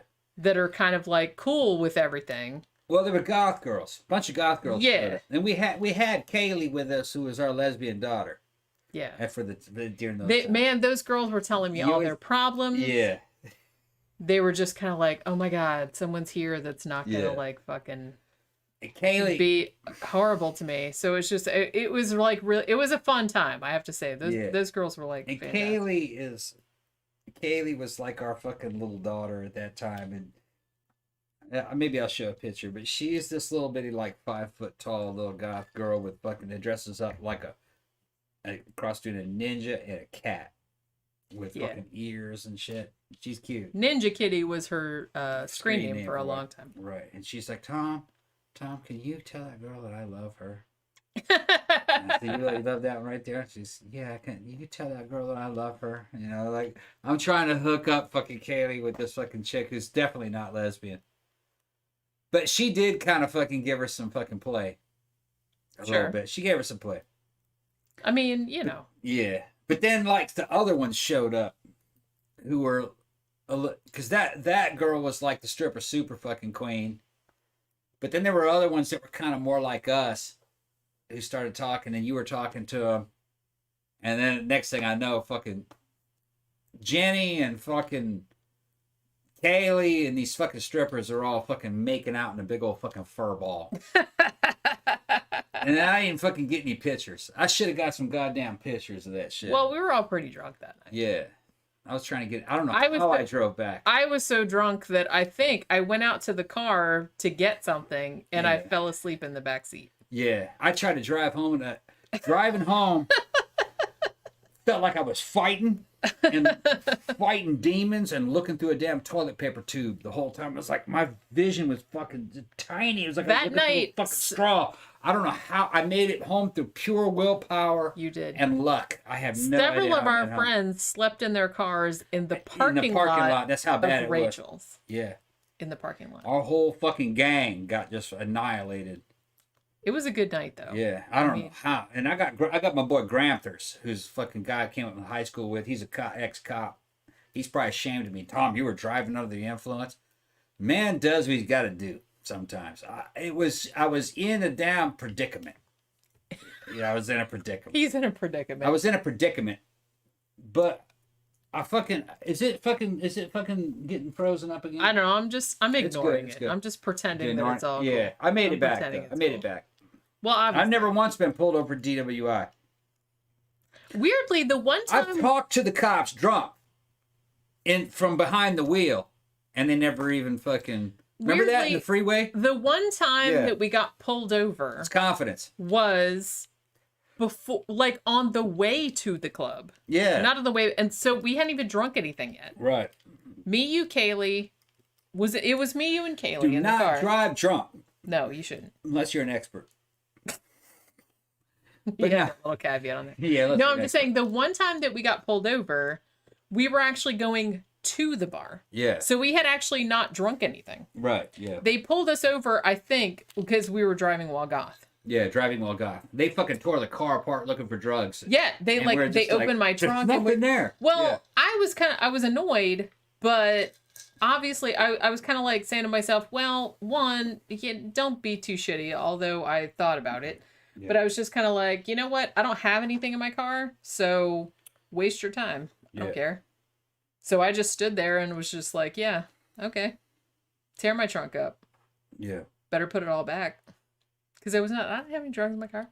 We had not drunk anything. We hadn't gone to the bar yet. We were on the way there. We never got pulled. We never got pulled over on the way back. Sophie said she just started her new job today. I knew she was like starting a new job. It's like I know that early. She must have started it early because she still would have been here had she come. Yeah. Maybe. And Sophie says she got all the problems. Trust me. Not BTK style though, thankfully. The sexual problems. Yeah. Yeah, nobody wants that. And then they're talking about Gary. But yeah, I think that was the only time. Okay, now there was one time when I think it was Halloween, or it was right around Halloween, because we had been to a Halloween party. And we were driving home from Ibar. And Toby was in the car with us, yeah? We were giving him a ride home. And somebody rear-ended my car. Yeah, I remember that. And the fucking bumper popped off and everything. On the on-ramp. Yeah. We were on the on-ramp to get on I-4, and some jackhole just rammed us right in the back. Rammed the back of my car and then went around me, and we're like, fuck y'all. And went on that. And honestly, I didn't realize at the time, because we're like, holy shit, like, we don't want to get pulled over. He didn't want to either. That motherfucker was drunk. I was going 45. We get to Toby's house. Yeah. And you and Toby get out of the car and be like, and you got out and you looked at the back of my car and I could see you in the rearview mirror and you were like, oh. Yeah, the bumper. My whole bumper had fallen off. Bumper was gone. We were going 45 and that dude rammed us at about 50. Boom!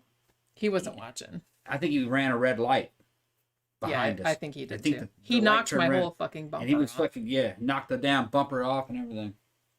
Holy shit. That was an old car though. Yeah. I wasn't really that concerned. Well, it's 8:30. I mean, fucking I think it might be time to end the stream. We got shit we got to do. That's true. We've been going for 3 hours and 30 minutes. 3 hours and 30 minutes time to go. And it is like starting to buffer. Yeah, starting to buffer. The show's been fucking awful long. Sophie saying she was literally putting off the job for the trip. Would have had to get COVID tested. I want to hear all that shit. I want to hear all that COVID bullshit. Florida doesn't worry about that kind of shit. You're either gonna die or you're not gonna die. Yeah, I don't think anybody's gonna die. Several, like many thousand people have died. Well, everybody die. Everybody dies. It doesn't matter. You die when you die. The average age of the death is 80 something, 90 something. It's time for you to die anyway. I'll remember. Say, well, you're killing grandma. I mean, I'll kill 1,000 grandmas. Just to get a drink. I remember how I don't care about your grandma. When you're dying, I'll say that back at you and see how you feel about it. It's time for you to fucking go. All right? It's time for you to go. You're irrelevant and obsolete. Because I'm gonna remember that. You're irrelevant and obsolete once you get to that age. You're not making money. The system doesn't need you anymore. You're just a fucking obsolete factory equipment or obsolete farming equipment. They don't give a fuck about you. And guess what? I don't give a fuck about you either. You fucking lived your shit. I don't give a shit about you. I would kill 1,000,000 grandmas just to fucking get a drink. I don't give a shit. Hold on, see my drink? Watch this. 1,000,000 grandmas. You're the worst, Tom. You know I don't give a fuck. I don't give a fuck.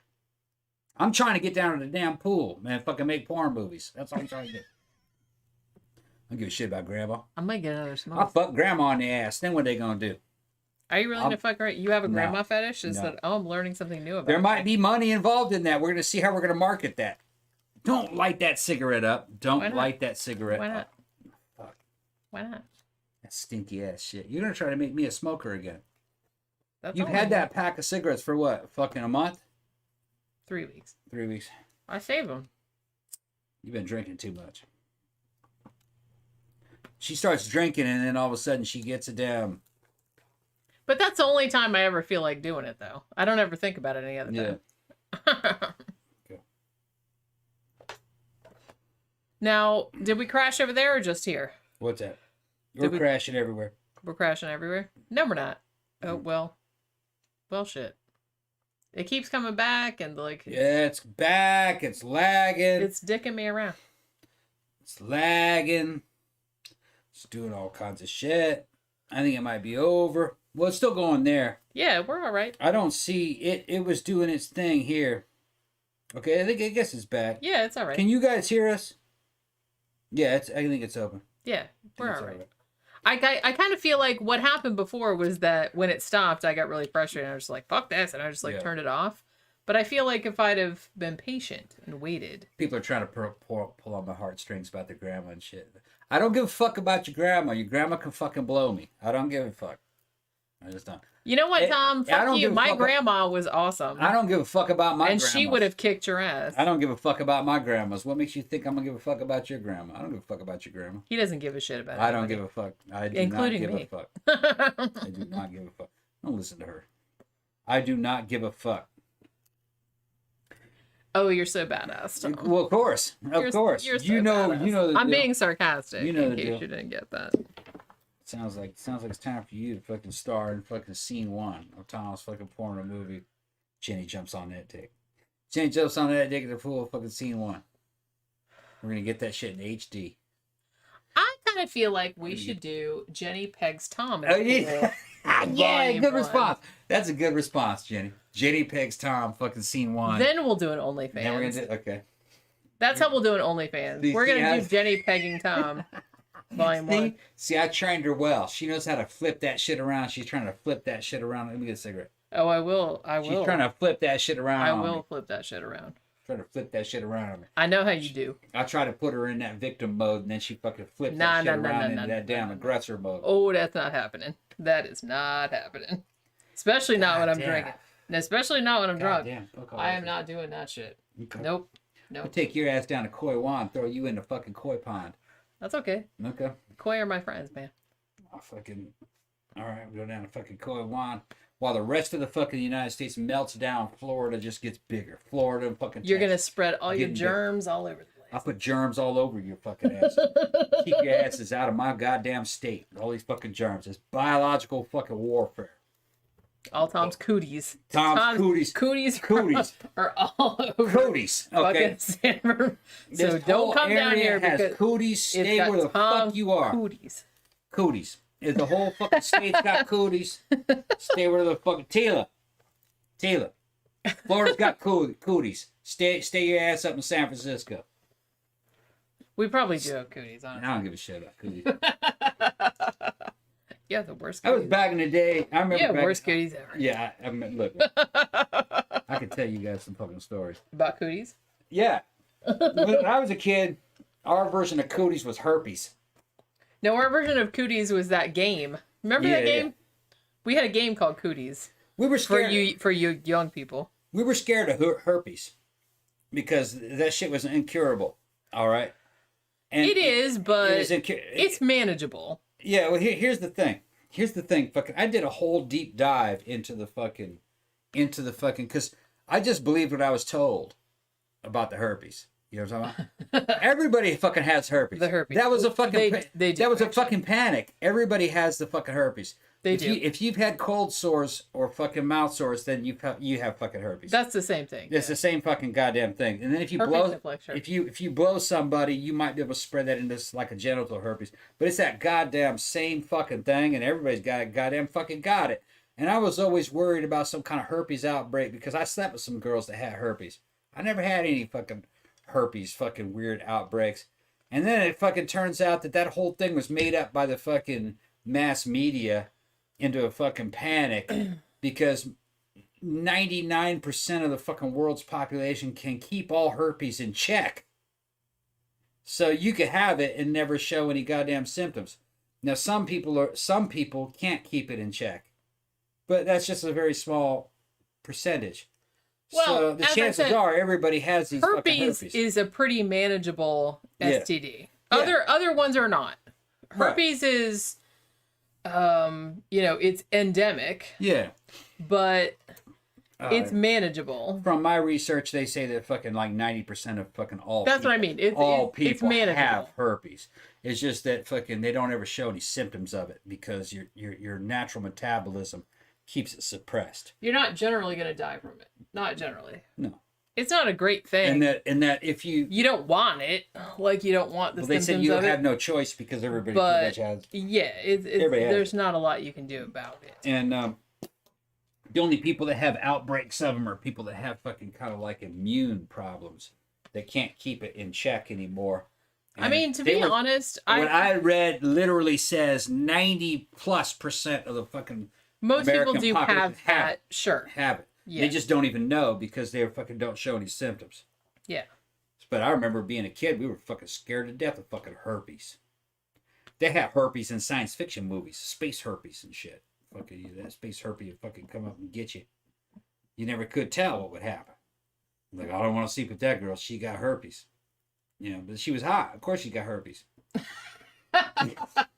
All the hot girls have. All them hot herpes. girls, all them That's strippers. what we're all doing these days. Yeah, all them hot girls had herpes. All herpes. Only ones that didn't have herpes were the ugly ones. That nobody was hitting. They all had herpes. Just that you didn't.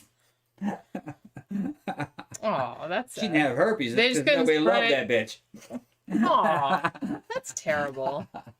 You're Yeah. a terrible person, Thomas. I didn't do it. Nature did that shit. I'm just saying. He's one with this terribleness. I That's fine. reasoned it out based upon what I had read. That 90% of motherfuckers got herpes, but that only like a small percentage of them ever fucking show any symptoms. I never showed any symptoms of fucking anything other than herpes, like on your fucking mouth, because you get those cold blisters. I've had that, but Like every a fucking long time 20 ago. years. Yeah, a long time ago. I Because you had that. gain an immunity. Yeah. And it's A only like long time ago. Yeah, it's only when you were a kid they would kind of come and go. But then they go away. And then you never have them anymore. I kind of I worried about it some during my slut phase, which was in between my divorce and me getting hooked So up your with you. slut face was in your 30s. Yeah, Oh but my my late Oh 30s. my God. What an amateur. Really? What an amateur. My slut phase was just like forever. Well, everybody knows until I that. met you. Yeah. Everybody knows Yeah, that. no, I'm just kidding. I was. You're not really. You're not. No. Well, here's the thing. It was just. I think shit happened. we brought this up on a But couple we of talked other about shows. other ones. I kind of feel like you had a reputation when you first moved here. That reputation was put on me by dudes that fucking were jealous. Yeah, They were trying to you fuck had you. a reputation. Yeah. I know. They were trying to fuck her, so they were telling her, I know. "Don't go out with him. He's a slut." That's because they were trying to get in her. You pants. weren't any more of a slut than anyone else is a slut. They were more slutty than me. I was more slutty than you. Yeah. Well, whatever. You write whatever fucking history you want. I'm just saying that. I don't think of it that way. I don't think. Well, that's what I'm saying. Yeah. And like I said, I'm not slut shaming because sluts are awesome, but Yeah. I'm just saying that. Ice pirates, space herpes, exactly right. Ice pirates. That's what I got. I'm just saying that everybody has, most people, I'm not saying everybody, most people have that phase that they go through where it's just kind of like, you know, because like I said, because I got married like pretty young, right? I was 22. Yeah. And I was married for a long time, and then I got divorced. And then for a year, 2 years, something like that, I was just like, I just went like fucking crazy pants. Yeah. And I was like, you know, picking up dudes in bars and shit like that. And I went through that, and it was fun. But, you know, and you worry about stuff. I had a couple of scares in there. You have a couple of things that happen. Yeah. You know, some bad shit happen. Some good shit happen. David June says he's gonna pay for this fucking OnlyFans with the you pegging me scene. Says he'll pay See, for that's that. what I'm saying. That I shit know. is not gonna happen. I man. know what the people want. That shit. I know what the people want. This shit is not gonna. Come on, that would be. That is I know it's a woman's fantasy. I know it's a woman's fantasy, but that shit's not gonna happen. He's not gonna let me do fun stuff like that. That is not fun. He's not gonna That's let me. not fun. For me, it would be fun. I don't know why. There's Well, no fucking- that's I don't know why. that's your problem It's your right there. fucking You don't mental understand problems. why. Oh, okay. All right. You see, I have Fucking mental women. problems Fucking because. women, man. We talking about fucking. Yeah, but you can if only. You don't have any fucking tactile fucking neurons and shit in the end of a goddamn fucking dildo. What are you talking about? You don't get anything out of that. That's all in your psychological. It's all psychological. You're All just of it's trying to like- violate. You're all trying to of it's like- violate. Well, yeah. You're trying to exactly. violate. Say. It is So psychological. fucking ridiculous. All the that, woman's all that evil. sexual stuff is psychological. To Where a the fuck large is extent. Zach? Where's Zach gonna come in on this? Zach, where are you? Did bro? he leave? I think he probably did. He got bored with this shit. Did he leave? Yeah. He This got is bored like with I this feel shit. like this is right up his alley, and we're like. Oh, I'm he's sure it missing is. That's the kind of shit Zach would like. He's like, oh yes, Jenny, you have to peg him. Get that shit fucking. He's like set up 5 cameras from all these different angles. And he's talking about. Seriously, Make man. sure he's freshly shorn. But Oh he's my gonna God. see all that kind of shit. Yeah, See, I was at. I know Hey, these. I know- somebody's on my wavelength. He's not. He's not the only one. Come on, that would He's be. not the Well, I know. He's That's not what I'm the only saying. one. I know what the people want. I know Okay. what the people want. I'm Look, gonna do. Jenny, I'm gonna we do got- some market research. Look, Jenny. Sabrina says, I feel your pain, Jenny. My boyfriend wouldn't let me do that to him either. Fucking Sabrina. See, dudes These are women no fun. These women They're are no trying fun. to fuck motherfuckers up the ass. Yeah. Ain't that something? It's fucking irredeemable. That's just fucking irredeemable. Look, Jenny, I own it. we're fucking around on the internet. It's a Sidetracks show. Yeah, it's a sidetrack show. It's allowed. It's getting late. We haven't had a super chat in a long time. It's time to shut this shit down. Midwest Outlaw says the OnlyFans should be Tom talking about his figurines. Nah. You would do an OnlyFans like talking about all Talking your about like Japanese stuff. great Mazinger and stuff. Japanese Sure, sure. robots? Nah.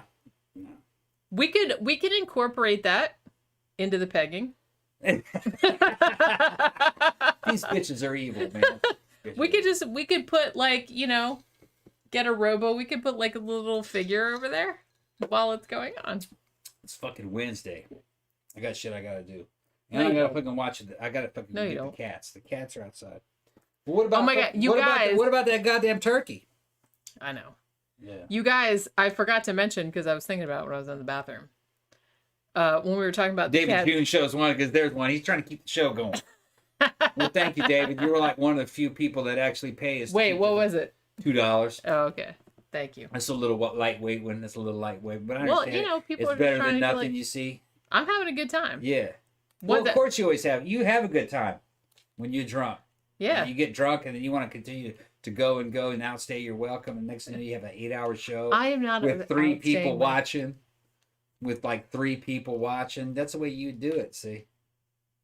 Listen to Man, him. yeah, that's how I'm coming. That's how I'm coming. Bitch is always like wanting to take somebody else down. It's time. I'm not taking anybody down. I'm just fucking.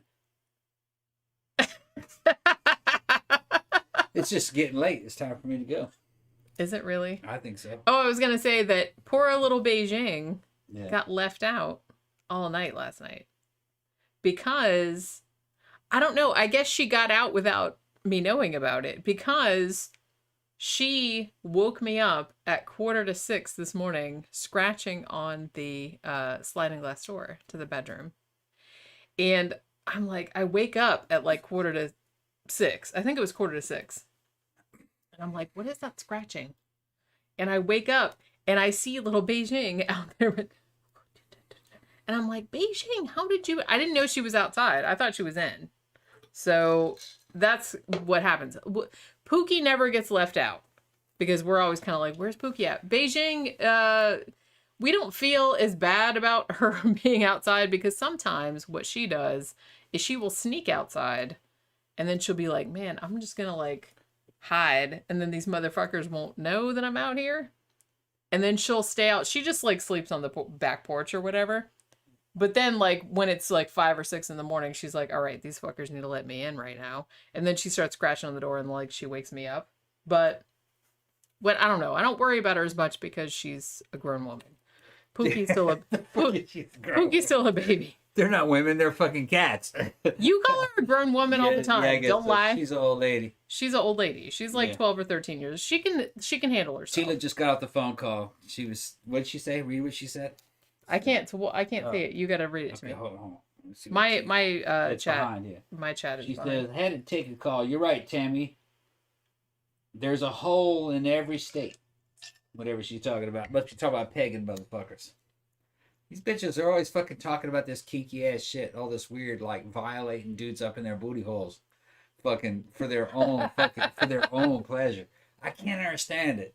I just can't. Imagine women wanting to like respond to their own pleasures. I can't understand That's it. so crazy. That doesn't have anything to do with the man. That's so crazy. You bitches. Yeah, imagine that. You bitches, I can't again. Well, I'm okay. gonna fuck you up there. But okay. I will get This is in okay. a woman's mind. See, It's not no. it is happening. It's Let's- happening in a woman's mind. Let's not start that. Okay. Because dudes, I kind of feel like, well, they just kind of want to like do whatever. They're just like, I just want to get off, and they're like, they don't worry about what women want to do or what, like, you know what I Yeah, mean? we want to fuck you up in the ass. Is what they're saying. Right. And, well, they don't care about that. They don't care about what women like. They don't care about like that whole. Men, I Situation. want y'all to learn from this conversation. A woman's main drive We just want to It's- get back at is y'all. to fuck y'all up in the ass. We just want to get back at y'all. Just one time. Just one time. Damn. Just Ain't one that some time. shit? It's just like I said. It's turnabout. It's turnabout. It's like How many revenge. times? One time. Okay, I'm gonna You're say saying this. it's revenge. Well, That's some weird shit. well, it's enjoyable too, but I think it's Some weird enjoyable from that standpoint. Okay. I'm not gonna say what the dude's name is, but when I was in my slut phase, and I was kind of going out with this dude like briefly. Mm-hmm.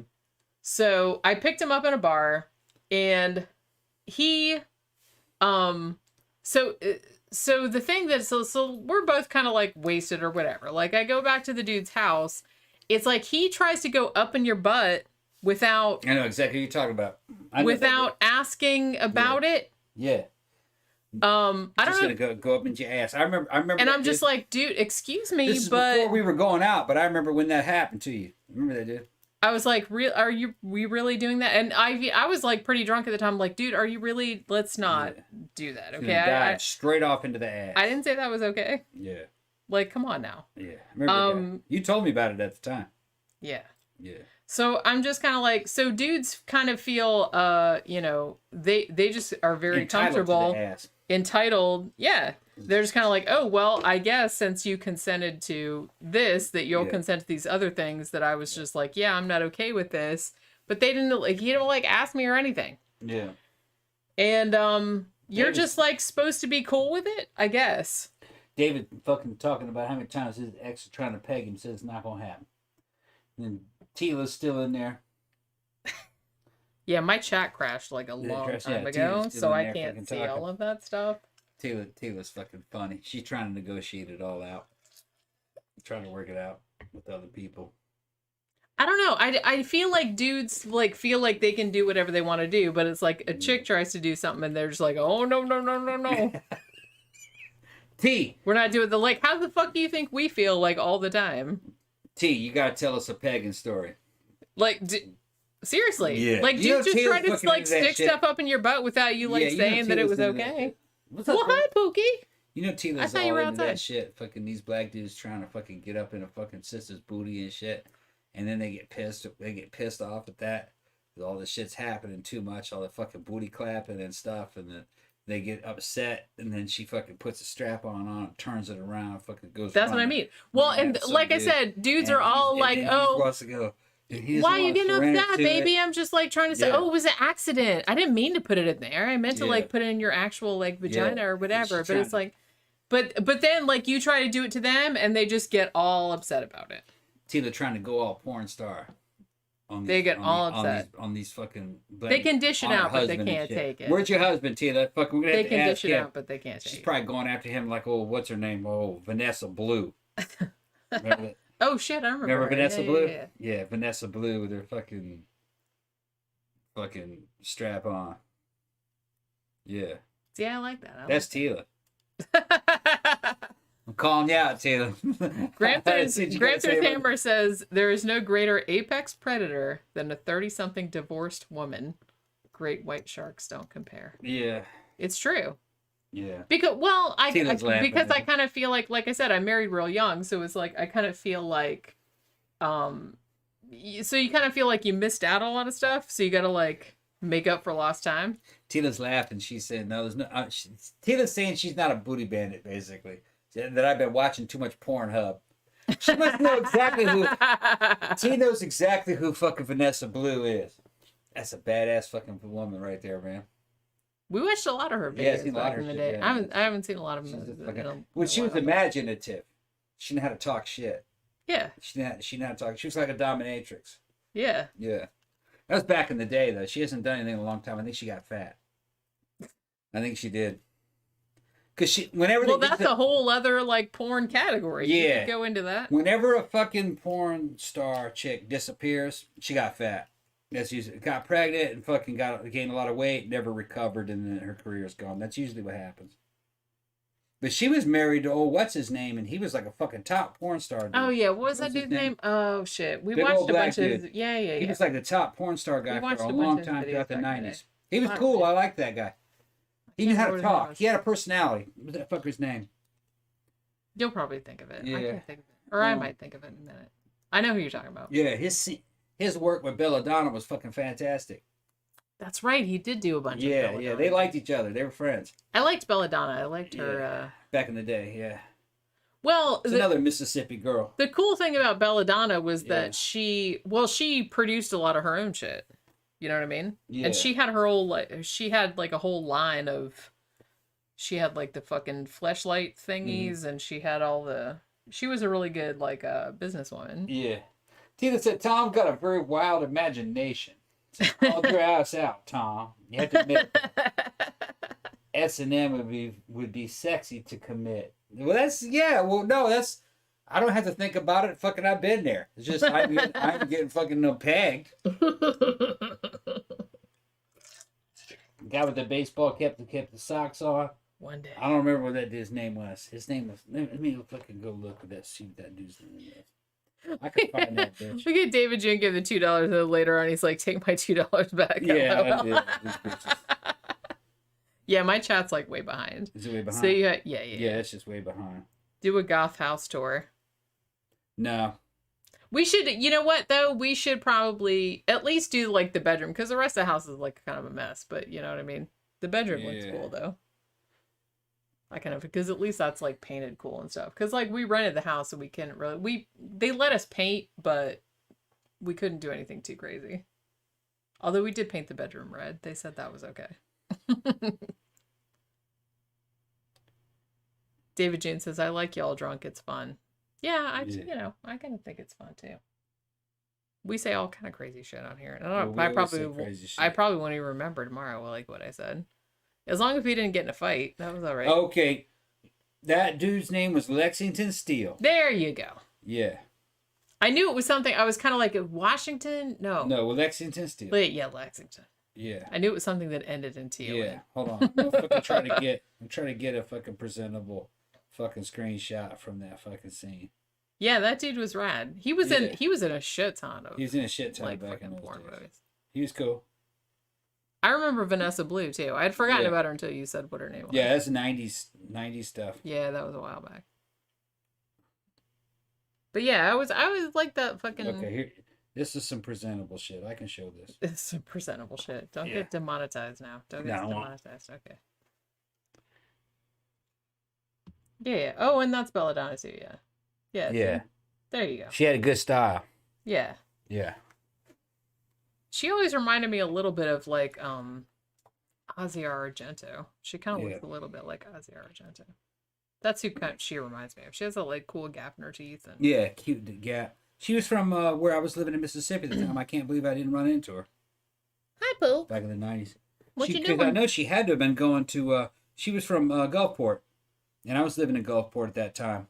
And she had to have been going to fucking French Quarter. So I should have run into her. Maybe I didn't know who she was. Yeah, maybe. But like I said, she's like That was- super famous. She's one of the like. Well, she less wasn't famous- back then during the time That's true. that she was, I think, just a stripper at that time. I mean, But shit. she I was was in at that that. area. What's that big famous? Oh shit, we got a fucking super chat. Oh, It's we from did. Tila, yeah. Oh, awesome. She says Thank you, $10. She Tila. says, Jenny, I'm gonna send you a whip for Tom's bad behavior. Ah, boy. Nice. That's fucking funny. I got some furry handcuffs. We'll like. You put them we'll furry use that. handcuffs on. I won those at one of those like escape parties, like Talking fetish about me parties. getting whipped and shit Nice. with fucking handcuffs. See, I like the direction that this is going. I like it. Yeah, this bitch is gonna try to get me to take my clothes off. Me like taking my fucking. Are you drunk enough yet? Are you drunk enough yet? We gonna see your Oh we no, got- shit froze. Oh no, wait, no, it didn't. Yeah. On my- no, it I'm didn't. looking for the kitty.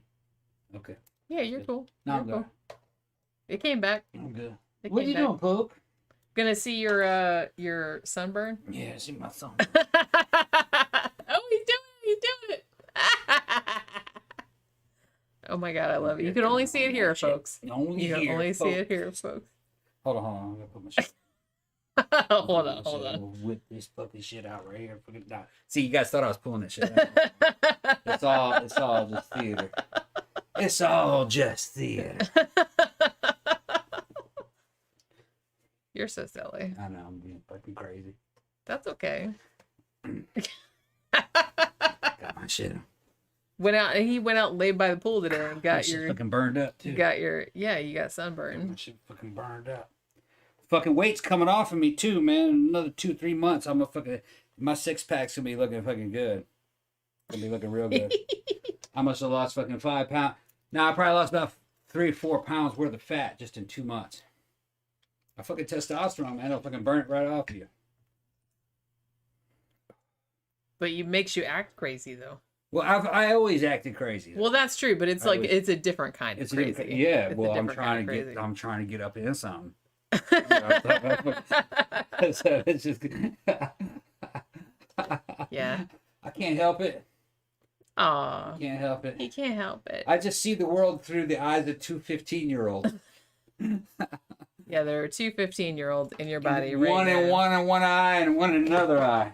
I thought one in one butt cheek and one in the other butt See, cheek. you want to get fucking anally fixated and shit. That's how these bitches are. They can't just let a motherfucker Because just they're eat like away. fighting between your They're butt trying cheeks. to peg. They're constantly trying to peg some shit. That's crazy. I don't fucking listen to these women. I don't listen to these Well, women. that's funny because we don't listen to y'all Yeah. either. I put my fucking clothes on. You bitches better pay me for that shit. Come on, Taylor. Let me give you $20 for that. No, everybody wants to- No, she already gave me 10. So Everybody wants me to like to pay for me to take my shirt off, and I'm not going to. Shit, man. You guys don't understand. Fucking, if we do that shit, it's gonna be on another channel. Stop saying Tom's out of control tonight. Taylor saying, boy, put your clothes back on. Tila said, "Tom getting crunk." Of course, I'm getting crunk. What else is new? Yeah. What else is new? Yeah. Where's the whipping boy emoji? Jenny goes, poor Jenny. Well, I'm glad somebody relates. Yeah. You know what I'm saying? Y'all don't understand. Aw, no one Y'all don't understands you, understand. You don't Tom. understand me. No one understands you, Look at Tom. Pookie trying to get inside that goddamn. What is she trying- doing? She's trying to get into the envelope. The big old envelope. Are you trying to get in the envelope? Yeah. You can't get in there. All right. She's so silly. I thought she was gonna like kill. Look what you did to like Baby Yoda. He's all like fucking canted to one side. Yeah, that's Grogu. Yeah. You know, little Grogu. All right, so I think this might be the end of the show, huh? We've been on this Probably. bitch forever, man. Yeah, more than 4 hours. We did more than 4 hours. That's what I'm trying to go out with a bang. Y'all never know what might happen. You gonna like flash anybody or? No, I got shit I gotta do. You sure? Mm-hmm. Do you really? What time is it? Stop fucking with me. Stop fucking with me. It's 9 o'clock. Okay. It's time to That's- Well, it's not that late. It's Wednesday night. You're getting cars, but they're in the form of more complex molecules from the fruit and the vegetables. I don't know what Camp Guy's talking about. Baby got into fucking pinnacle. Yeah, Baby Yoda did get into the pinnacle vibe. Yeah, maybe Grogu is drunk too. Yeah, he is. We gave him some cocktails. All right, you ready? Mm-hmm. You ready to go? We gonna go eat We got something? shit we gotta do. Yeah. You sure? You don't have to ask me twice. I don't know. Sometimes I do You don't have because to you ask didn't me really. twice, Well, you don't like. Look at how they do shit. Look You at don't how- listen to me when I talk, so I just was I'm making listening sure. to you. I'm listening to you. You sure?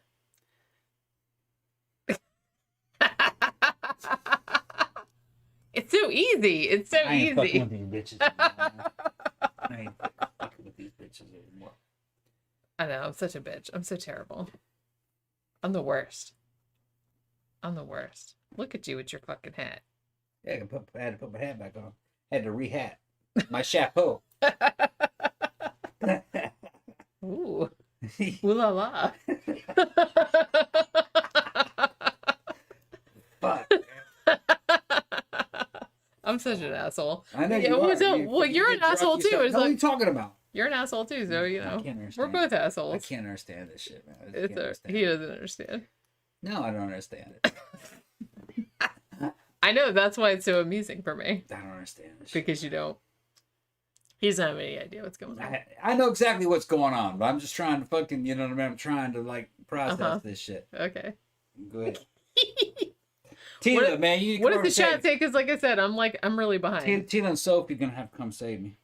Oh They were no. saying like it's a good show. You David need says girls it's a to good save show. you? Fucking Tila says it's fucking a fun show, you guys. Tila says sending love to everybody in the chat. Gramthars says one more drink. Now fucking Gramthars, bro. He's trying to get me fucking fucked up. That's what he's trying to do. David says see everybody late on Saturday. Yeah, we're gonna do a good Saturday show. No, What's the Friday. Saturday? Friday. Friday. Yeah, what's the Friday show gonna be? The Manson family. Okay, yeah, it's gonna be good. Gonna be good. Yeah, that's what Yeah. that one overwhelmingly. Yeah. I kind of figured it might. Yeah.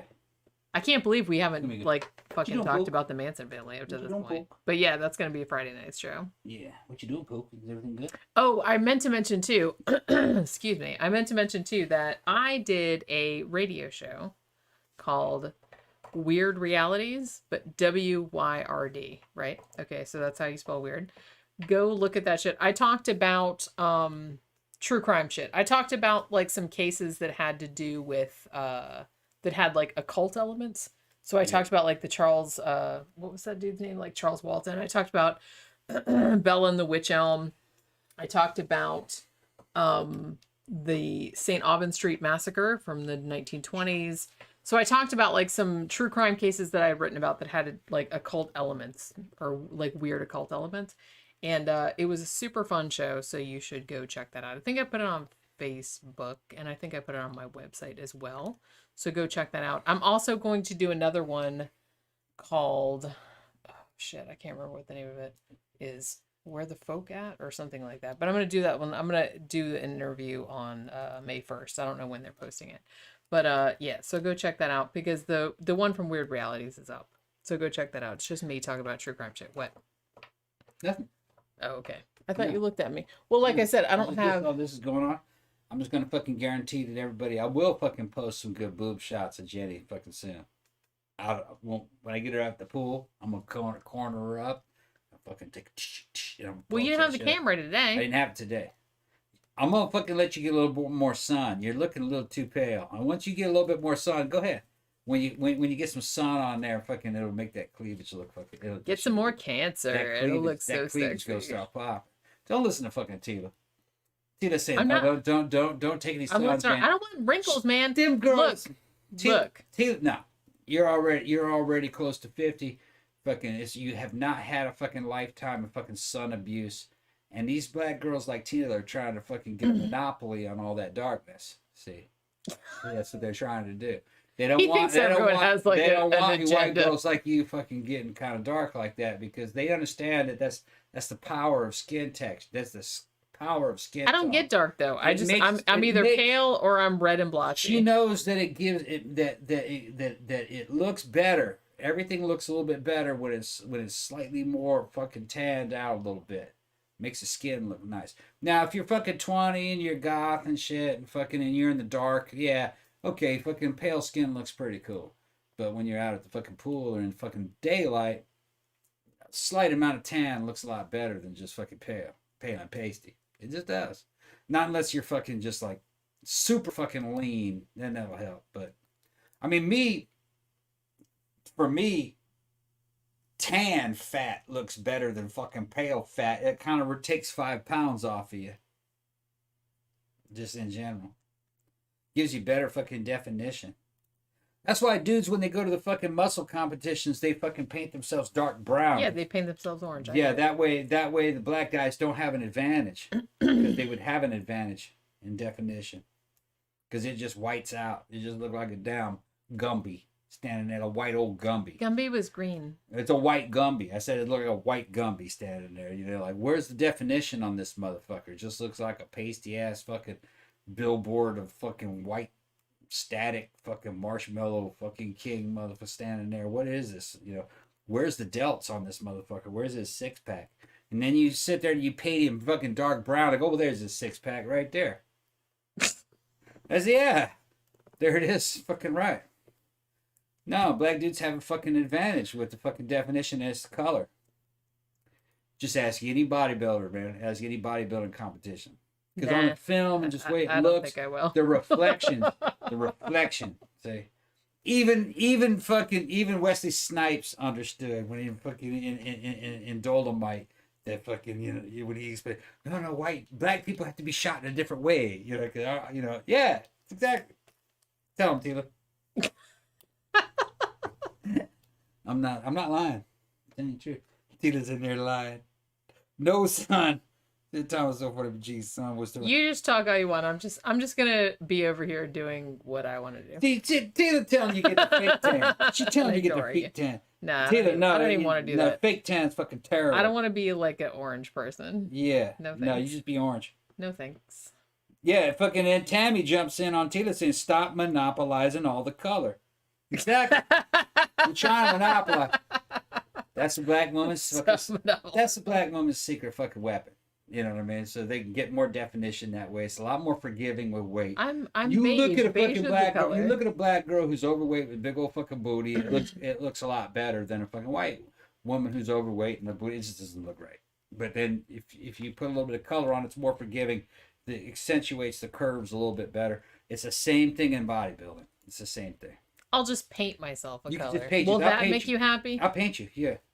Yeah. Like in You're Goldfinger. tripping. You're tripping. We're gonna go down to the fucking pool and just do that shit naturally and get a little bit of color in a fucking couple of days. You're gonna fucking look. Bitch, I'm gonna go down you to the look pool up. and swim. I'm not just gonna lay It's there. gonna happen anyway because you got that ultraviolet radiation bouncing around everywhere. Sure. You whatever. can't avoid it. What you doing, Pookie? She's trying to get in the closet yeah. because she thinks it goes Yeah. to Narnia. Look at the fervor we've created. The fervor. Yeah, fucking Felix. Yeah, I forgot. This shit makes you orange. This shit makes you orange as fuck. Yeah, I don't want to be this. I don't want to look like a fucking Oompa Loompa. Tammy says Tom is killing it tonight. My sides hurt. Said no. Here's the deal. Fucking here's This the is deal. every day, you guys. I have to put up with No, this. it's like this all the time. She gets sick of this shit. I'll tell you guys something. He's like this when he's sober too. Yeah. So it's not even drunkenness. Yeah. I'll tell you guys. I'm a connoisseur of all this. I'm a connoisseur. All right. He's an ass connoisseur. I'm an ass connoisseur, and a titty booby con- and a connoisseur. booby connoisseur. Now I'm a Sure. connoisseur. I just understand what it is. He's. The fucking. I just know what it is. Are you Okay? gonna make me get another smoke? No. It's almost time. We're gonna end the show here in a minute. I might. I'm just going trying to to speak anyway. I'm truth. going to anyway. I'm just trying to speak truth power to these fucking females out here. Oh my goodness. He's Trying to gonna speak he's through- gonna lay down some knowledge. Through the eyes of a man. He's Of gonna a lay down man. some knowledge for us ladies. So everybody like better tune in. You better tune in.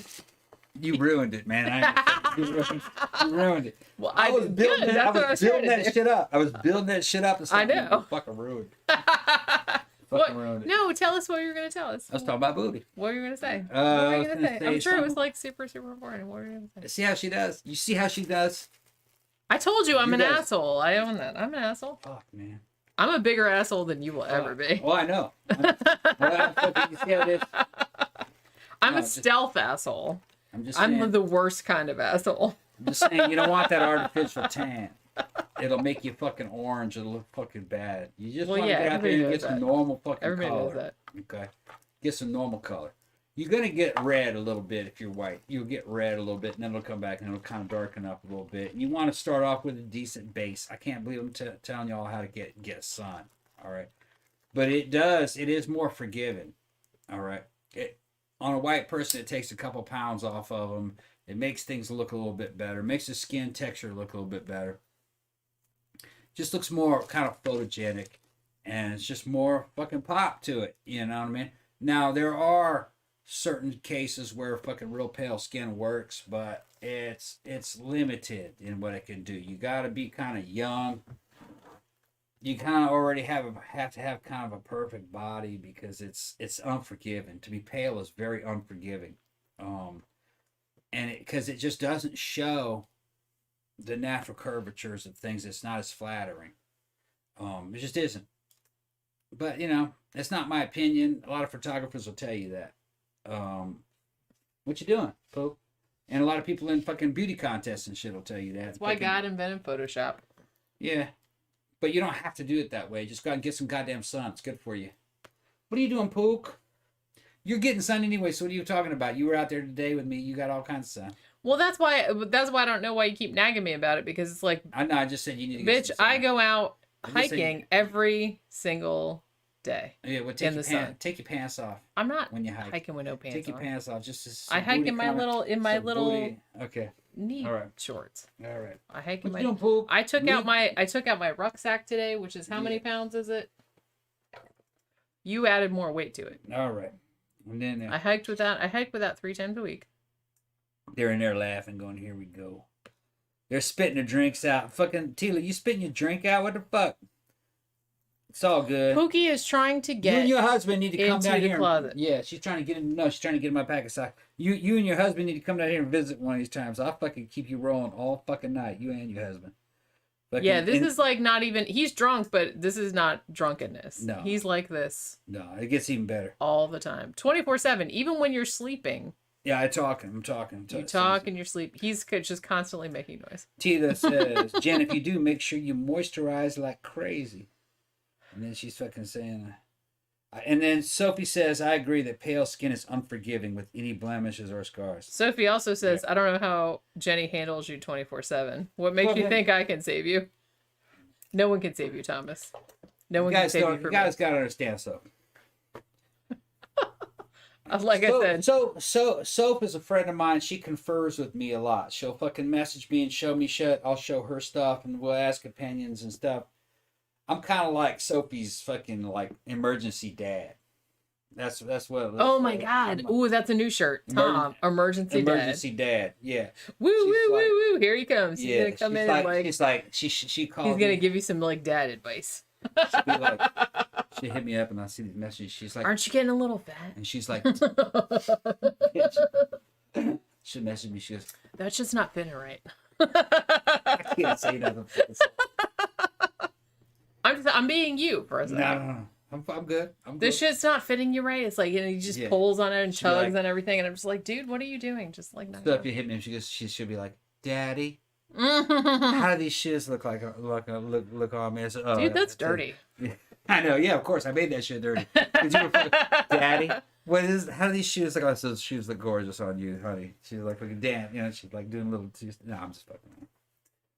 Now, Seriously though, the stripper shoes that I have, Yeah. that I can't really, I've worn them out a couple times, but they're super, super painful. And Yeah. honestly, mad respect to strippers that actually wear those and like dance on a pole, because I can barely walk in those things. They look awesome, but You used to be able to walk into them a lot easier. no, well, I Or can. You just put up with it. I put up with it. Yeah. Well, I just pretended that we're I gonna get wasn't. you ready again. I'm gonna pump you up with all kinds of hormones and LGD and all kinds of. I was just all kinds of pretending that stuff. I We're wasn't gonna- like dying, we're gonna because do I it. was dying the whole time I was wearing We're gonna those. build you back up into super slut mode. But it's just kind of like, well, it's just kind of like wearing a corset. It's like, Yeah. it's not comfortable. I can't eat just gotta get anything. I used to it. can't pee. Yeah. I can't do anything. Beauty is not natural. No, it's not. Beauty It's is artificial painful. and not artificial. And you just can't, like I said, it's like when I go out, it's like I wear all this stuff, like wigs and corsets and like high heeled shoes and all this kind of shit, but I can't do it, like fake nails. I can't do a lot of stuff though. So I just kind of have to stand by the bar. I'm like, oh, I stand by the bar, like I look pretty, but I can't do anything. I can't go to the bathroom. I can't pick up anything. I can't do, you know what I mean? It's just kind of like in the old days, like with women that had all these fucking 50 million layers of stuff and like these big huge wigs and all this other kind of stuff.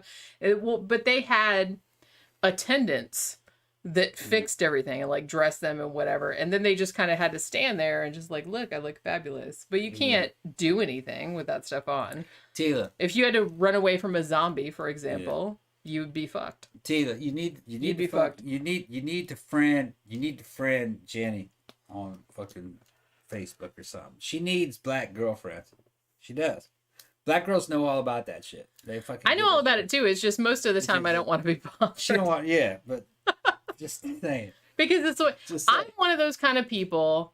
I'm not, I don't know, like I'm not a boyish, but I don't like to be impeded.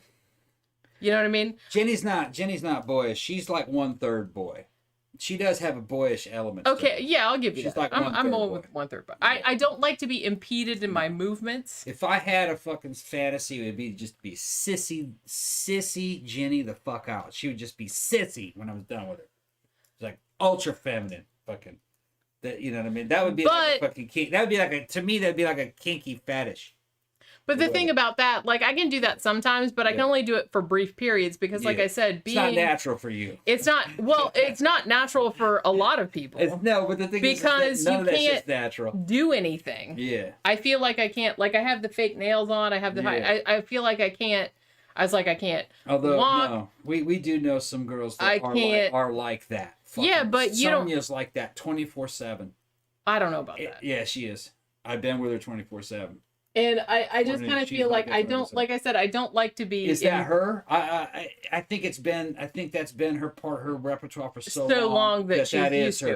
it. That is her. Yeah. I'm not willing to do that to such a. I don't like to be, like I said, I don't like to be impeded, like in my movements. Yeah. Sonia's so sissy though, is that she just can't do anything. She, you know, she. That's what she I'm can't do saying. anything. You can't do anything. No. And like She I gets said, somebody else to do it for her. yeah, like you know, when we went out the other night, I had the fake nails on, I had the wig, I had the shoes and and the corset and everything, and I was getting him. I was like, hey, get that out of my purse, or you know, do my my seatbelt, because I couldn't, I couldn't get it without the nails snapping off. And it's like I don't like having to have other people do things for me. I don't like it. I like to be able to like do things for myself. And when you have all that shit on, you can't. You know what I mean? Yeah. It looks good, but you Victor- can't do anything. Victor says he'll be your black girlfriend. How about that? All right. Yeah. Victor, you can be her black girlfriend. Okay. All right. That's cool. Like I said, I don't mind. Like I like going out. I like getting dressed up. I like all that stuff. Yeah. Tina says she's known women that actually sleep in makeup. Yeah, I have too. I've heard of that too. Yeah. Yeah. Yeah. I heard of this one woman who was, I don't know who she is, but she was married, and she would deliberately get up several hours before her husband got up. And she would get up and she would do her hair and her makeup and she would get all dressed, and then she would get back in bed so that her husband would never see her without makeup on or without all the, paraphernalia. Yeah. And that seems a little extreme. I'm going to show you guys. That seems a little extreme. I'm going to show you guys. Just saying. The most sissy fucking women I've ever fucking known. The most sissy women. Oh, man. It's a girl fucking I came up with in Boston named Tanya. Tanya was a Chanel sales girl. And she ended up running her own modeling agency. She was the wife of a goth rock star named Voltaire. Yeah, we've talked about him before. Yeah. And me and Sonia hung out in Boston for a long time. We were never a thing. Tanya, not Sonia. Tanya, sorry. We were never a couple, but we were fucking buddies. And this fucking chick was fucking just crazy. All right. And when I show you the photographs, you guys will understand. But I've never known any woman fucking this sissy. Just ultra femmy. I'll show you when I Which, find like I said, different women have different degrees of willingness to put up with that. Yeah. I don't have much man. patience to put up with that. Okay. I just don't. This is her. This is one photograph of her. Your shit is like, chill out. Okay, let me try. Let's see if I can get it to it. Yeah, It's Tila's saying I've known it, and sleeping in makeup is just, it's so bad for your skin. This is one So bad. that would have slept in makeup. Okay, let me see. I mean, I've done it before, but the only times that I've slept in makeup was when I was too drunk to take the makeup off. Here's a black and white photo, so this one will probably come through a little bit better. That's her. She was married to a guy named Voltaire for a while. That's what she looked like back then in the 90s. And you couldn't do anything with her. That's what I'm saying. You couldn't do anything with her. That's what I'm saying. She was... I mean, that's the thing. It's like a lot of that, it comes with a price. Yeah. You know what I'm saying? Because it's a lot of effort. Yeah. Good job. Yep. It's a lot of effort. And that's all I'm saying is that I like doing that in small increments. Like if I'm going out for a night and I know I'm not going to have to do all that much stuff, like I'm not going to have to like run around or anything, then I'll do it. But if I'm just hanging out in the house and no one's going to see me except you, then, I'm not going to do all that. I ran into this old picture. I'm not going to do all that. Because it's too much trouble. It takes forever. That's actually me and her. I was coming back from work. She put her wig on me. Now we're seeing another side of Tom. But look at this one. Anybody that stayed tuned this long. You recognize who that is, don't you? Hold on, let me see. Wait, I can't even see that, dude. It's Tina Root from fucking... Oh, okay, from Switchblade Symphony. Sure. That was at Man Ray. Like I said, I like that stuff, but just I don't want to have to do it like all the time because it takes a really long time. It takes a really long time to look like that. That's all I'm saying. And most of the time, starvation. Fucking. Well, yeah, that's what I'm saying. It's a lot of effort. Sonia weighed 100 pounds. Tanya. It was like, excuse me, Sonia. Sonia also weighed 100 pounds. Tanya weighed 100 pounds and was fucking 5'7" or 8. So that's the skeleton. I didn't really find her attractive because I like kind of curvy women. You know what I mean? She was cute. She was funny, but I wasn't really sexually attracted to her. It's weird. A lot of guys were though. Yeah. Just too goddamn skinny. Well, like I said, some guys like that, some guys not so much. Too goddamn skinny. Victor says when I wake up in my makeup, it's too early for that dress. Yeah, exactly. I think that's the only time, because usually, I mean, even when I'm pretty drunk, I will take wash all my makeup off because I don't like to sleep in it. It's like, because then when you wake up in it, it like looks all shitty and my skin feels all greasy and shit. So I always try to wash. But a few times, like I said, during my slut phase, then I wasn't as worried about it, I guess. So I just would like sleep in the shit because I didn't have time. I was at some like rando's house, and you know I didn't know if to like I had to wash the shit off, but I normally wouldn't because it's bad for your skin, like I said. Boy, your conversation is way behind. Yeah, no shit. Yeah, it's slow. Well, that's what I told you. I got like really behind on my. That's why I keep asking you like to update me because my shit's like way behind. Says, I've slept in makeup hundreds of times. I barely wear it now. Victor says, I miss the 90s. Tila said, dudes always wonder, what does she look like under all that makeup? Tila says, take care of the skin. Miss Evans, Artie Party says, Jenny, I totally agree with you. Tila said, she's pretty. That's the last one I have. That's okay. it. Yeah, I got yeah, Jenny, I totally see. I like when people agree with you. Yeah. Of course I agree with you. Girls know. Mm-hmm. I mean, we all like looking pretty, but we also all understand that it's a lot of effort and it takes a long time. And if you're not fucking going at shit, man, if I thought that I was, you know, I'm not going out tonight, so I'm not going to shave my legs. I'm not going to do all this. Fuck that. Fuck that. You know what I'm saying? You don't really need to shave your legs that much anyway, though. Your hair doesn't grow that fast. No, I know that, but I'm just saying that it's just, if it's more effort than it's worth, because no one's going to see it, then you don't worry about it. Yeah. You don't worry about it, because it's a lot of fucking effort. Jenny, it's getting late. Okay. I want to end the show. Let's see what David says. David says, don't forget your super chats. Victor hooked you up. Yeah, wait, did we see that? No, I didn't see that. David Jean says, Victor, I got you, homie. I don't know. Like I said, I'm way behind. I got a Victor Garcia. It was $5. Says, Jenny, give me a cigarette. Oh, okay. Oh, see, I didn't see that one. I didn't see that one. Okay. Thank you, Didn't Victor. see that one. Thanks, Victor. You're gonna. I'll poke it through the screen. Let's see if you have it. I only have a few. And I think somebody earlier like joked that they were Virginia Slims. I think they're actually Marlboros. Well, I actually bought them. I bought them at Mannequins because she was selling them behind the bar, and I was like really drunk. I'm like, whatever, just give me that shit. Put it on my tab. I don't care what brand it is. Yeah. I'm normally what's that brand we used to smoke all the time? I don't remember. The ones that were blue. There was blue ones and the green ones were menthols. I don't remember. Shit, man. Now I can't even remember. I mean, I mostly smoked Marlboros or Winstons, but I don't remember what blue ones you're talking about. No, it wasn't Marlboros. It wasn't Winston's.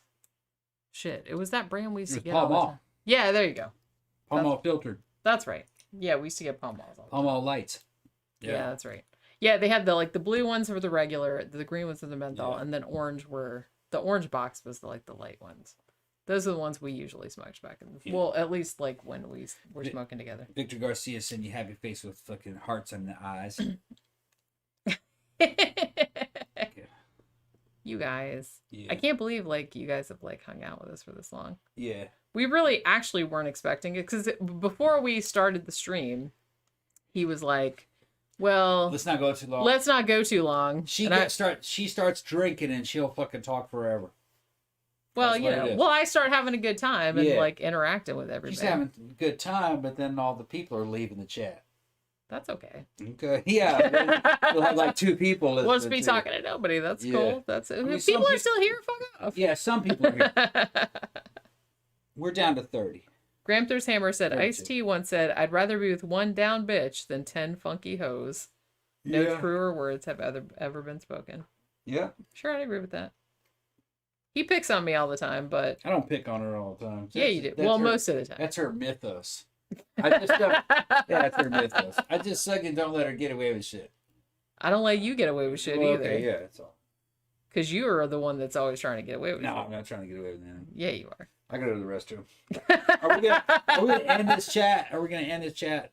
I guess so. Let's end this chat. We're at like it's 4 time hours. to go, man. We're at like at 4 hours and 37 minutes. Gotta get us something to eat too. 4 hours and 37 minutes. Unbelievably long. That's fucking unreasonably long. You had a good time though, right? Yeah. Okay. Yeah, but I'm thinking in terms of a fucking show and the product. All right. You know what I'm talking about? Don't be cranky. They don't have time to listen to all this. Well, obviously some people do because they're still here. I think it's all coming and going. Yeah. But we'll see. All right. We'll see. Okay. Some people will. Like hardcore fans, but you know. This was a fun stream, I thought. Yeah, it's fun. I had fun. Good. Yeah. It's just long as shit. Okay. I'm I'm used to it because I'm always like, I'm always working. I'm always like recording something or doing something. So I just don't like, want to fucking step on the audience's dick and fucking just have them fucking hear like, well, I ain't listening to a 4-hour fucking show, and they never even fucking click it, All right. But this is a good show to listen to while you're driving or fucking sleeping or something. Well, and the Sidetracks one, like I said, that's kind of like more our Okay. just people where we're just like hanging out with our people, Yeah. That's just kind of like what it is. Okay. I'm not worried about people like stumbling across it later on. All right. All right, so I guess we will wrap this up for Wednesday. We will see you guys again on Friday evening. We're doing it at 6, right? Yeah. Probably. Okay, yeah, because we don't have anything else to do Friday night. So we're going to be back Friday night at 6 p.m. Eastern time talking about the Manson family. That'll be a good show. Yeah.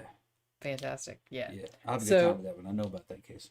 Yeah. Well, That's yeah. gonna be a good show. I read like fucking Vincent Bugliosi. I've read whole books on Helter this shit. Skelter. Yeah, me too. Yeah. I've read Helter Skelter when I was a kid. Yeah, I did too. I read it a couple times. Yep. I think I have it someplace. Might be in the closet. But yeah, so we'll do a show about that on Friday. So we'll see you guys on Friday. And until then, thank you everybody that dropped by and hung out with us. Oh, poor Pookie. And thank you everyone for your super chats. We will see you guys on Friday night. Thanks for hanging with us. Bye.